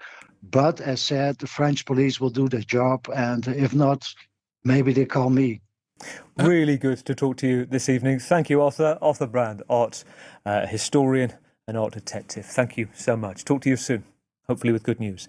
Let's listen to what the Culture Minister, Rashida Dati, had to say about the value and about the ability of the thieves to take what they did. Aux abords du musée du Louvre, effectivement, il y a eu un bijou qui a été retrouvé. Near the Louvre Museum, a piece of jewellery was indeed found and is currently being analysed. I can't believe they dropped it, dude. That is fucking nutty. I cannot believe they dropped the crown. Incredible work. All of this is ongoing. We arrived immediately a few minutes after receiving information about this theft. This operation lasted almost 4 minutes. It was very quick. It must be said that these are professionals. Organised crime today targets art, and museums have obviously become targets. Because France, as you know, is a country with a rich historical heritage of great value, and so these museums have also become targets for these criminals. Cross to the Louvre. Let's bring in Shirley Sitbum, our correspondent there. Shirley, it was quite incredible listening to Arthur Brand, art detective, saying this is the crime of the decade in the art world. And, there is this 7-day period that he believes is the best chance. And then after that, it's potentially all of this diamonds, jewellery smashed up and sold. Tell us what it's like being there right now, what the Louvre is saying about it. I don't think we have any explicit details of what was taken yet, do we? And about the security as well, what you're hearing about that. Well, the feeling here is not as dramatic as what we just heard on air from the expert who knows what the situation is and the threat, of course, for those jewels, historic jewels. Here, it's more people who are stunned, who are surprised, who cannot believe. They feel like they're watching a movie. It's unbelievable. They say, many people that we've talked to, that thieves would actually bring their own lift, their goods lift, next to the museum and just get inside through a window to the most prestigious gallery, the Apollo Gallery, and just open, break open. Do you think they'll return it after Halloween? Yeah, someone just wanted to do the best possible Halloween costume of all time. Someone's going to be very upset that they can't do the crown, for the record. Straight out of Lupin the Third, bro. I know. I can't be the only one who thinks like this kind of shit is kind of cool, right? I mean, it's like messed up for the art world because like millions of people from all around the world get to like go and look at these things, and it's kind of fucked up. But a part of me is like, it's like, this is cold. It's a little bit cold blooded because it's like a bank robbery, like this shit doesn't happen anymore. Every now and then you got to let some stuff like this slide, because it's like a cool crime. I will play a game where this is all I do 24/7. Window and take 9 pieces of invaluable. France's recognition of Palestine angered Trump and Israel. I don't rule out the possibility that Mossad stole from the museum. Oh my God. First of all, stop attributing cool shit to Israel. Okay. Like, it's fucked up, but it's like objectively a cool and sophisticated crime to pull off. Don't do that. Okay. Mossad is too busy doing terrorism in Lebanon. Okay. Jewelry, and then just come back out without harming anyone and just escape. Of course, they left this a crown that was damaged, but they left. Since then, of course, the investigation has moved forward. The motorcycle has been found. Also, the element that helped open this window, get inside. But all this in 7 minutes. Incredible. If it were a movie, people would say this is so unlikely. And we're seeing this here. So, yes, people are stunned, a bit disappointed. Some of them who wanted to visit the museum today and who are leaving the country and may not have another chance to do so. But they have a story to tell, definitely. There's not a dramatic sense yet around here outside the museum. I imagine that inside there is a dramatic sense, of course. When we can see it as well, just behind you, we've got a close-up of some of the forensics there, the crime scene that's now become the Louvre. Any word, I guess, while the investigations continue, it will be closed, but there's no word on when tourists, art lovers can go back to the Louvre? Well, the museum said it's closed for the day. It didn't say it will be closed tomorrow as well. We saw for several hours now various police experts, investigators searching that window. Of course, that's all we could see was the window and various cars, this lift that was examined for several hours until they took it out of the area and opened the road again. But yeah, several hours, many police there watching this very closely. And, they've already managed to find some of the elements, this motorcycle. People here are hopeful that this will happen. You talked about security. Well, on the other side, we know the Apollo Gallery is on this side, right? On the other side, you have the actual main entrance. Now, that has been scaled up in recent years to avoid potential terrorist attacks, to improve security. But there are also robberies, and that type of robbery, those types of operations also need to be stopped. And the museum and other French museums as well have not worked on that enough. They need means, they need resources, manpower, and technical, they need to put up beams. There's a plan in place, but it hasn't been applied yet. And actually, people working on security at the museum have been fired. Jobs have been lost. So there was a protest. I mean, you probably talked about this back in June. Because of that, with employees saying there's not enough security. You took jobs down, and we need them back up, and even actually more security, because museums are a target, and the Louvre is the first among those. Very interesting point, actually. It's one French MP has raised that today, the fact that the strikes could have had inextricable links to the level of securities, because the security staff are amongst those that it was affecting as well. Let me ask you something else. A lot of people, the visceral thought when you think about the Louvre and something going missing, first thing a lot of people I got messages about was the Mona Lisa. The Mona Lisa went missing in 1911. 3 years later, it was restored, found in Italy. You've been inside the Louvre. You've looked. The Mona Lisa thing is so funny. Apparently, they just couldn't sell it. Why are you going to steal the Mona Lisa if you can't sell it? If you don't have a client in mind ahead of time? That's so dumb. At that point, just keep it. He kept it in a trunk by his bed. The coolest version of this is, yes, when China stole back their art from Europe. Like, the Chinese government straight up hired a team of art thieves to execute one of the coolest fucking artifact retrievals of all time. The looting of Beijing's Garden of Eternal Brightness by European armies in the 1860s lingers in the tales of the diaspora. Yeah. Famously, they literally went and got they went and they hired people to go and just steal back their own artifacts, which is not even stealing back. It's just like retrieval, artifact retrieval. Anyway, a lot of people have made fun of me for saying, why don't they just do a switcheroo? But it turns out if they had done so, this guy wouldn't be crying. Melt the crown jewels, you will burn in hell, says Chancel Chant. Dude, this is the most French-looking motherfucker of all time. I swear to God. Jamais j'aurais imaginé qu'on puisse faire ça. I've never seen a necklace that large on a neck that fat, and he's like a choker. This guy organized banquet with the rich people during COVID. Oh, oui. Je vis un cauchemar. Rendez le bijou de la couronne. Vous avez intérêt à l'y rendre. Croyez-moi. Bande de losers, de voleurs, de crapules. I don't even know what he's saying, but it's Vous avez intérêt à l'y awesome. rendre. Croyez-moi. On va venir vous chercher. Bande d'escrocs, traîtres. Oui. That's respect. That's respect.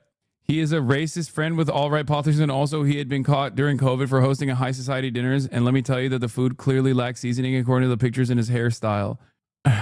He said Muslims did it. That's awesome. No shot. Did he?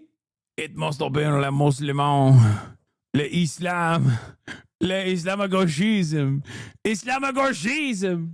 He did not. Are you guys fucking around? The Greeks should hire art thieves to get their shit back from the French and British museums. They're too busy with whatever the fuck's going on in Greece right now. They don't have the competence to do such a thing. But yeah, ultimately, this story is completely out of fucking control. I think it's crazy. I think it's kind of awesome. It's fucked up, but it's fucked up for sure for all the art enjoyers, for all the history enjoyers out there. But also at the same time, it's like I don't know. It's just like it's objectively the coolest kind of crime. The jewels weren't insured, by the way. I don't understand any of this stuff. I mean, I don't get it. I don't understand how little protection there were for priceless artifacts like this. Like, it's just so shocking that apparently all the jewelry thieves know. It's not that it's France. The fucking jewelry detective literally said, no, it's super easy to steal this stuff. People don't know. You can just go in and take it and nobody will do anything about it. Like, I don't understand. Somebody told me that on NPR guest said that the items are basically held for ransom money. This is 2025. They don't have to sell the jewels. Just go to Poly Market to bet on when the jewels will be returned and 10x their money instantly while returning the jewels. It's the perfect crime. Squeezy thinks it's an inside job. I just don't understand it. Don't throw shade at these art thieves. They're Ocean's 11 level professionals. Bro, I don't get it because like they dropped it though. A national embarrassment. Tourists were stunned. You know, you think in the Louvre of all places, don't they have like the best security on the planet? In fact, they don't have the best security on the planet. And that's kicked off. No. In fact, they don't have the best security on the planet. Huge blame game in France. What were the main weak points? Everything. A recent security audit noted that 35% of the rooms in the Denon wing, where the jewels were, have no security cameras. What? And France's justice minister admitted the glass on the cases wasn't strong enough. The thieves were able to cut right through it. C'est que nous avons failli. We have failed, he said. How useful is the evidence going to be? Is it likely these guys are in any kind of a database? If they are professional, yes, they are all known. If they are amateur or in the middle, it may be a little more complicated. What I think is we will catch them. I don't think we will catch the jewels. Now, you may be asking yourself why thieves, if they wanted gems. He meant jewels, chat. He didn't say we will catch you. We won't catch the jewels. The captions misread that. Would have targeted the Louvre as opposed to, say, a high-end jewelry store. But experts are telling us this morning that it's because jewelry stores tend to be better protected than a lot of France's old museums, Gail. What the fuck? Bro, they're just saying it's time to go on a heist, dude. Time to go on a fucking run. Bank run time. Also, this happening in France is so funny because, like, isn't all of the movie, like, Lupin, Arsène Lupin, is like all the famous art and jewelry thieves are unironically always presented as French. If it's gonna happen somewhere, it's probably gonna happen in France. L'Ironie, Pink Panther, oui, oui. Wait, someone filmed them? No. Okay, so first is this ruby diamond Wait, why didn't any of the news media show that there were people there that filmed them? ring from the Byzantine era. Kind of don't care what time period, but it's going to be a great resale on eBay. I also low-key don't understand how, like, I just don't get how there was nobody there. Like, that's the reason why I think some people are saying it's like a inside job, you know? That, and also they don't do the switcheroo. And if they had listened to me, they would have done the switcheroo and this wouldn't be a problem. But anyway, on that point, that's all I got for today. I'm tired. Short little half day, 7-hour broadcast. You already know what it is. I will see y'all tomorrow. Remember, the Zohran Mamdani New York Mayoral Debate 2 Electric Boogaloo will be tomorrow. Oh my God. Hopefully Andrew Cuomo doesn't try to bring me up again. But who knows? Love you all. And I will see you tomorrow. Just begun. There he is again. The sun is streaming. The sun is streaming. There he is again. The sun is streaming.